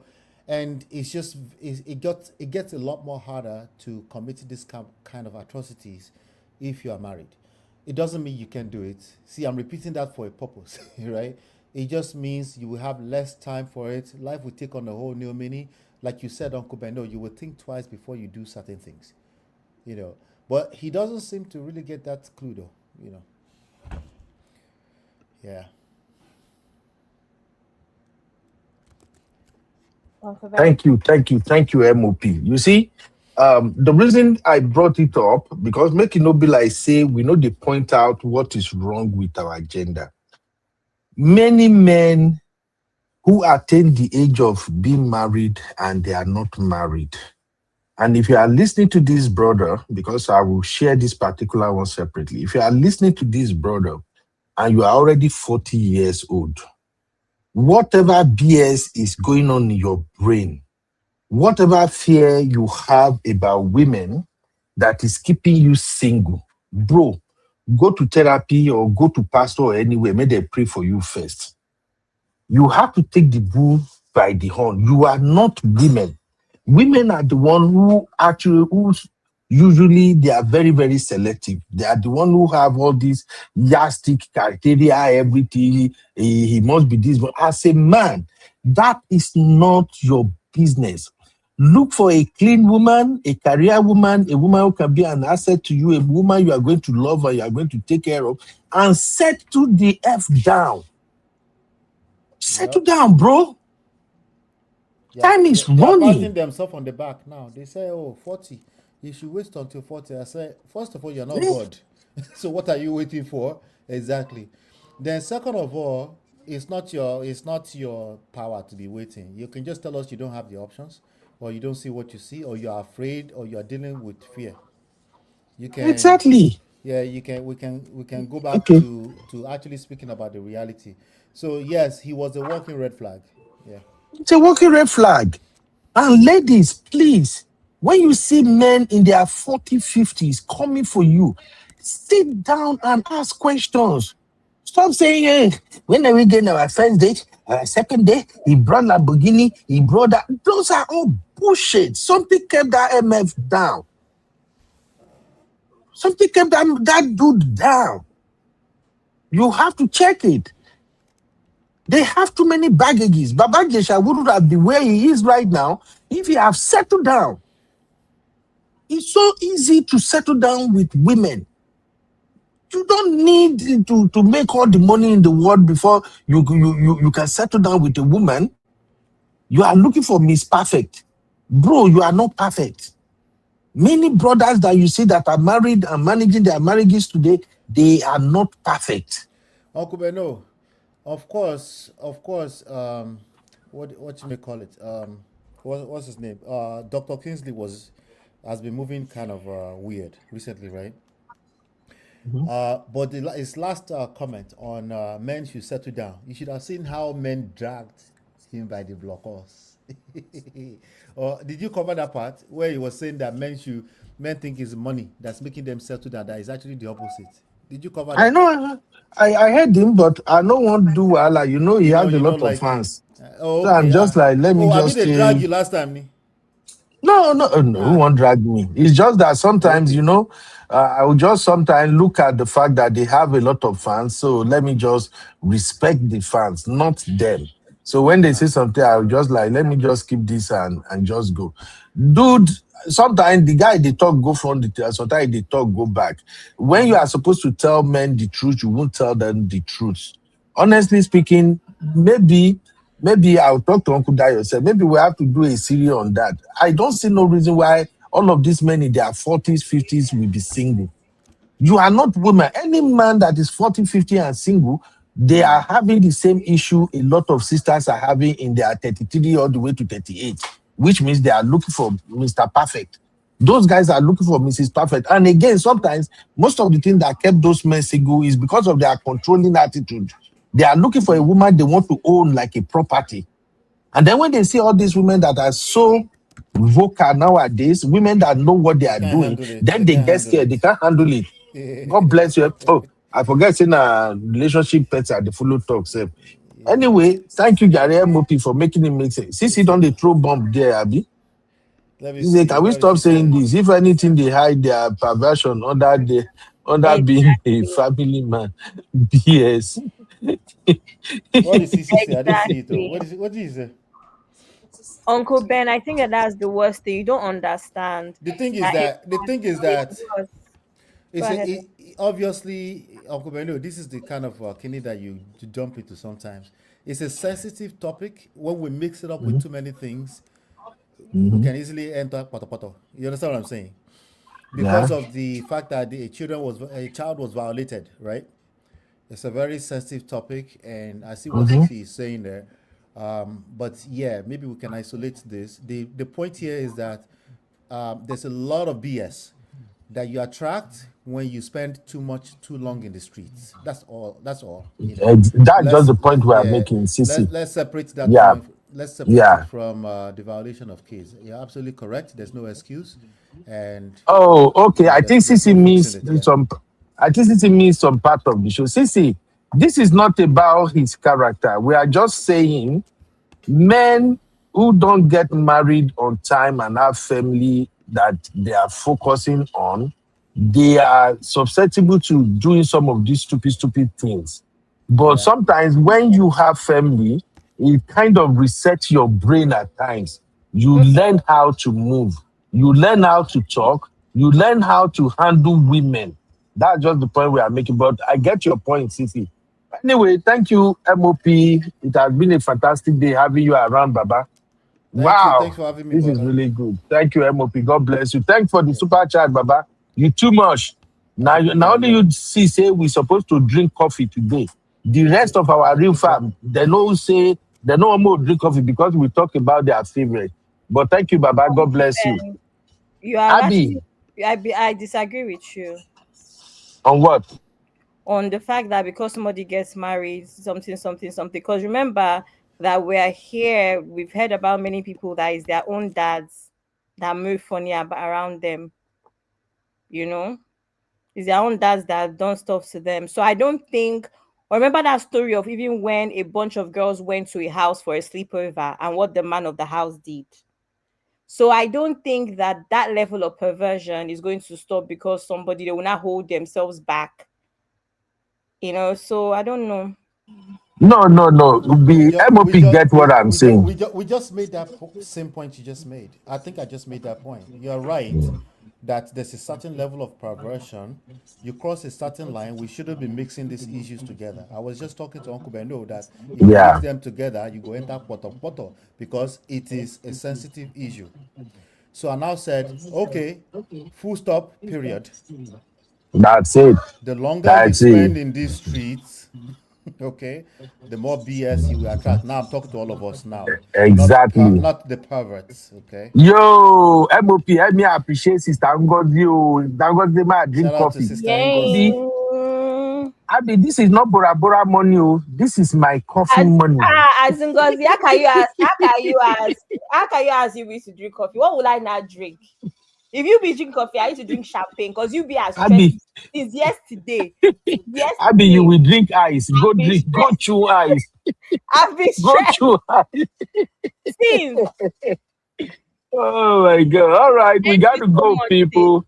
Thank you. Thank you, Sister Ngozi. And a big thank you to Man of Prestige. Man of Prestige, thank you for hanging out with us. You know, it's always sweet when you come around like this because it's Thank you, good Baba. to I go to listen to try do am people. more. Na life, Thank you, Gary. We appreciate. We appreciate. Bilba, me and you, we have started our fighting officially. I've leave Sister Sue. I don't dey fight Sister Sue again. Bilba want to remove my title, the favorite Gen Z uncle. So back to don't start to right. Thank you, everybody. Thank you, MOP. Bye, Baba. You just the pick fight with your audience, eh? Ah, me and them. Now that they disturb me, they won't take my title away. They say I no be Gen Z uncle. And everybody know I'm the Gen Z uncle on this platform. That Eh? wow. Make I go find Zeno. Zeno will back me up. You will see. All right, Baba. We go talk. We go yeah. Thank you. Abby, bye. CC, bye. Bye, Bye, MOP. Grace. See you later, sir. Uncle Beto, I Thank beg, you, drop me. MOP. Drop me, I beg. Oh, okay, no wahala. Wow, that was a really cool one. Thank you. Welcome to UB Reactions, the place where we keep it real. Today, we've got some hot topics, so let's jump right in. All right, Abby. Yes, Uncle Ben. Thank you, Mama. Thank you for holding it down. Anyway, tomorrow we're gonna move on with our Jackpot story. We're gonna cover how some of these our men behave when it comes to SEX harassment abroad. Many of them having rape issue. We will review some of the cases. Hopefully, people Jackpot can learn from it, and then we will also review some of the stories shared by women who have they don't collect what do they call that thing breakfast from men, and we'll ensure that we make it make sense. So guys, please follow us tomorrow. Any last word from you, Abby? No last words, though. Women. Oh God. Okay. Women, please, right? I don't know. Let's just do our own part, leave the rest. There's always going to be women that embarrass us. I don't know why I'm echoing. Oh, sorry. There's always going to be women that embarrass us. Same with men. Not every man is a great piece. Not every man does inappropriate stuff. So there's always going to be people out there that embarrass us. And like I said, we know for a fact from abuse victims that it tends to start at home with older cousins, older Ds, people that were meant to trust. So it just goes to show that if your people from your own house can move like this, then what are you expecting from those outside, you know? So I think let's just continue to do our own parts in the little ways that we can. Forget the older women and just protect the younger girls because they don't have anybody to fight for them. It is tough. It is embarrassing. It is a long way. But like MOP said, it starts from talking. You never know who's listening, and we just keep it moving. So that's what I have to say. I do also think that I'm going to be an advocate for women in a sense also creating healthy boundaries as much as possible.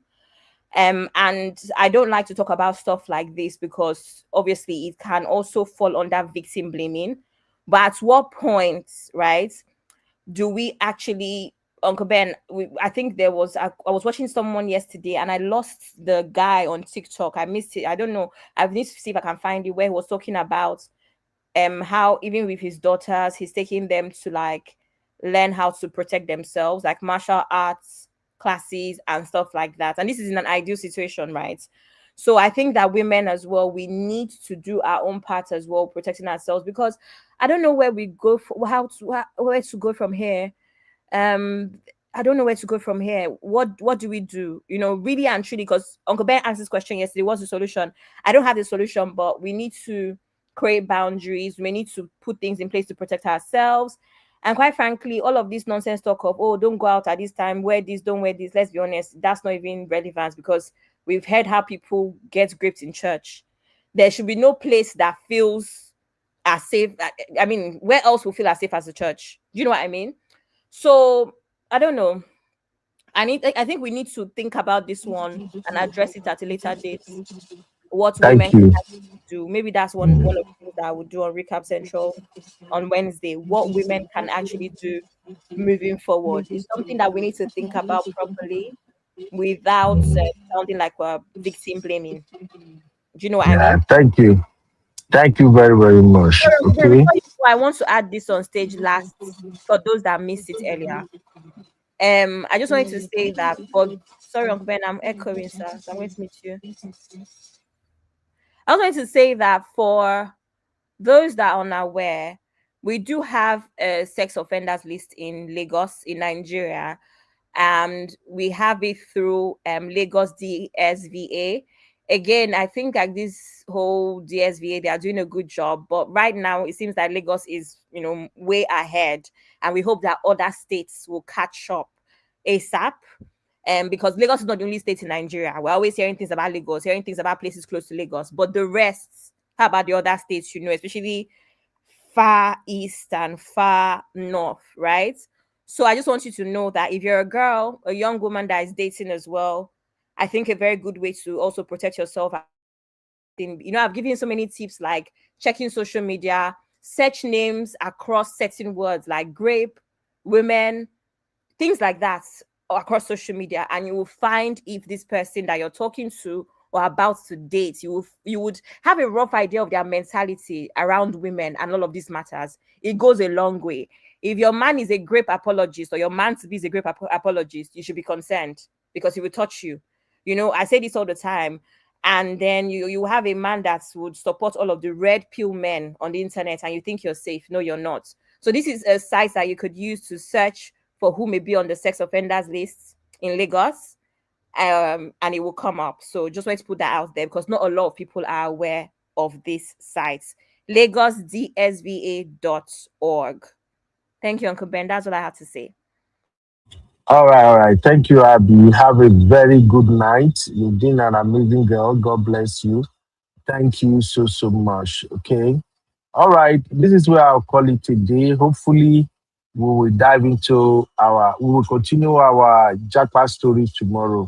Sister Bingpe, my lovely sister, we'll go chat backstage, Sari. They have a good one. I see this person at ICA 6448. I saw that a lot is going on in the chat because I don't have time. I'm not in my studio. I don't have time to review everything. That is why I'm not highlighting or mentioning it. But thank you for being here. Maybe when I play this video back, I will go through the chat and I will have an idea what's going on. But thank you for your time. Thank you, everybody. That number 5, thank you. Sister Marriott, Sister Joyous Living, my lovely sister, thank you. Auntie Grace, God bless you, man. Thank you. My bill back. We'll be back. We'll go continue. Go find lawyer. We'll go help me sue be back first. Love you, Bilba. Thank you so much for all the support, everybody. I'll see you all tomorrow. Say, the troublemaker. I'll see you, Sissy. Thanks, Mama. Bye, everybody. Ooh, it's not easy. Where is my you be in the building?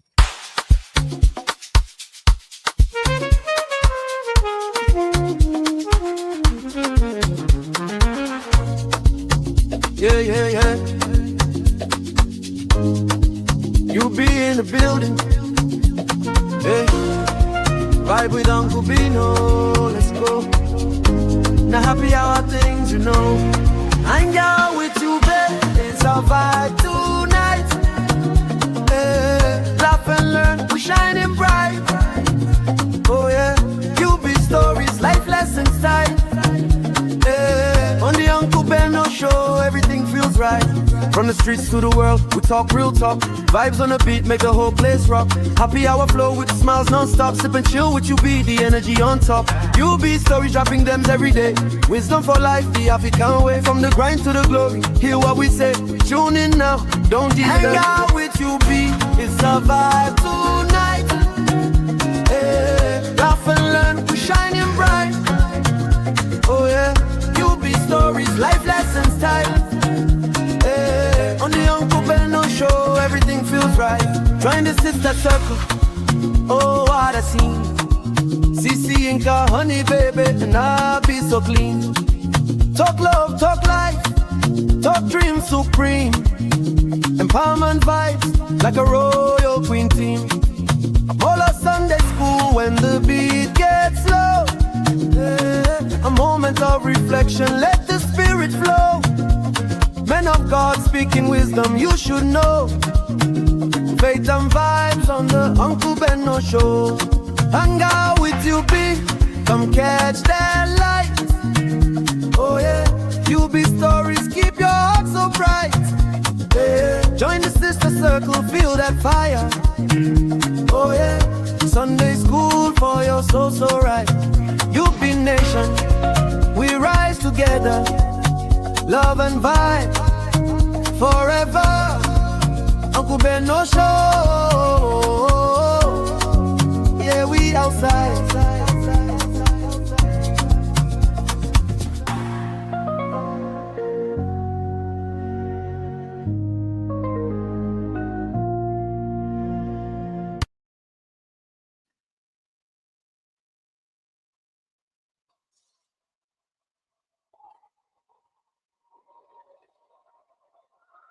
Mm.